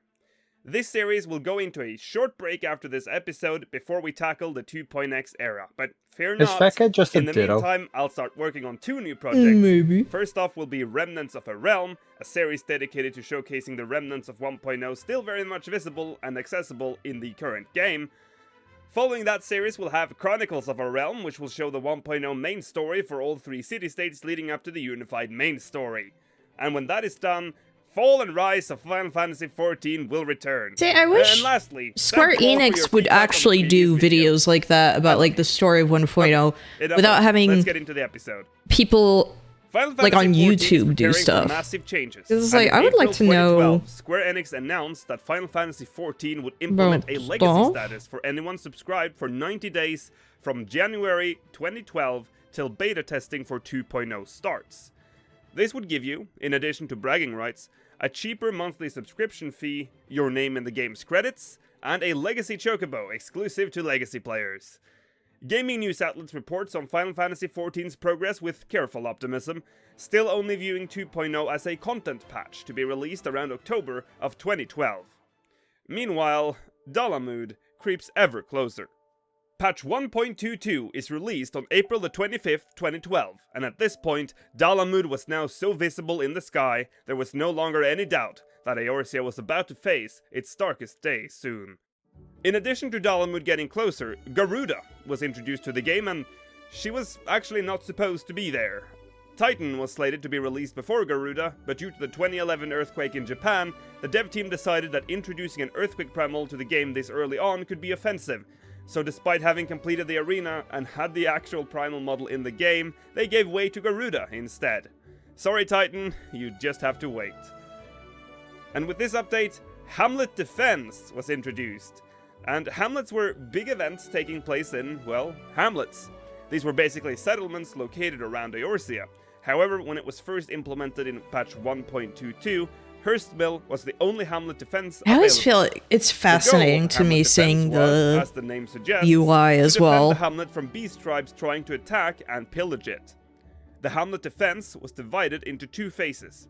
A 50-hour non-combat phase where players could enhance the hamlet and prepare it for battle, and a 25-hour combat phase where players joined the local militia to combat the beast tribes directly. Hamlets provided something for everyone, and was widely considered a success for Final Fantasy XIV. Crafters and gatherers worked together with combat classes in the same content, which was sorely needed and actually worked. That actually to a degree. seems fun. Let's look closer at how the hamlet Having something where you're doing a defense thing for an area, feeling like you're actually helping around the world, several different items. even as like a Hamlet starts off the crafter phase with a gatherer. supply rating of 0. Each donation to the Hamlet militia is converted into points, which was then added to the Hamlet's total. When this total reached a certain amount, the Hamlet's supply rating would increase. This rating did not only determine the strength of the Beastmen forces, but also the type of rewards offered after the combat phase. The truly unique part of this system was the fact that all disciplines could join, be it gatherers or crafters, disciples of war or magic, everyone had their part to play. During the first phase, Disciples of War and Magic would complete escort duties to accumulate supply points, while Disciples of the Land and Hand crafted and gathered items requested by the Hamlet's militia quartermaster. You could also deliver any materia-enhanced weapon or gear to accumulate supply points. Once the 50 hours of preparation ended, the supply rating was locked and the assault commenced. However, the fights were instanced, so you had to talk to the militia captain to be let into the action. A full party was required to enter, and if you successfully won a battle, you could not come back until 15 minutes had passed. Now the interesting part here is that you could enter these battles as a Disciple of Hand and Land as well. Once inside, a Disciple of the Land could collect alchemical pots that were stored throughout the hamlet and delivering them to the militia quartermaster, resulting in different enfeeblements. Disciples of the Hand would enhance the other players by crafting instruments of warfare with parts found all around the hamlet and delivering them to the quartermaster. In this system, All classes I work didn't know together about for a any of common this. goal. This actually seems The main really objective of this interesting. phase was Again, to it's protect stuff the to forces like flight help carts located you around the hamlet. If all 4 run carts were around lost, the mission would and fail. do stuff in the Protecting world, the because I carts feel was like you just successful, kind of the run mission by a would lot be of deemed a settlements success, and and you would be that's presented it. with a final score. The UI Speaking to the heavily militia reminds me captain of before Demon leaving the Souls of all instance, things. you I would can receive see a it. reward. Like, The I reward can was absolutely calculated see on what your you score mean. during Like, the it battle feels phase, but familiar, and also I on was your like, I don't know contribution during what. the first phase. As long as the combat phase was going on, you could repeat the battle as many times as you wanted. With this content, core Final Fantasy XIV players were starting to really settle into the game. However, the joy is to be short-lived. Eorzea is already changing. I am wondering if I Imperial should have, strongholds like, are being her erected hair in fluff Mordona, right here, or and if I should adventurers all over just, Eorzea started having bad dreams. What layer do I have this on? Nope, that's the hood. Like, if I should just remove it.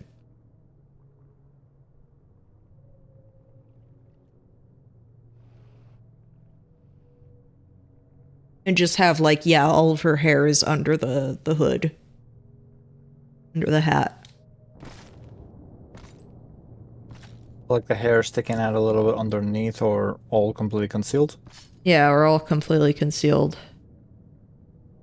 I kind of like it that it sticks out a little bit. I feel like it would make the hood really hot if you just bunched up the hair underneath it.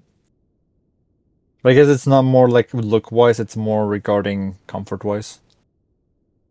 Her ears are also crammed On under the official there. forums, players are desperately What trying if you to did figure like out the meaning outline of this the ears approaching on the move. hood? The community is split. Yeah, they're right here. What does Dalamud do exactly? Will it become a second planet we can visit? Will it hit Eorzea? And if it does, what will it mean for the future of the realm? Will the entire world get blown away? To start anew in 2.0? Square Enix and the dev team is tight-lipped, but the new 7th Umbral storyline reveals ever more information about the Red Moon, indicating that Eorzea might very well be headed for an era-ending calamity. During E3, on June 6, 2012, Square Enix finally revealed the in-game screenshots for 2.0, as well as some really neat concept art, showing off the new battle system, UI, and world design. And there, in the midst of all these pictures, one image stuck out. The one thing players had been worried about for a long time finally reveals its ugly face in what seemed to be a pre-rendered image, Dalamud, followed by a picture of a warrior in a burning landscape. If you didn't freak out before, you certainly were now. Still not explaining exactly what Dalamud's role will be in the transition from 1.0 to 2.0, players were left to speculate. Meanwhile, Final Fantasy XIV is recovering. Player numbers are stabilizing for the first time since release. The pressure is on the dev team to ensure that the remaining players don't jump ship when the game relaunches. When designing the new areas, it was decided that the city-states would remain largely the same, with a few design changes to make them easier to navigate. Limsa, Lominsa, and Gridania saw the biggest changes, with areas being cut off and in some I cases still think it's removed crazy entirely. also that Limsa was Ul'dah the to be city-state kept more that or people less went the to the same. least, and However, with the Ul'dah was the optimization one in that mind, had the Ul'dah's closest main market entrance board. would finally be opened, albeit with a loading screen. In 1.0, in order to hide the invisible loading going on in the background, entry to Ul'dah from Thanalan was done from the sides, forcing you to run through a long corridor before coming in, despite having a massive gate right in front of you. To deal with the challenge of making the game work on both PC and PS3, the dev team had to make sure the maps were properly optimized. The 1.0 maps were mostly empty, but massive, at the expense of client and server stability. For 2.0, they envisioned a more living, breathing world, but at a slightly smaller scale, separating the massive maps into several smaller maps to ensure that the zones could have a lot going on in them while still running smoothly on both systems. What? Oh, July 25th, Big dungeon. 2012. Patch 1.23. No, it was awful. Dalamud is now so close, the mechanical parts of the moon are now clearly visible. Clear white lines pulsating through what looks like metal plating is lighting up the sky, and the intentions are now clear. The Garleans want to pull Dalamud down to Hydaelyn, and you have to stop them, cause surely we will, right? This also saw the last and often Wait, so the moon overlooked was content artificial? to be added to the Yeah. game. Skirmish. This placed a party of up to 8 players on an island where they would be fighting waves of powerful notorious monster strength bosses. It was basically like a dungeon, except there was only one small area and the bosses would come to you, so yeah. The time limit was 30 minutes and the reward for completing a skirmish was a main hand weapon. Shortly after this patch, a trailer for 2.0 was released, showing Dalamud's descent, and the name A Realm Reborn is finally revealed. In the span of a month, Naoki Yoshida made numerous interviews explaining his plans for the future of Final Fantasy XIV with A Realm Reborn, teasing features such as free companies and a revamped lodestone, as well as stating that Final Fantasy XIV will no longer have a grind-oriented leveling system, but instead have a quest and content-driven leveling system, further specifying that, quote, "No longer will randomly defeating public monsters be the most efficient way to level your character." Patch 1.23a was released on, quite fittingly, Friday the 13th of August 2012. With it came the hardest and, according to most Final Fantasy XIV 1.0 players, the most epic fight ever implemented in 1.0's lifetime, Riven Road. An 8-man trial where the adventurers attack the Dalamud puppet, Nael Van Darnus, on top of a floating island with Dalamud looming above. Defeating Van Darnus concluded the 7th Umbral storyline with the Legatus dissolving and flowing into Dalamud. Players were left with a burning question. What now? Surely we stopped it, and... what? Dalamud is now blaring in the sky. Time is running out. Eorzea's ethereal balance is out of control. Atomos starts appearing in certain camps around Eorzea, consuming ether from the aetherite crystals, rendering them inoperable. Atomos also made sure to bring some powerful void-sent enemies with him. Look, Atomos. Defeating Atomos would drop loot, so it was a very popular thing to farm. Atomos had 2 phases. During the first phase, you could only attack the adds. When reaching the second phase, the aetherite would turn orange, and Atomos would now be vulnerable to attacks. An announcement was made on September the 11th, 2012 on the Lodestone, letting everyone know that Final Fantasy XIV will shut down entirely on November the 11th, 2012. From September the 29th, the billing procedures were to be suspended, and all account creations and special item codes would no longer be available. And that a letter from the producer live, episode 4, would air 2 hours after the servers were shut down. September the 12th, 2012. Patch 1.23b. Dalamud is now at its closest. The skies are covered in dark clouds, making it hard to distinguish night from day. Final Fantasy XIV 1.0 has received its last patch ever, and the stage is set for the dramatic ending of a deeply troubled game. All over Eorzea, Eorzeans gather up with their link shells. I do like all the videos of in fact, happening. In the last week of the game's operation, entry to Eorzea was free for everyone. I like all that in French. J'arrive pour la The photo. last phase of the End of an Era project begins. The Garleans are invading Eorzea. The city-states prepare for invasion, and the battle is set to take place at the Carteneau Flats. Ul'dah is overrun by rampant monsters. Like, yeah, people just sometimes running going over to be like, completely I'm gonna be there for the photo, The hold DMs on. clearly had fun, sometimes spawning ridiculous amounts of mobs in Ul'dah, even blatantly duplicating the same mob several times. The Marble And this Squad! is where we also saw the heartwarming unification of the Final Fantasy XIV community. Everyone involved remembers the Great Gobu Wall the formed units. by players to protect Ul'dah from the invading forces. To no Yeah, that was avail. players on But the game their would not make it easy goobos. to enjoy, of course. The servers, which had always run past their limits, now had to deal with all the new content, as well as the influx of players joining in on the last day of Eorzea. So the servers crashed a lot. On top of all the drama that was playing out all over Eorzea, the default background music changed to a haunting rendition of Answers playing everywhere in the realm.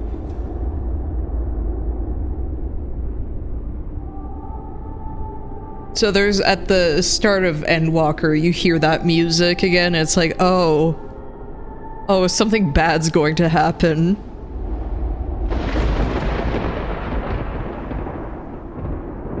Oh, this still gives me the chills. But for those that were lucky enough not to be kicked every 5 minutes and enjoy the end of 1.0, it was something special.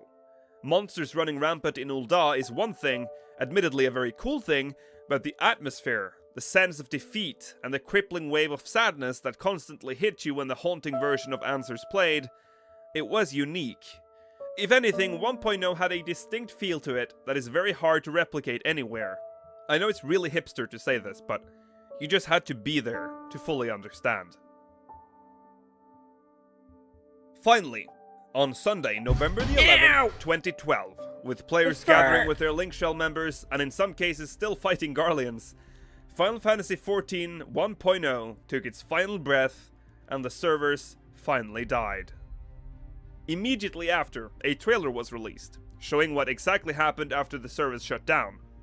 We were presented with what I personally still feel is the most epic and emotional video game cutscene I have ever seen, showing the desperation. Like, I won't lie, as someone who has no nostalgia for 1.0 and everything, seeing the footage of like the server going down and then this cutscene is like, whoa. And then, out of the blue, Dalamu drops a heavy object and the moon starts to crack open, revealing that it kept a mighty creature inside, Bahamut, spreading his wings and immediately starting to destroy Eorzea as we know it. And we, the players, saved by Louisoix at the very end, sent forward in time to safety. And thus ends the tale of Final Fantasy XIV. Minor spelling mistake. But from the ashes of 1.0, a realm reborn rose like a phoenix and lifted the franchise back from the dark depths. Thank you for watching this episode of the Fall and Rise of Final Fantasy XIV. This is like halfway through the playlist. Leave a like if you did and subscribe if you want more. And let me know in the comments. Sorry it was like a little slow drawing stuff. But Fine. I wanted to do like a little art stream. Yeah, tomorrow maybe Shadowbringers with Bob. I'll see. Otherwise, honestly, I would be kind of tempted to do another art stream because I miss doing these. Oh, not Vera Beck. Go to ending. Let me see who to raid. I got some stuff I need to do.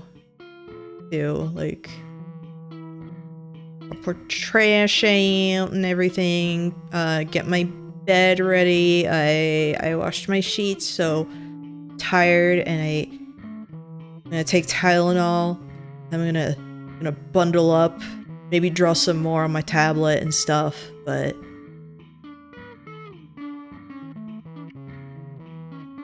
who do I read? Who do I read?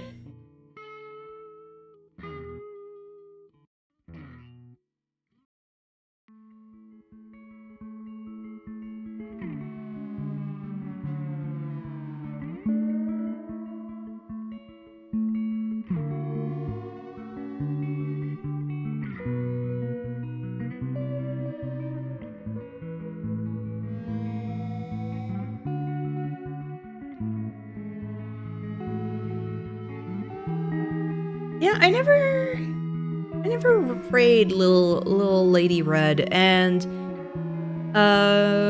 I see Aiko, which is actually perfect because I was talking about Aiko on, when was I talking about Aiko? I want to say Sunday, because I was talking with a friend about just game mechanics and everything, and how I guess some people in his school when he was learning like game design were just like, garbage game, like the mechanics are so bad, and it's like, huh? What?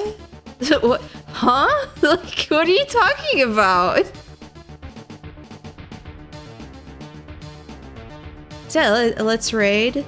Man, Aiko and Shadow of the Colossus and all that are things that I really should revisit. I haven't played them since like middle school.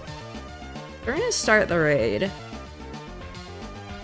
On top of it, it's like the stream is just starting now, so that's perfect. Oh, nice. First. want you to meet my colleague, Dr. Hamilton. And I'd like you to get the fuck out of here. It's all Get out!